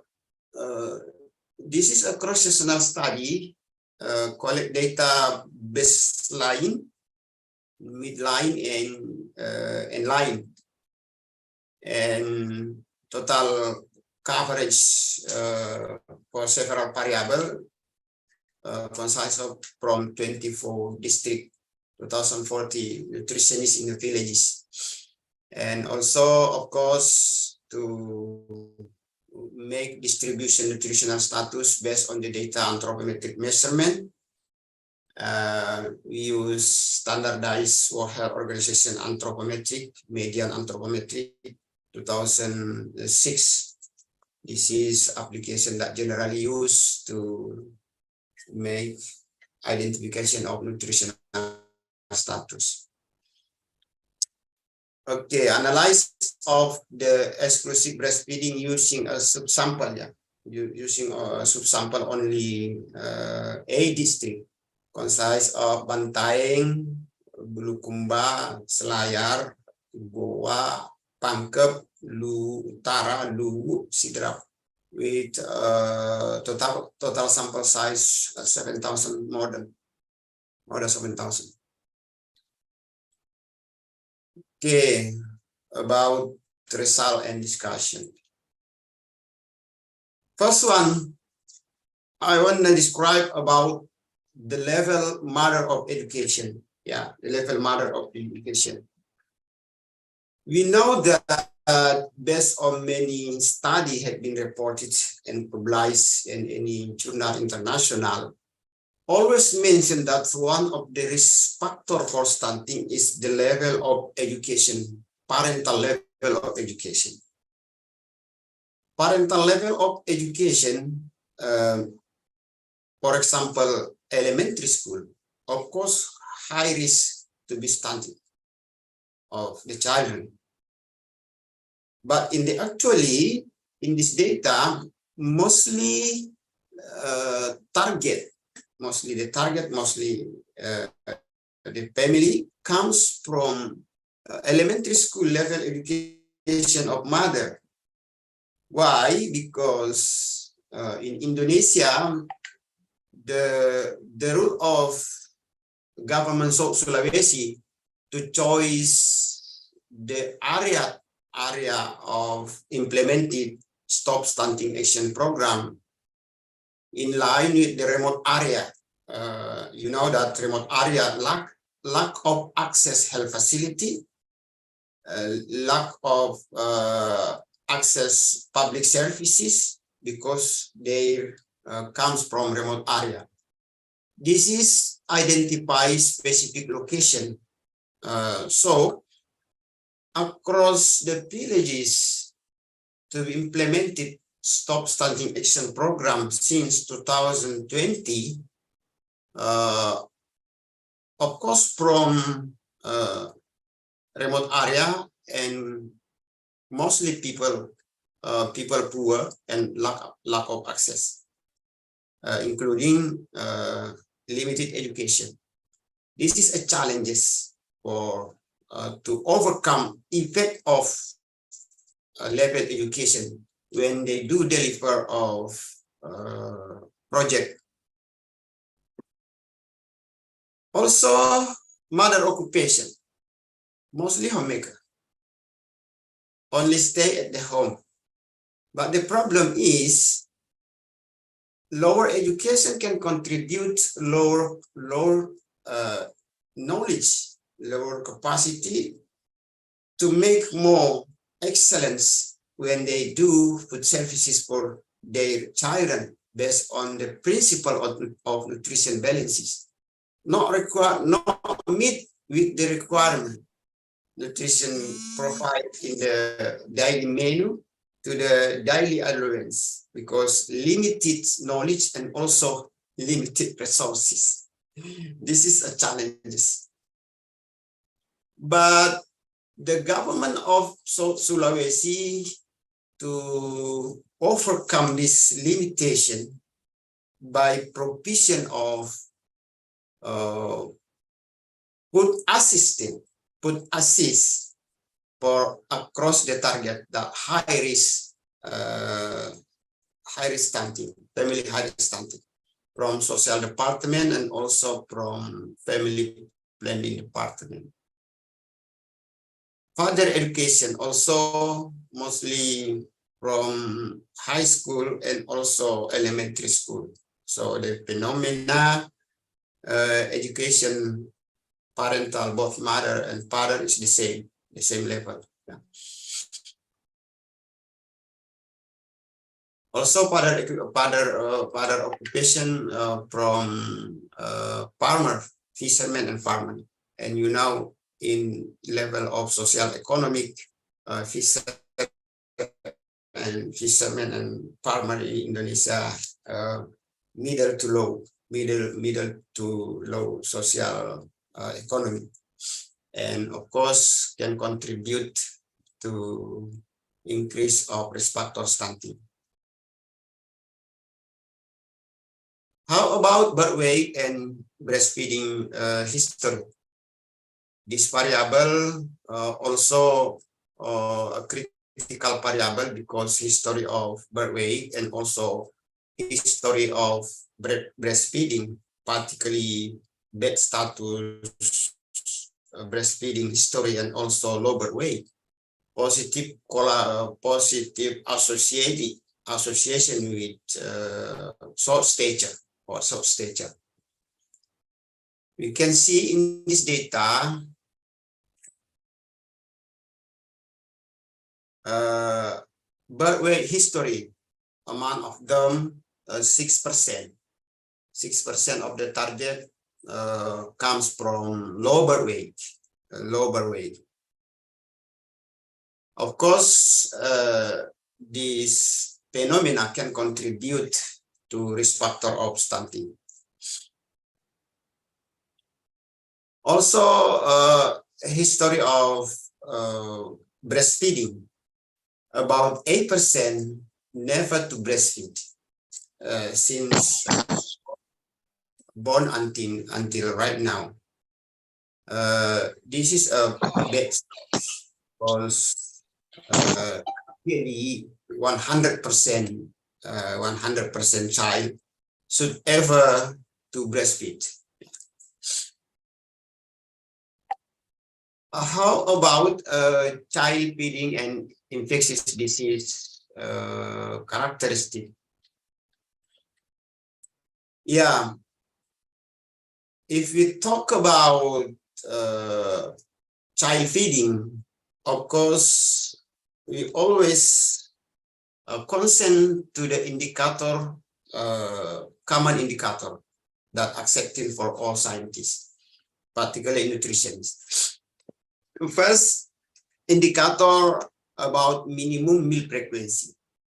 Minimum meal frequency, the status of the children in the area, about 27.8% a poor minimum meal frequency. Not enough based on the required standard. 5 times, 4 until more 4 times in every day, but it is depends on the age of group. The minimum meal frequency. Presentation 28.8%. This is a bad status. Also, the second one parameter to assess quality infant feeding based on the indicator dietary diversity scores. Dietary diversity score can be defined based on good variety when they mother, when their caregiver serves food for the child. Poor status 19.1% and good status 80.9%. And the last one indicator about acceptable diet. Acceptable diet can combine indicator of minimum meal frequency and acceptable diet. Minimum meal frequency combined to dietary diversity score becomes acceptable diet. So in acceptable diet status, categorized good, only 64.6%. Look at the poor status. This is 35.4%. This presentation similar with the prevalence of stunting, 27.2%. Maybe there is association between acceptable diet and nutritional status, of course, yeah. Of course, because there are two variables directly influence of nutritional status. One side, consumption, and other side, status of infectious disease. Of course, to make more easy to assess consumption only based on the acceptable diet indicator.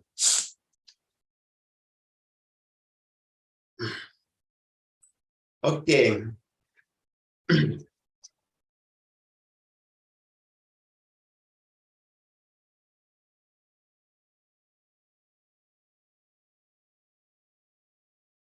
Okay, in this picture, I want to show you that qualifying of minimum meal frequency based on by district in 24 districts in South Sulawesi. This is Pareto curve. Yeah. Pangkep is one of the district that 50-50 that bad status and good status qualifying in minimum meal frequency. Yeah, in left side. But in other side, increasing quality of minimum meal frequency. So the best quality comes from Palopo district. Palopo district. This is only based on the target in 10 villages in every single district.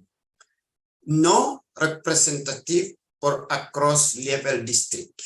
No representative for across level district. So we cannot to correlate with the prevalent stunting at the national, at the district level. Yeah, at the district level, because not representative. This is about minimum meal frequency. We can see distribute and position by district based on the quality minimum frequency. And the second one also to describe dietary diversity score by district. Dietary diversity score by district. Look at the Tator. Tator is one district in South Sulawesi. Similar 50-50 bad status and good status dietary diversity score. In right side of the picture. In the left side of the picture, you can see Palopo is the best district based on the indicator score dietary diversity score. And other district you can see Luwu Timur, Baru, Selayar, Bantaeng, and Makassar also bad status in dietary diversity score. You know that Makassar is a capital city of South Sulawesi, but in this indicator, that indicator.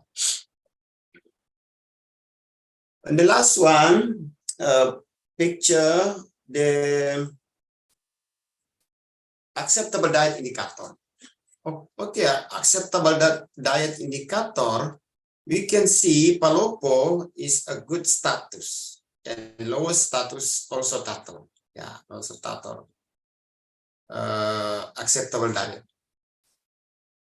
Addition information for acceptable diet. Acceptable diet will be okay if minimum meal frequency okay, and also dietary diversity score okay, so acceptable diet okay. But if one of indicator minimum meal frequency and also dietary diversity score bad status, of course acceptable diet low status too. How about infectious disease incident rate? Infectious disease in child per district in the Stop Stunting Action Project South Sulawesi 2022. We can see in Enrekam 64.12% good status because never incident of infectious disease. But CDRAP the best because 90% never to infectious disease. And Rekang 64 compare 38 maybe. Yeah. Selayar lower incident rates of infectious disease, Palopo, and etc. And South Sulawesi incident rate of infectious disease about 73.31%. Never to infectious disease. This is for child 0 until 23 months. Yeah, this is the impact of Stop Stunting Action Program on the nutritional status of children age 0 until 23 months. Once again, this is just only based on a district, not for all districts, yeah, because this impact only in subsample. We can see underweight. Underweight in baseline about 19.62%. In midline of 27.49% because the number of target increasing too. And in inline 15.26%. Normal status weight per acid score 80.38%, in midline 27.51%, and the last 84.74%. How about stunting? Stunting in this project decreased about 3%. decrease about 3%. Start at 18.78% and line 15.59%. The same as wasting. Across indicator, way for acid score, hay for acid score, way for acid score, underweight, stunting, and wasting significant impact, reducing after implementation of nutritional stop stunting action project based on data cross-sectional. Once again, based on data cross-sectional, not based on data longitudinal. Because if we talk about decreasing stunting, we should mention cross-sectional or longitudinal. If we evaluate based on longitudinal, of course, not easy to reducing stunting. Yeah, because phenomena to change short stature is very low, very low. Difference with cross-sectional data, the phenomena based on the number of sample, and the number of sample not persistent from 1 month to another month. Okay, in this slide, I want to show you that how about the stunting stop action project and social determinant. Because based on my study and my team, find out that determinant of stunting in children under 5 years old in South Sulawesi and West Sulawesi province, based on secondary data analysis 2013-2018, find out that well index comes from Q1 and Q2 as a risk factor of stunting. This is one side. And other side, we know that locate specific location to be implemented stop stunting action project comes from well index Q1 and Q2 mostly the target. Also number of children, also mother education, risk factor of stunting. So how to overcome this characteristic to handle in the stop stunting action project? Of course, the government of South Sulawesi provision the social safety net concept. Yes, the social safety net concept to help the target to get food that amount based on their requirement. Department, social department and family planning also sharing power, and also sharing power to availability food provision for the target. Of course, this activity coordinated by nutritionist health workers.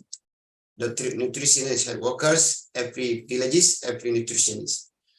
And you know that Stop Stunting Action Project in South Sulawesi deliver by task force that have a legal aspect from the regulator or governor regulator. Commitment politic from governor of South Sulawesi, high commitment to supporting budgeting and also to supporting food supplementation, particularly micronutrient supplement. Yeah, micronutrient supplement. How about cases of nutrition literacy, particularly woman literacy? Woman literacy is a crucial if we want to implement it, community development in the nutrition, because mostly family high risk factor of stunting, low literacy, low education. So in the Stop Stunting Action Project, with nutritionist worker have competence as a counselor, competence as a nutrition educator because obviously have been trained. And we do believe that by home visiting from nutritionist health workers to educate a family, hopefully can overcome technical problem in lactation, technical problem in breastfeeding. This is our team dream, but maybe the reality not always the same of the dream task force. How about case of early initiation of breastfeeding? Because based on our study before that, early initiation of breastfeeding also contribute to the stunting. So to adopt this recommendation, nutritionist health workers collaborate with coordinating midwifery in the level of public health sector, in the level of puskesmas in Indonesia mentioned. Also, in Indonesia, every single one midwifery. So nutritionist health worker collaborate to promote early initiation of breastfeeding, particularly promote early initiation of breastfeeding in health facility, maternal health facility. Yeah. Okay. How about Stop Stunting Action Project? If we look at the sensitive and specific intervention, you know that based on my evaluation to assess the efficacy of nutritional intervention in one area, in one society, it is depends based on the best implemented combined sensitive and specific intervention. If we didn't implementation combined sensitive and specific intervention, lack of efficacy, of course, right? Lack of efficacy. So how about Stop Stunting Action Project to adopt this recommendation? In Stop Stunting Action, not only health sector to collaborate in this project, but also other sector, coordinating by the government. Yeah, coordinating by the government of South Sulawesi. However, we know that the leading sector of Stop Stunting Action Project comes from health department, health official in the province level. Collaborate social department, collaborate family planning department, the province level, and also in district level. You know that social department and family planning department also has volunteer in the level of villages. So they collaborate to enhancing, to overcome together, sharing power, to implement sensitive and specific intervention to make sure that Stop Stunting Action Project deliver based on the best practice and best collaboration. Okay, this is my conclusion. Yeah. The social, economic, demographic characteristic of the assisted family include basic education, homemaker mothers, and also farmer fathers. And the second one, there is a small incident of low birth weight, and also breastfeeding practice are generally good. However, about 8% children never to breastfeed. About child feeding practice in terms of frequency, terms of dietary diversity score, minimum meal frequency, and also acceptable diets, very significant between district. and also enhanced when they accepting home visiting by nutritionist workers as long as 7 months in 2022. Yeah, 2022.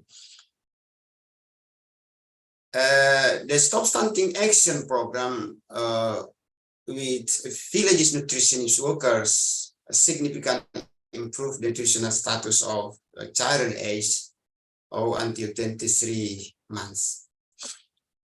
And maybe this is a recommendation. Stop Stunting Action 2023. First one, make a task force at the level in province level, and also is needed in each district to manage the Stop Stunting Action by recruiting villages nutritionist workers, because in Indonesia and South Sulawesi, for example, there are many alumni from Health Polytechnic of Makassar. For your information, that nutritionist worker been recruiting in this project comes from Department of Nutrition, Health Polytechnic of Makassar, Day 3 and Day 4, and also alumni from Hasanuddin University S1. So the task force do believe that they have competence to deliver Stop Stunting Action Program project in the village level. Village nutrition worker, the same as educator, has a role as an educator, also a role as a counselor for children feeding family. Of course, it's the simple case because in the level of villages also simple case, not crowded case. Supporting team also as a motivator, as a motivator. Many questions from other sector. How about wage? How about wage for nutritionist workers? The provincial minimum wage added to the cost of the ideal intervention packages should ideally be shared between the central and regional authority. The salary of nutritionists is about 3.2 billion. 3.2 billion each month. This is a standardized minimum wage. So Sulawesi province, standard minimum wage. So Sulawesi province. If other province want to adopt this this standard wage, of course, based on the standard minimum wage in each province.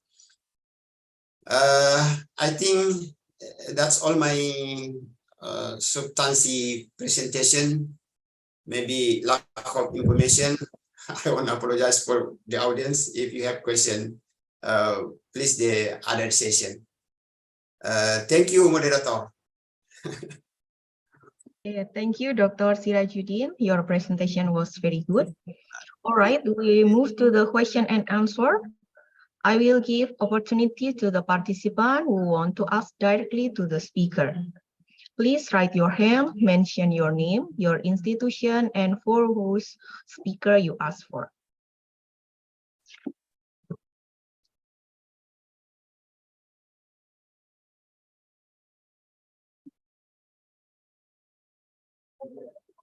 Is there any participant who want to ask directly?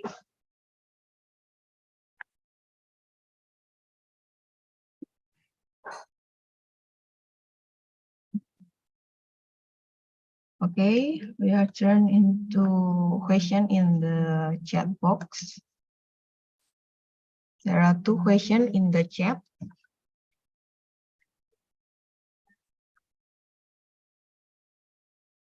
First question for Mrs. Sarina from Isti Rahmawati, Diploma 3 Midwifery Study Program, Kendari Health Polytechnic. The question is, can every short child be considered stunted? And if indeed there are other factors such as heredity, Then how do you distinguish stunted children due to chronic nutritional problems and heredity? And can children who are short due to heredity be prevented or minimized?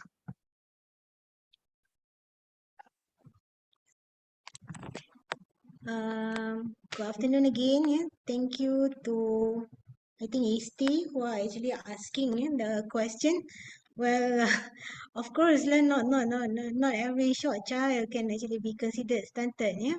Again, I think I may have mentioned in the earlier, in some content of my presentation, the cause or the underlying factors of the condition need to be identified at the very beginning. So let's say, for example, if a particular child is being assessed and then found to be stunted, for further details with regards to family characteristic, parents' characteristic need to somehow be investigated as well. Again, yeah, normally in Malaysia, that's what we do at the very first place, and then of course we ask on breastfeeding, the eating practice, right? And then what would be the episode of illness and infection, and then all of that need to be ruled out. Then only we can correctly determine what exactly could be the cause of that particular condition. And I think with regards to stunting, if we refer to some of the earlier work by, I think, Professor Barker, or referring to Barker's hypothesis, right? There could be a golden opportunity. We talk about the 1,000 days, and because of that, when we refer to stunting, undernutrition among young children, with the 1,000 days is actually very, very important, and it is actually part of the responsibility of nutritionists as well as the health worker to correctly assess, to correctly monitor, so that we could identify this particular problem at the very beginning, so that something can be done. Yeah? So let's say if any intervention, yeah, either the need for supplementation, again, yeah, the need for complementary feeding, as some information that I have shared earlier, could be somehow assisting in trying to reducing the gap. So trying to get the children, yeah, the affected children, to reach as much potential as possible. So I guess that would be my general answer. Yeah, I mean, we definitely could not somehow standardize this for everyone, because this is case by case lah. I hope that's answer your question, Isti. Okay, thank you very much. We move to the second question, still for Mrs. Sarina. The name is Asmarita Fadila from Diploma 4 Nutrition Department. The question is, mothers are looking for an easy alternative by buying various seasoning products for babies that contain special vitamins and minerals. What is the role of the Ministry of Health in seeing this phenomena? What should we do as health workers to educate mothers? Because many mothers give feedback that there is no other choice but to give formula milk because of work, busy, unable to pump because breast milk is dragging, mother's nipples do not appear, so she thinks that the baby is not want to suckle his mother. Please, Mrs. Sari. Thank you again, yeah, for the question. Yeah, this time I think on breastfeeding. Yeah. I did not include in the presentation because it is not within the scope. Yeah, but just to highlight also, in the recent National Health and Mobility Survey for maternal and child health for Malaysia, the initiation of breastfeeding within 24 hours is 88%. So consider high, and the prevalence of ever breastfeed. So mothers within reproductive age was being interviewed and then asked whether if they have children, whether they have breastfed their child. So the prevalence reported is 95%.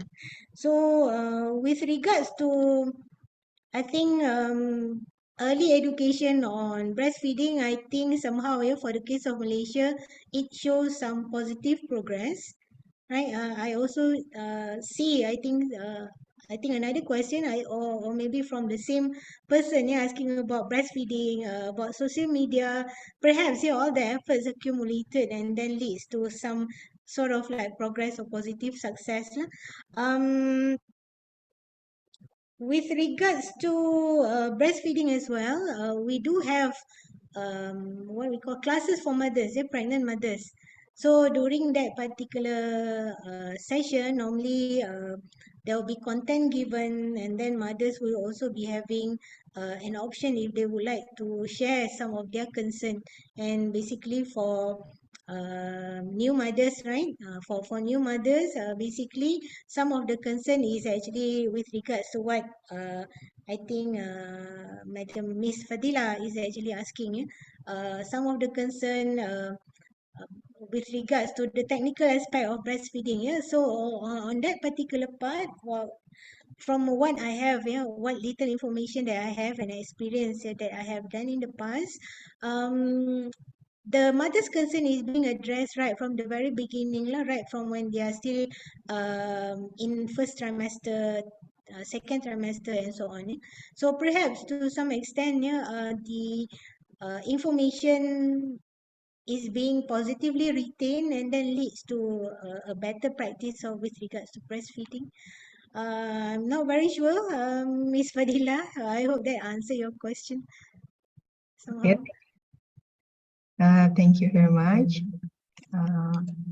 Is there anyone who still want to ask to the speaker, especially for Dr. Sirajuddin?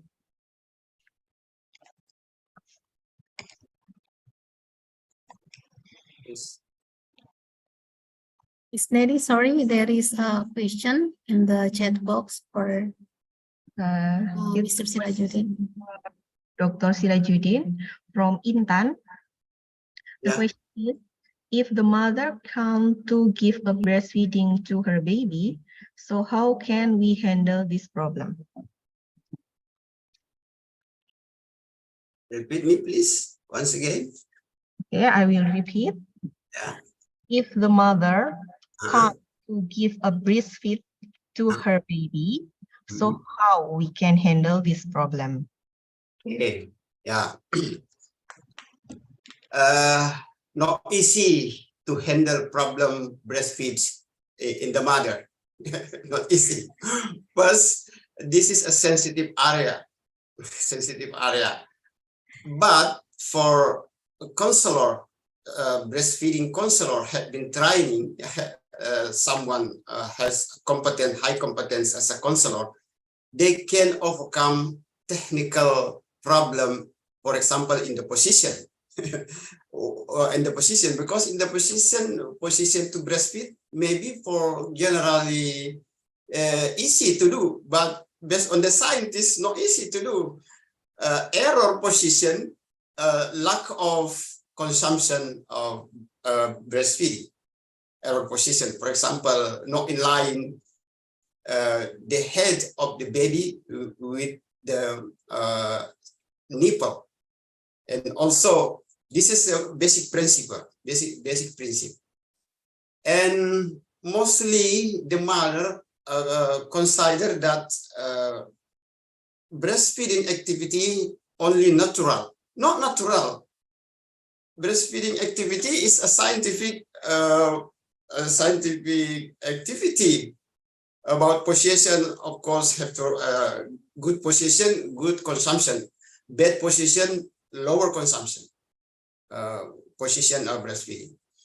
And how to overcome the concise available of error position in the for example error position in the mother. Of course, counselor have to make sure that error belief from the audience, because activity of breastfeeding in Indonesia traditionally from traditionally, no, by a scientist, by the counselor principle of guidance counselor principle. Guidance counselor principle of breastfeeding have been published by World Health Organization and UNICEF since 1993. For more detail about how to overcome this problem at the level, household level of family, maybe not enough to describe in this session. Sorry, Maya. Okay, this is my answer to this problem from the audience. Okay, thank you very I much. think very true. If I can add a little bit more, Yes. in Malaysia also we have support group. And Yeah. again, what Dr. Sirajuddin mentioned, a counselor to Yeah, help with counselor. regards Oh, to thank you. breastfeeding. So similar lah. So support group, the counselor works lah in terms of Oh. sometimes same concern by mothers who have experience then, and then perhaps give more knowledgeable, right? Yeah, good. And then again, Madam Chairperson, if I can add, yeah, I think I missed the earlier question from the earlier one, yeah, talking about whether mothers could be looking at this food basket as an alternative to get free food and so on, yeah? And how do we as a health worker work together? Again, yeah, this is my feedback is based from my limited practice as well, yeah. Perhaps there could be more detailed aspect, yeah. But last time, yeah, when I am involved, part of the home visit, we do have what we call this as a spot check. So family who receive this food basket, right? And then we drop in for a visit and then see what would be the condition of the household and what would be the kitchen, whether the food is still there, whether it is further being utilized and so on. But yes, I agree. I would say government health worker perhaps could be having some limitation and constraint in terms of going to every household and so on. But yes, it has been done, monitoring. I mean, try to check whether this has been fully utilized or not, or perhaps if after a few months of this food basket or assistant, if nothing works, no changes in terms of the status, perhaps another alternative with regards to management of protein and energy malnutrition may be introduced as well. I think that would be good to answer a bit, to give response to some of the questions earlier. Thank you, Madam Chairperson. Thank you. There is one more question for Dr. Sirajuddin. Yeah. Anugrah Putri Abranda Uma from the Nursing Department of Kendari Health Polytechnic. What are the important keys in preventing stunting and what are solutions for stunting children?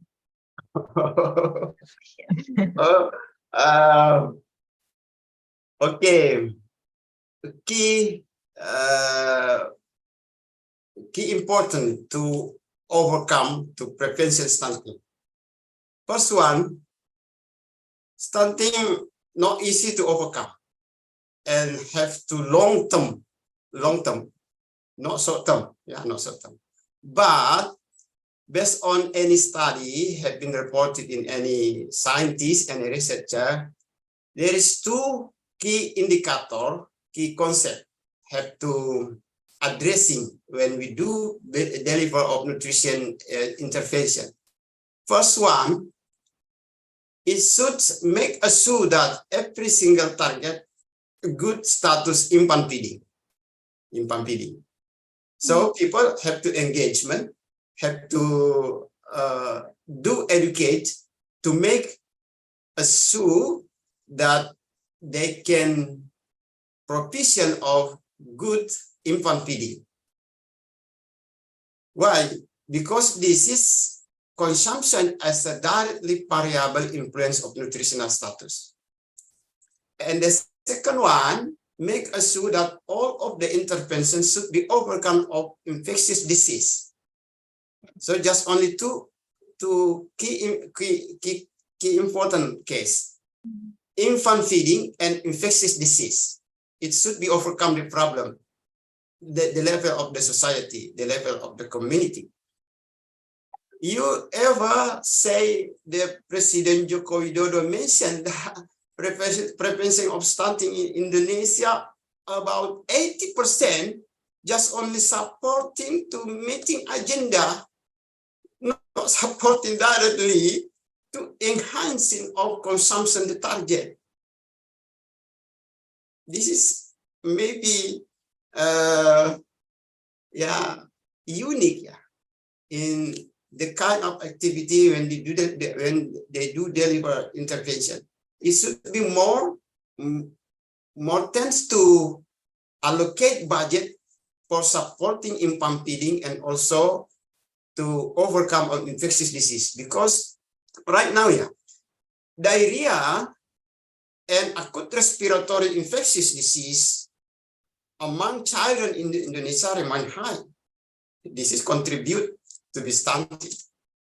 So, nursing department, nursing profession, midwifery profession, sanitarian profession, public health profession have to deliver their program, their intervention to minimize of infectious disease at the level of household and make a suit to enhancing food quality by infant feeding, by assistant feeding, and also by family empower. And the last, nutrition sensitive and nutrition specific intervention, not similar for all form the society. That's based on the context and mechanism in the social level. And you know that every single social, every single district, every single village, different district, different social determinant. And we know that more influence of nutritional status to be success when they do deliver at the community level, of course, help to supporting by the social determinant. So in the first one, if you want to deliver intervention of nutritional stunting in the one district, in the one society, do the first thing, assessment of social determinant, assessment of potential contribute going to be risk factor of stunting. After that, make the best planning nutrition intervention program based on the potential resources, local potential resources. Not the same as for all, not the same as for all activity, but but depends based on the potential of villages, potential of the district, potential of the government to supporting budgeting and also to get collective sharing power from other departments. Maybe extend my description, but I wanted that every audience in here better understanding that directly variable influence of nutritional status, infant feeding, consumption, and also infectious disease. If two variable can be overcome the problem at the level of individual, never stunting, never wasting, never underway. Thank you. Very much. Maybe it's the last question also for Dr. Sirajuddin from Delia. What strategies have been employed by the village nutrition workers in South Sulawesi to prevent stunting as highlighted in the case study? Okay, they highlighted stop stunting action in by nutritionist workers in South Sulawesi. First thing, the government of South Sulawesi make task force, and the team make identifying risk factor analysis stunting in South Sulawesi, and recruitment nutritionists before going to the village. The strategy, it should be going to in the training session. After training session, going to do when they do the intervention in the villages, they have to monitoring and evaluation process how the quality implementation of nutrition sensitive and nutrition specific intervention in the villages. Key point, task for nutritionist workers in the villages, home visiting. Once again, home visiting. They educate of the mother, they educate and parents by home visiting based on their form of problem in every single child. Yeah, every single child. About languages factor, Bugis and Makassar, Tator, selayar also have to understanding by educator, so they can recruit from their original district.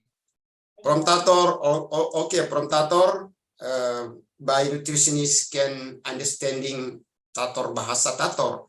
From Bugis, okay, nutritionist can understanding Bugis. They have to make a best communication by nutritionist. About competency, I think if we talk about competency, of course, in Indonesia, we have standardized competency for nutritional at the level day 3, day 3, and level day 4, day 4, the same as competence. But difference in the nutritionist workers is social approach, and also collaborative approach to other sector in the village level. So, in my point in this case, in this question, the key point of nutritionist workers home visiting, and also nutritionist workers living in the villages together as long as they deliver intervention of stop stunting action. Okay, thank you, moderator. Okay, thank you very much. Now is the time to display appreciation certificate from Health Polytechnic of Kendari to the speakers. Thank you. Okay, this is the certificate from Health Polytechnic of Kendari to Mrs. Sarina Sariman, BSc, MSc, PhD candidate. And also this is the certificate appreciation to Dr. Sirajuddin, SP Kemenkes. Thank you. Thank you very much. Thank you. For our speaker, thank you for joining us. A very valuable presentation, and we hope to see you again next time. For all the audience, thank you very much for being a wonderful participant during this session. Hopefully to see again real soon. Thank you. The next session will be hosted by the master ceremony again. Assalamualaikum warahmatullahi wabarakatuh. Waalaikumsalam warahmatullahi wabarakatuh. Sirajuddin and Mrs. Sarina. Thank you again, and see everyone in the next webinar perhaps. Yeah. Bye. Okay, big thanks to both of our speakers in the second session or panel session. So now we will move to the last session. That we have our speaker, Bapak Samsudin, escape nurse MCUP from from nursing department of Poltekkes Kemenkes Kendari. This will be led by Miss Tri Rizky Jaila from Department of Nutrition, National Health Poltekkes of Kendari. So, Miss Kiki, the time is yours. Thank you, MC. Is my voice clearly sound? Very clear. Okay, thank you very much. Okay, I would like to proceed our last session for today in our webinar International. And without further ado, I would like to read briefly about our last speakers, Pak Samsudin, escape nurse MCAT. I will share screen his curriculum vitae. Okay. Pak Samsudin, escape nurse MCAT, the religion is Muslim, and now it's actually currently as a lecturer in nursing department of Health Polytechnic Kendari, and then his bachelor degree from Medical University of Gajah Mada University Yogyakarta in 2008, and then Magister of Children Nursing, also in Medical Faculty, University of Gadjah Mada, Yogyakarta. And then there are some work that related about stunting. We can see in the curriculum vitae. Yeah, there are 5 actually work related stunting among coastal area. So I will stop share. I will stop share, and we are pleased to invite Pak Samsudin is already in the virtual room, Pak.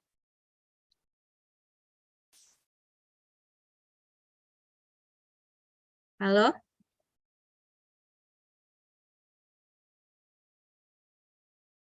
Pak Samsudin is already in the room for the last speaker.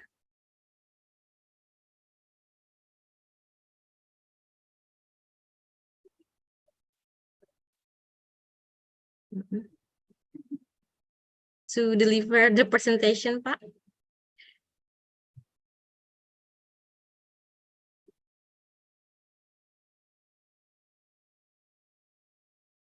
Oh, already. Thank you very much. So we will start to deliver the presentation, Pak. The floor all is yours. Thank you.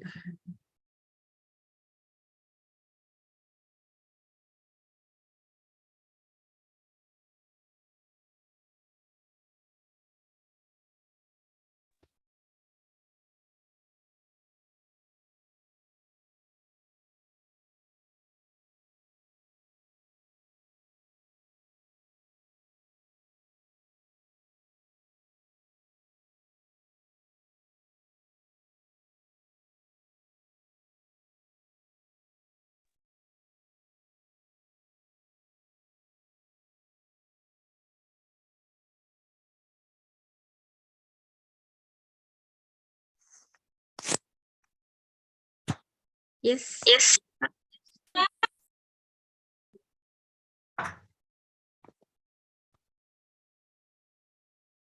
Time is yours, Pak.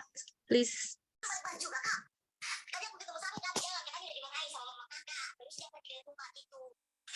Or maybe I would like to share the PPT, Pak, PowerPoint.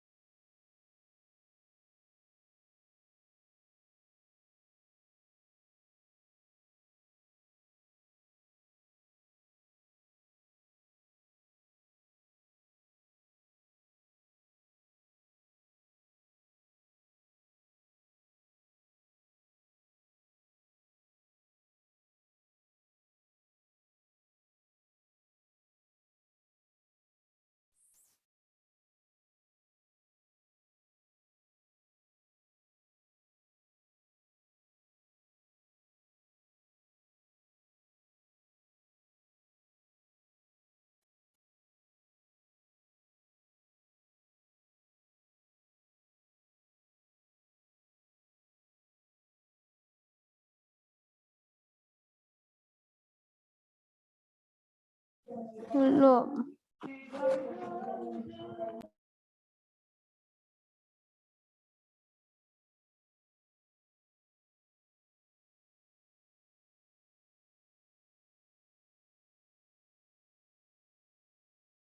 Pak Samsudin, we could start the presentation, Pak.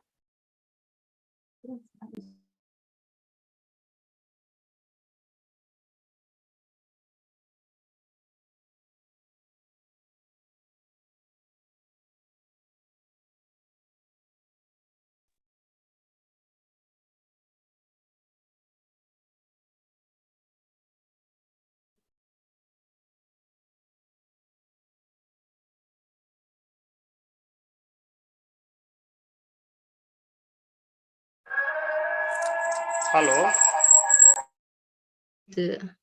Iya, iya Pak.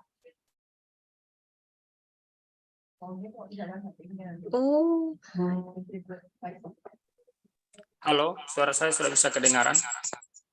yes, it sounds clearly Pak. I am changed for my voice to Android. Okay, thank you. Assalamualaikum warahmatullahi wabarakatuh. Waalaikumsalam warahmatullahi wabarakatuh. Selamat sore dan salam sejahtera untuk kita semua. Om Swastiastu, Namo Buddhaya, salam kebajikan.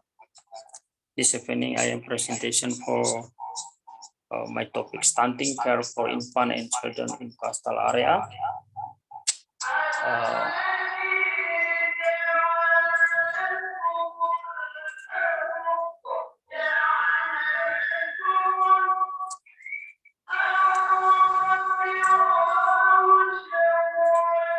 Stunting or conditional failure to grow in children due to chronic malnutrition and recurrent infection disease.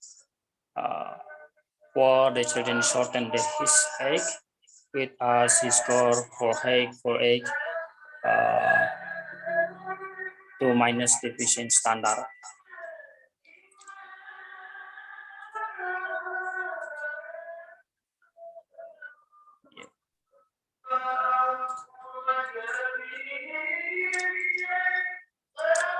Yeah, stunting causes for direct causes and indirect causes.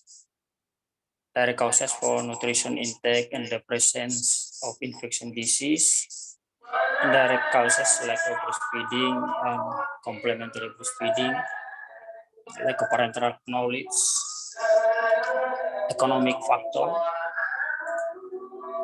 low health service, and many other factors.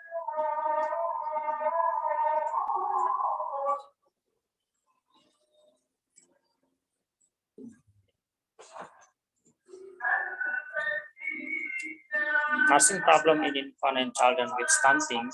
Number one, nutrition deficit, breastfeeding ineffective, diarrhea, developmental disorder, family health management ineffective, dan parenting process ineffective.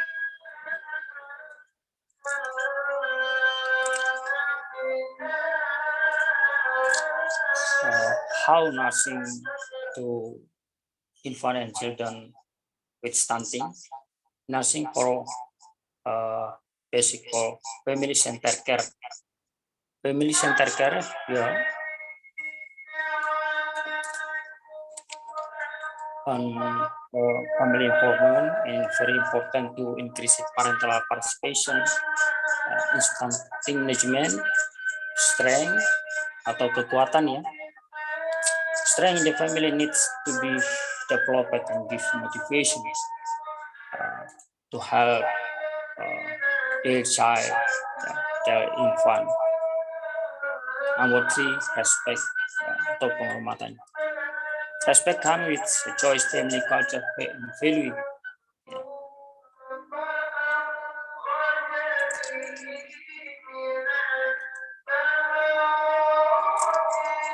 Choices in the family need help because according to help recruitment, family need local government support, educational support, and health insurance support from government.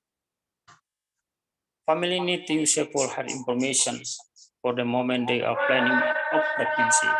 So start from pregnancy.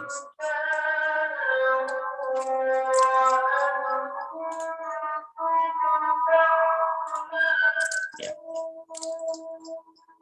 How about family-centered care? Yeah. Family-centered care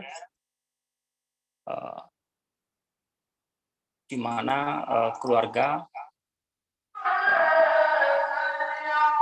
harus memperhatikan kehidupan anak ya, life child with the start from planning, implementation and evaluation, and participant parents and child in nursing program and healthy program.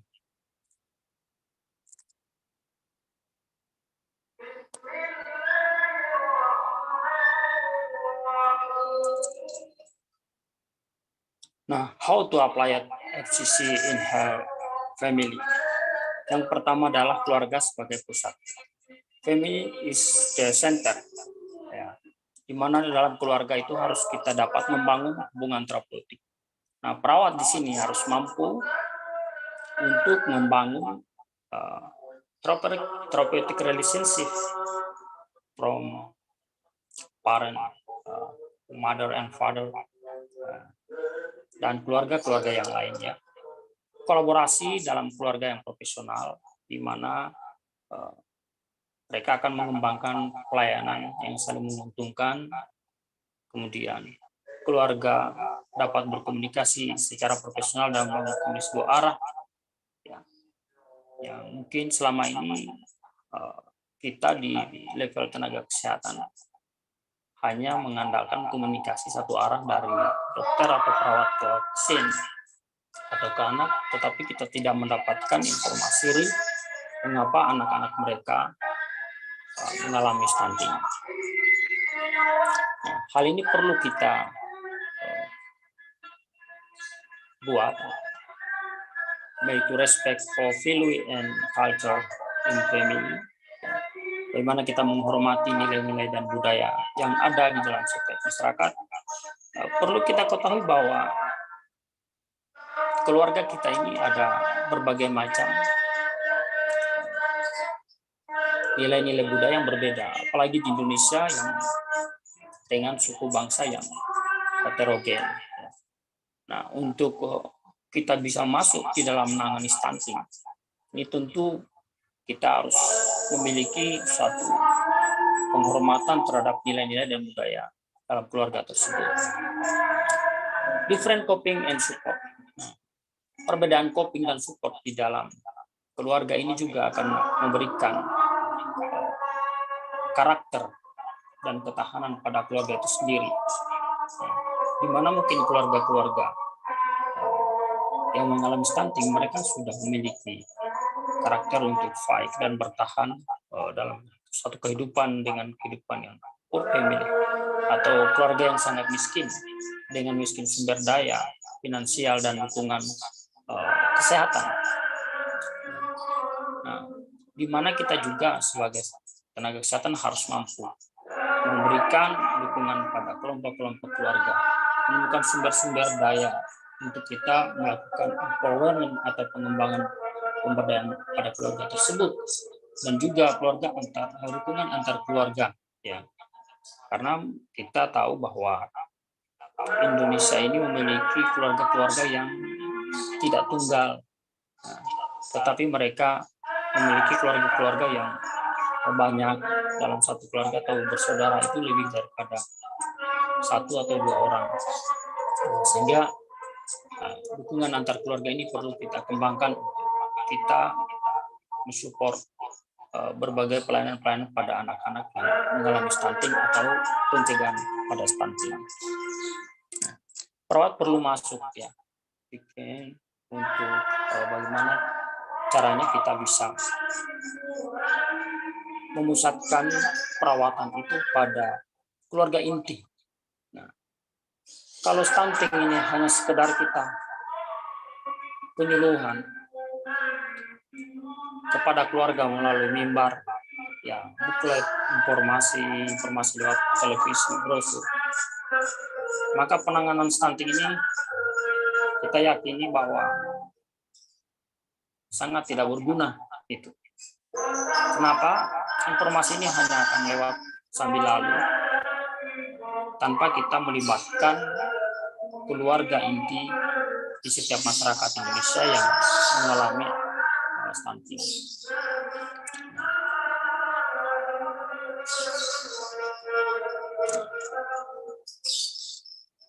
Causes for stunting, kalau kita melihat tadi yang sudah dijelaskan oleh Profesor Farida tadi, Pak Sirajudin, bahwa stunting ini lebih pada bagaimana pola pola kesehatan yang tidak bagus. Karena masyarakatnya terpapar dengan kemiskinan, miskin sumber daya, kemudian sering menderita penyakit. Karena keseringan menderita penyakit ini, maka anak-anak itu tidak memiliki waktu untuk berkembang. Ya, itu bisa tumbuh. Nah, di dalam perawatan itu ada 5 tugas keluarga. Yang pertama adalah mengenal masalah keluarga, membuat keputusan tindakan yang tepat, bagaimana mereka give care for member family, mempertahankan suasana rumah sehat, menggunakan fasilitas kesehatan yang tersedia. Ya. Banyak masyarakat kita ini tidak tersentuh sampai sana karena kemiskinan, ketidakpengetahuan mereka, ketidaktahuan mereka bagaimana menggunakan kesehatan. Ya. Apalagi fasilitas kesehatan yang berbayar. Banyak masyarakat miskin kita no have insurance, health insurance. Jadi mereka tidak tercover dalam jaminan kesehatan nasional. Ini banyak sekali ya kita dapati di lapangan. Dan rata-rata yang kena stunting ini hampir semua tidak mendapatkan jaminan kesehatan atau tidak memiliki kartu BPJS. Ya, kebetulan kami juga di jaring pengaman pembangunan, ya, kebijakan pembangunan JPKP Kota Kendari. Ini kami banyak mendapatkan anak-anak yang stunting dan itu tidak memiliki, orang tuanya tidak memiliki jaminan kesehatan. Jadi betul sekali tadi yang disampaikan oleh Pak Sirajudin bahwa penanganan stunting ini merupakan suatu long term period program. Jadi dalam harus memiliki program yang jangka panjang. Tidak serta-merta bisa kita mengatasi stunting ini dengan hanya anggaran-anggaran yang sedikit. Tetapi kita harus berikan program ini dalam masa jangka panjang. Sejak dari kehamilan, ya, bahkan mungkin sejak anak-anak remaja putri itu sudah harus kita kenalkan mereka stunting. Ya, bagaimana sehingga family center care berfokus pada pencegahan stunting pada 3 pola. Yang pertama adalah mother and child healthy, jadi kesehatan ibu dan anak. Kemudian pencegahan penyakit. Penyakit yang berulang kepada anak ini akan sangat mengganggu kualitas pertumbuhan. Hampir semua anak-anak ketika misalkan mengalami sakit, maka pada bulan itu kenaikan berat badannya tidak bertambah. Nah, hal ini pasti berdampak pada pertumbuhan tinggi sesuai umur.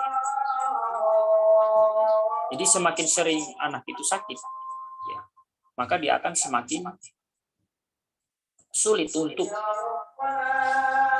memiliki tinggi yang sesuai umurnya.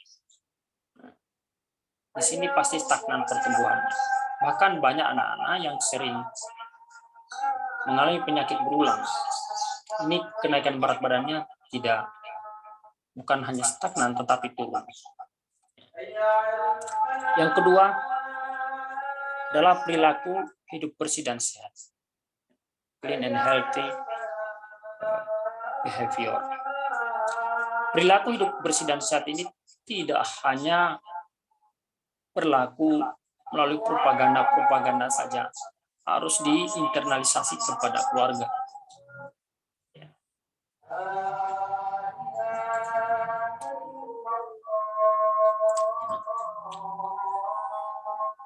Kalau kita berbicara tentang kesehatan ibu dan anak, maka kita mulai dari perencanaan keluarga. Jadi stunting ini untuk kita bisa mengatasi, maka sistem perawatan harus mulai dari pencegahan. Pencegahannya adalah kita mulai dari kesehatan ibu dan anak. Perencanaan keluarga yang pertama. Ketika seseorang memutuskan untuk memiliki pasangan hidup, maka dia sudah harus memperhitungkan kualitas anak-anak dan keturunan. Yang kedua, perencanaan kehamilan. Ini wajib. Setiap keluarga harus memiliki perencanaan kehamilan. Kapan dia hamil, kapan siapnya, bagaimana dia mengelola kehamilan, bagaimana mereka bisa masuk dalam sistem pelayanan kesehatan. Kemudian delivery planning, perencanaan persalinan. Di perencanaan persalinan ini mau bersalin di mana? Mau ditolong siapa? Nah, apakah wilayah-wilayah kita yang jauh dari perkotaan ini memiliki akses kepada pelayanan-pelayanan kesehatan? Apakah mereka memiliki akses pada bidan, dokter? Nah, ini menjadi satu dilematis dalam penanganan stunting di Indonesia. Ketika banyak keluarga tidak mendapatkan asistensi dokter dan bidan di dalam perencanaan persalinan. Yang kedua, yang keempat, imunisasi lengkap. Ya. Banyak anak-anak kita yang tidak mendapatkan imunisasi lengkap, masih ada. Di kota Kendari saja ini masih 85% yang imunisasi lengkap. Masih ada 15% yang tidak lengkap. Bukan belum lengkap, tetapi tidak lengkap. Ini juga akan memberikan dampak pada penyakit yang biasa menulari anak-anak. Berikutnya ASI dan MPASI. Apalagi ASI eksklusif. MPASI, apakah mereka memenuhi kriteria nutrisi? Dan yang terakhir adalah pemantauan pertumbuhan dan perkembangan.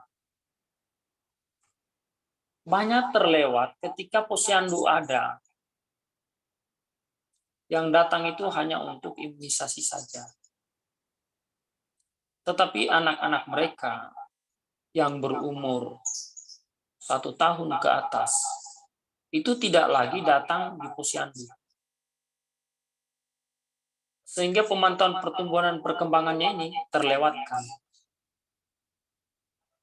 Dan kita tenaga kesehatan baru tahu ketika ada keluhan keluarga bahwa anaknya sakit atau mereka ditemukan pada saat screening stunting. Nah, ini yang perlu diperbaiki di dalam sistem perawatan.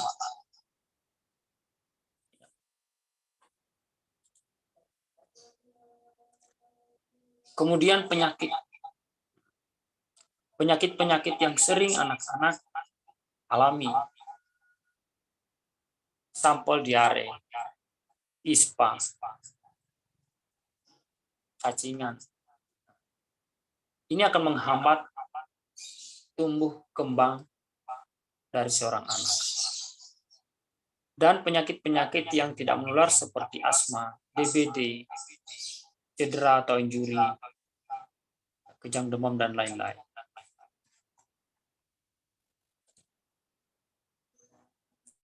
Nah, kemudian perilaku hidup bersih dan sehat.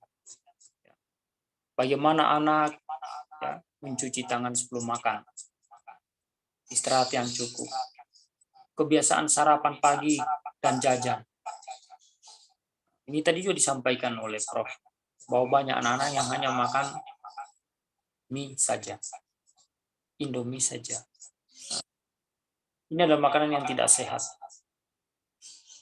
Kemudian di keluarga, bagaimana akses pada air bersih, jaminan kesehatan, sumber-sumber makanan yang tersedia di dalam keluarga.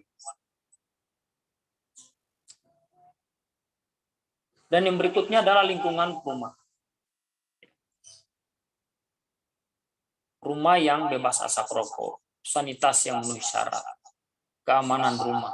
Ini akan sangat berpengaruh pada kesehatan bayi dan anak untuk tumbuh dan berkembang sesuai dengan umur. Jadi sangat kompleks sebenarnya masalah-masalah yang kita hadapi di dalam sistem perawatan anak, khususnya untuk pencegahan stunting dan juga perawatan anak-anak yang stunting.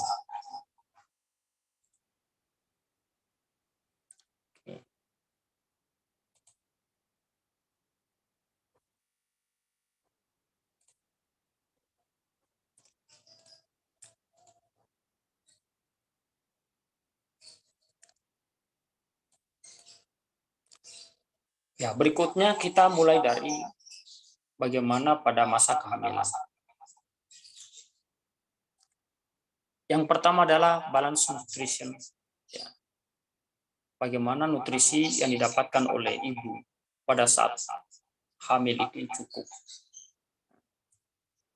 Every pregnant woman need to get iron tablet. Jadi setiap ibu hamil perlu tablet Fe. Ya. Minimal 90 tablet selama kehamilan. Mother health must be maintained to show that mother does not experience pain. Ya. Ini yang juga perlu bantuan. Ya. Bagaimana keluarga suami menjaga ibu untuk tidak mengalami sakit. Dan yang berikutnya adalah antenatal care. Minimal 4 kali dalam selama masa kehamilan.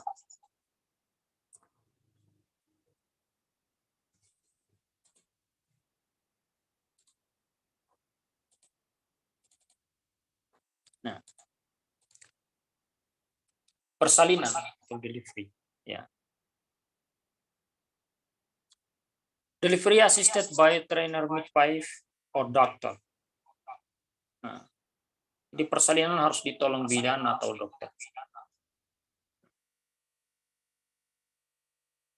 Nah, banyak keluarga-keluarga kita yang secara geografis hampir tidak tersentuh bagian-bagian pelayanan kesehatan. Dan masih banyak, dan masih ada. Ya, kita bersyukur sekarang Kementerian Kesehatan itu sudah memiliki program Nusantara Sehat. Ini sangat membantu program ini. Sangat dirasakan oleh masyarakat paling jauh.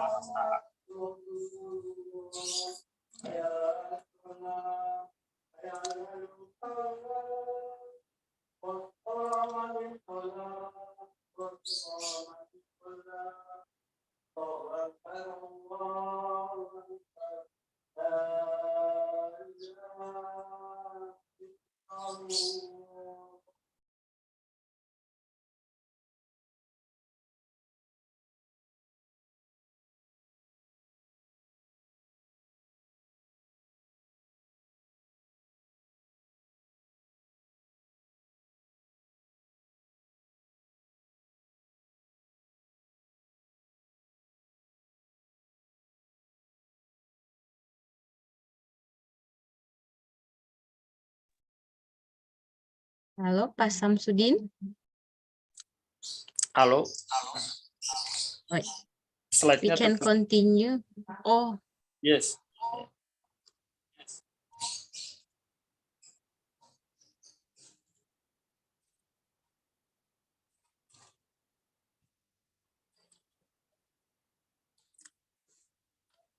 Next, 5 immunization basic. Number 1, hepatitis B, BCG, DPT, polio, and rubella. Nah, Anak-anak kita membutuhkan 5 imunisasi dasar kita ini. Ya. Tetapi masih ada anak-anak kita juga yang belum mendapatkan keseluruhan imunisasi ini, mungkin 1 atau 2.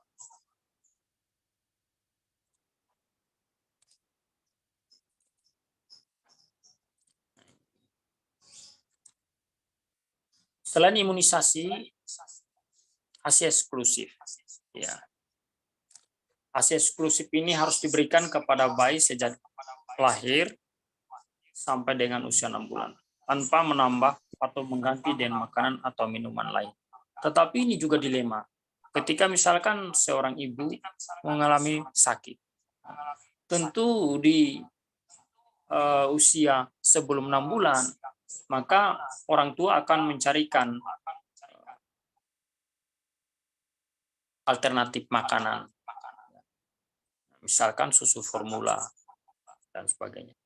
Nah, di keluarga di desa pun juga mereka memiliki makanan-makanan yang mungkin secara budaya itu bisa diberikan kepada anak bayi yang kurang dari 6 bulan.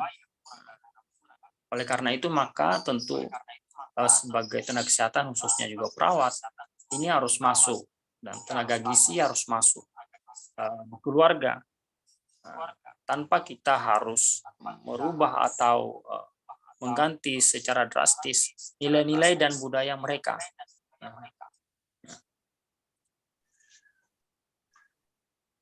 Kemudian setelah 6 bulan, bayi harus mendapatkan makanan pendamping. Makanan pendamping ini juga harus didukung oleh nutrisi yang sehat, ya, makanan yang sehat, kemudian cara olahannya juga yang benar dan bersih, tidak menimbulkan penyakit baru kepada bayi.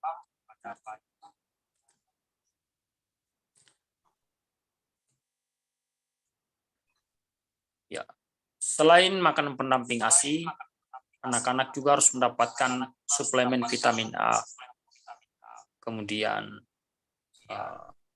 obat cacing, ya, untuk pencegahan cacingan dan sebagainya. Dan yang paling penting adalah pemantauan pertumbuhan balita. Ini yang mungkin terlewatkan oleh kita di posyandu.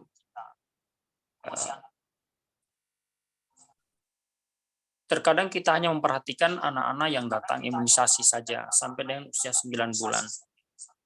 Tetapi ketika dia sudah berumur lebih daripada 1 tahun, ini biasa petugas kesehatan mungkin karena keterbatasan tenaga dan keterbatasan waktu, ini tidak mereview lagi kemana anak-anak yang berumur 1 sampai 5 tahun. Nah, ini yang harus kita memang dorong untuk terus teman-teman di puskesmas khususnya untuk terus memantau pertumbuhan dan perkembangan balita kita di usia 1 sampai dengan 5 tahun.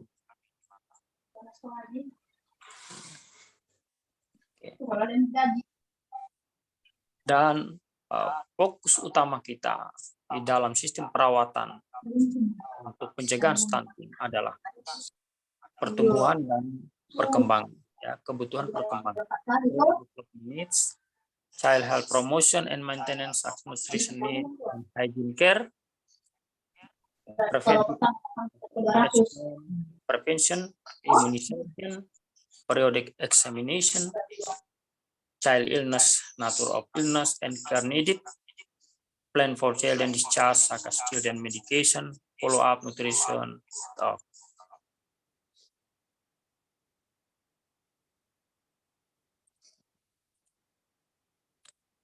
Dan yang terpenting juga adalah, ya, sebagai kunci terakhir di dalam penanganan stunting adalah kerjasama lintas sektoral, di mana dukungan kebijakan ini sangat kita butuhkan, dukungan anggaran juga termasuk pemberdayaan keuangan, pemberdayaan ekonomi masyarakat, khususnya masyarakat yang miskin, kemudian perencanaan SDM perawat, khususnya untuk akses perawat di seluruh desa-desa di Indonesia. Minimal satu desa ada satu perawat. Kemudian pelatihan dan pendidikan lanjutan bagi perawat-perawat yang bekerja untuk penanganan stunting, dan tentu saja sistem evaluasi dan monitoring yang secara berkala itu dilakukan dan dilaporkan kepada Kementerian Kesehatan, sehingga ini menjadi bahan evaluasi untuk penanganan stunting secara nasional. Terima kasih. Wassalamualaikum warahmatullahi wabarakatuh. Waalaikumsalam warahmatullahi wabarakatuh. Thank you very much untuk Pak Samsudin. It's very nice presentation to hear about in nursing perspective involving in preventing stunting actually. We proceed to next session is question answer. Yes, you could raise your hand and directly asking the question to the speakers or put your question in the question box. So, is there anybody want to ask? If there's not, I will read the question in the question box that delivered to Pak Samsudin about, yes, it's from Nur Hafifa. Yeah, the question is, can a child who has been categorized as a stunted child return to his condition like a normal child, Pak? And is stunting due to heredity? Because we know that mothers who have nutritional status problems will cause their children to have nutritional status problem as well. Thank you. Nice question from Nur Hafifa. Please, Pak. Okay, thank you Nur Hafifa. Jadi anak-anak yang sudah mengalami stunting itu akan sangat berat untuk kita kembali pada posisi pertumbuhan yang semula. Ya. Karena ketika anak mengalami delayed pertumbuhan atau delayed perkembangan, ini membutuhkan stimulasi khusus ya untuk mencapai itu. Tetapi tentu saja ini akan ketinggalan dengan umur seusianya, ya. Sehingga mungkin ketika anak mengalami stunting, maka hal yang pertama yang harus dilakukan oleh tenaga perawat dan gizi, yang pertama adalah stimulasi. Yang kedua, ya, tugas nutrisionis adalah memastikan bahwa nutrisi yang masuk itu memenuhi kriteria jumlah kalori yang harus masuk, yang dibutuhkan oleh anak untuk kembali pada posisi itu. Tetapi tentu saja itu satu usaha yang sangat keras untuk kita bantu. Kemudian apakah ini karena faktor keturunan?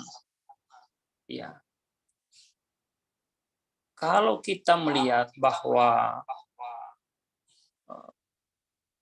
seorang ibu yang pendek, kemudian ayahnya juga pendek, kemungkinan besar anaknya tumbuh pendek.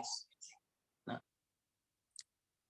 itu masih sebagai suatu hal yang abu-abu, Nur Hafif. Karena ketika anak ini tumbuh dengan baik, atau misalkan dia orang Indonesia, khususnya yang pendek-pendek, tidak mungkin mengalami tinggi yang sama dengan orang Eropa, itu sudah pasti. Tetapi di dalam sistem pertumbuhan anak, ini bisa distimulasi.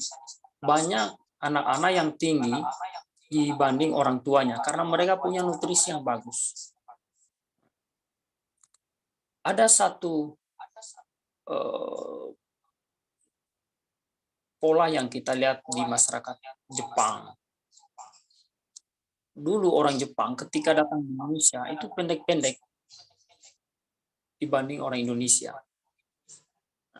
Tetapi setelah Perang Dunia II, Jepang ini fokus pada upaya kualitas sumber daya manusianya. Ya. Baik pendidikan, nutrisi, kesehatan, dan sebagainya. Sehingga hari ini kita melihat generasi masyarakat Jepang sudah tinggi. Dan generasi orang Indonesia malah jadi pendek. Ini tadi yang disampaikan oleh Pak Sirajudin bahwa program penanganan stunting ini merupakan long term program. Ya. Tidak harus kita insidental ya ketika program itu muncul ketika ada kasus. Tetapi bagaimana kita memulai usaha untuk mencegah stunting ini dari sejak anak kita remaja, ya, remaja-remaja putri itu yang mempersiapkan untuk jadi ibu, itu kesehatannya harus terjaga. Berikutnya adalah ibu yang mempunyai masalah status gizi, ya. Mother in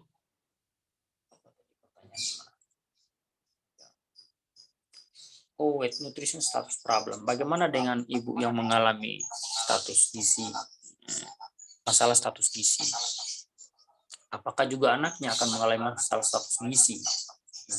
Tentu berbeda. Masalah status gizi pada ibu tidak akan menurun pada anaknya. Yang perlu kita lakukan adalah bagaimana kita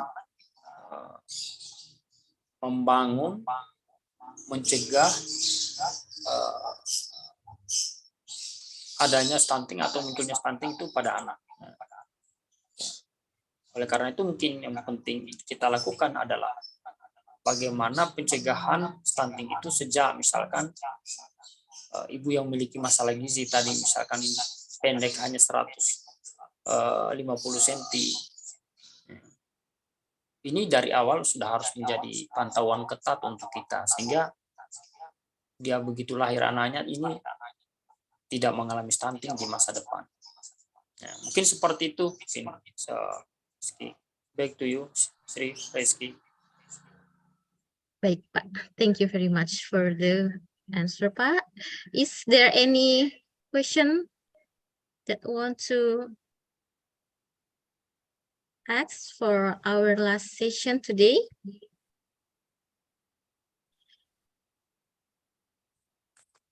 If there is not, I would like to end this session and maybe just short remarks from me, Pak, that maybe we wait to implementation of this FCCC and the result as well. Okay. Thank you very much for the speakers and the participant for the active participation and for the certificate appreciation. Is there already?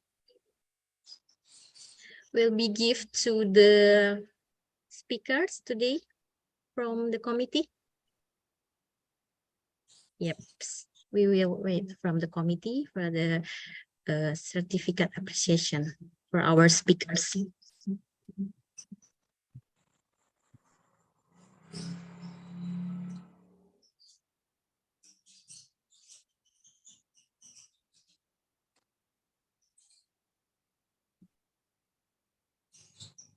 Okay, this is the certificate of appreciation, Pak. Untuk Pak Samsudin Escape Nurse MCAP, thank you very much for the time today. And on behalf of the committee, I would like to say again, thank you very much. And for participant for this afternoon, thank you very much. And I will be back to MC. Thank you very much. Okay, thank you very much for Pak Samsudin Escape Nurse MCAP and also for all of the speakers today. And thank you very much also for our participants that join and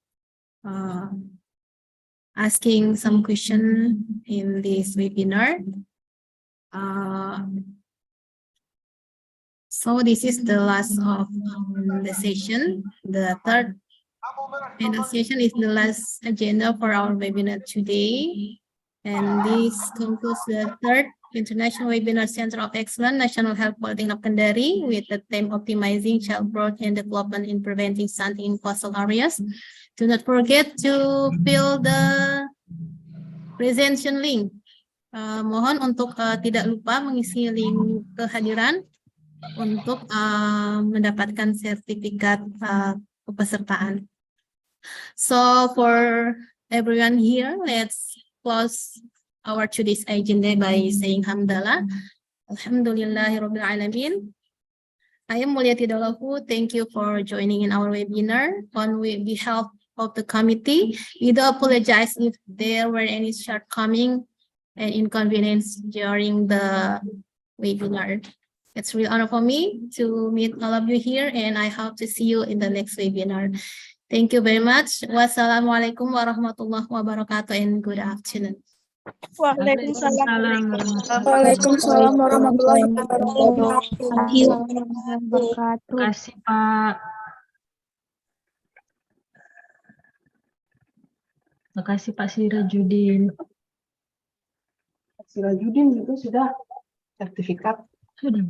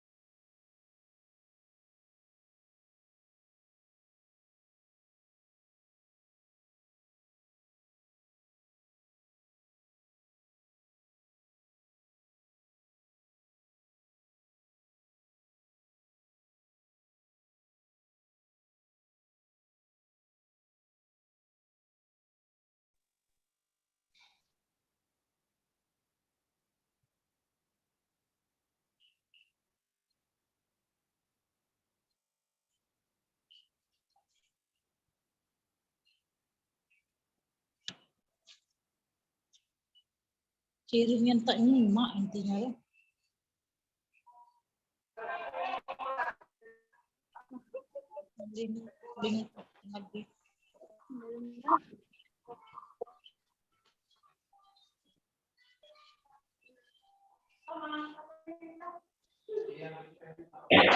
Ada admin dia masuk trip apa belum?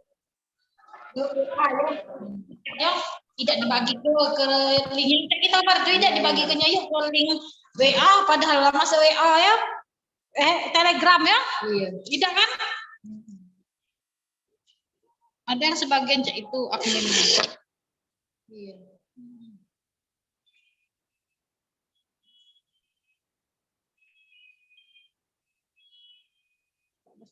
Record.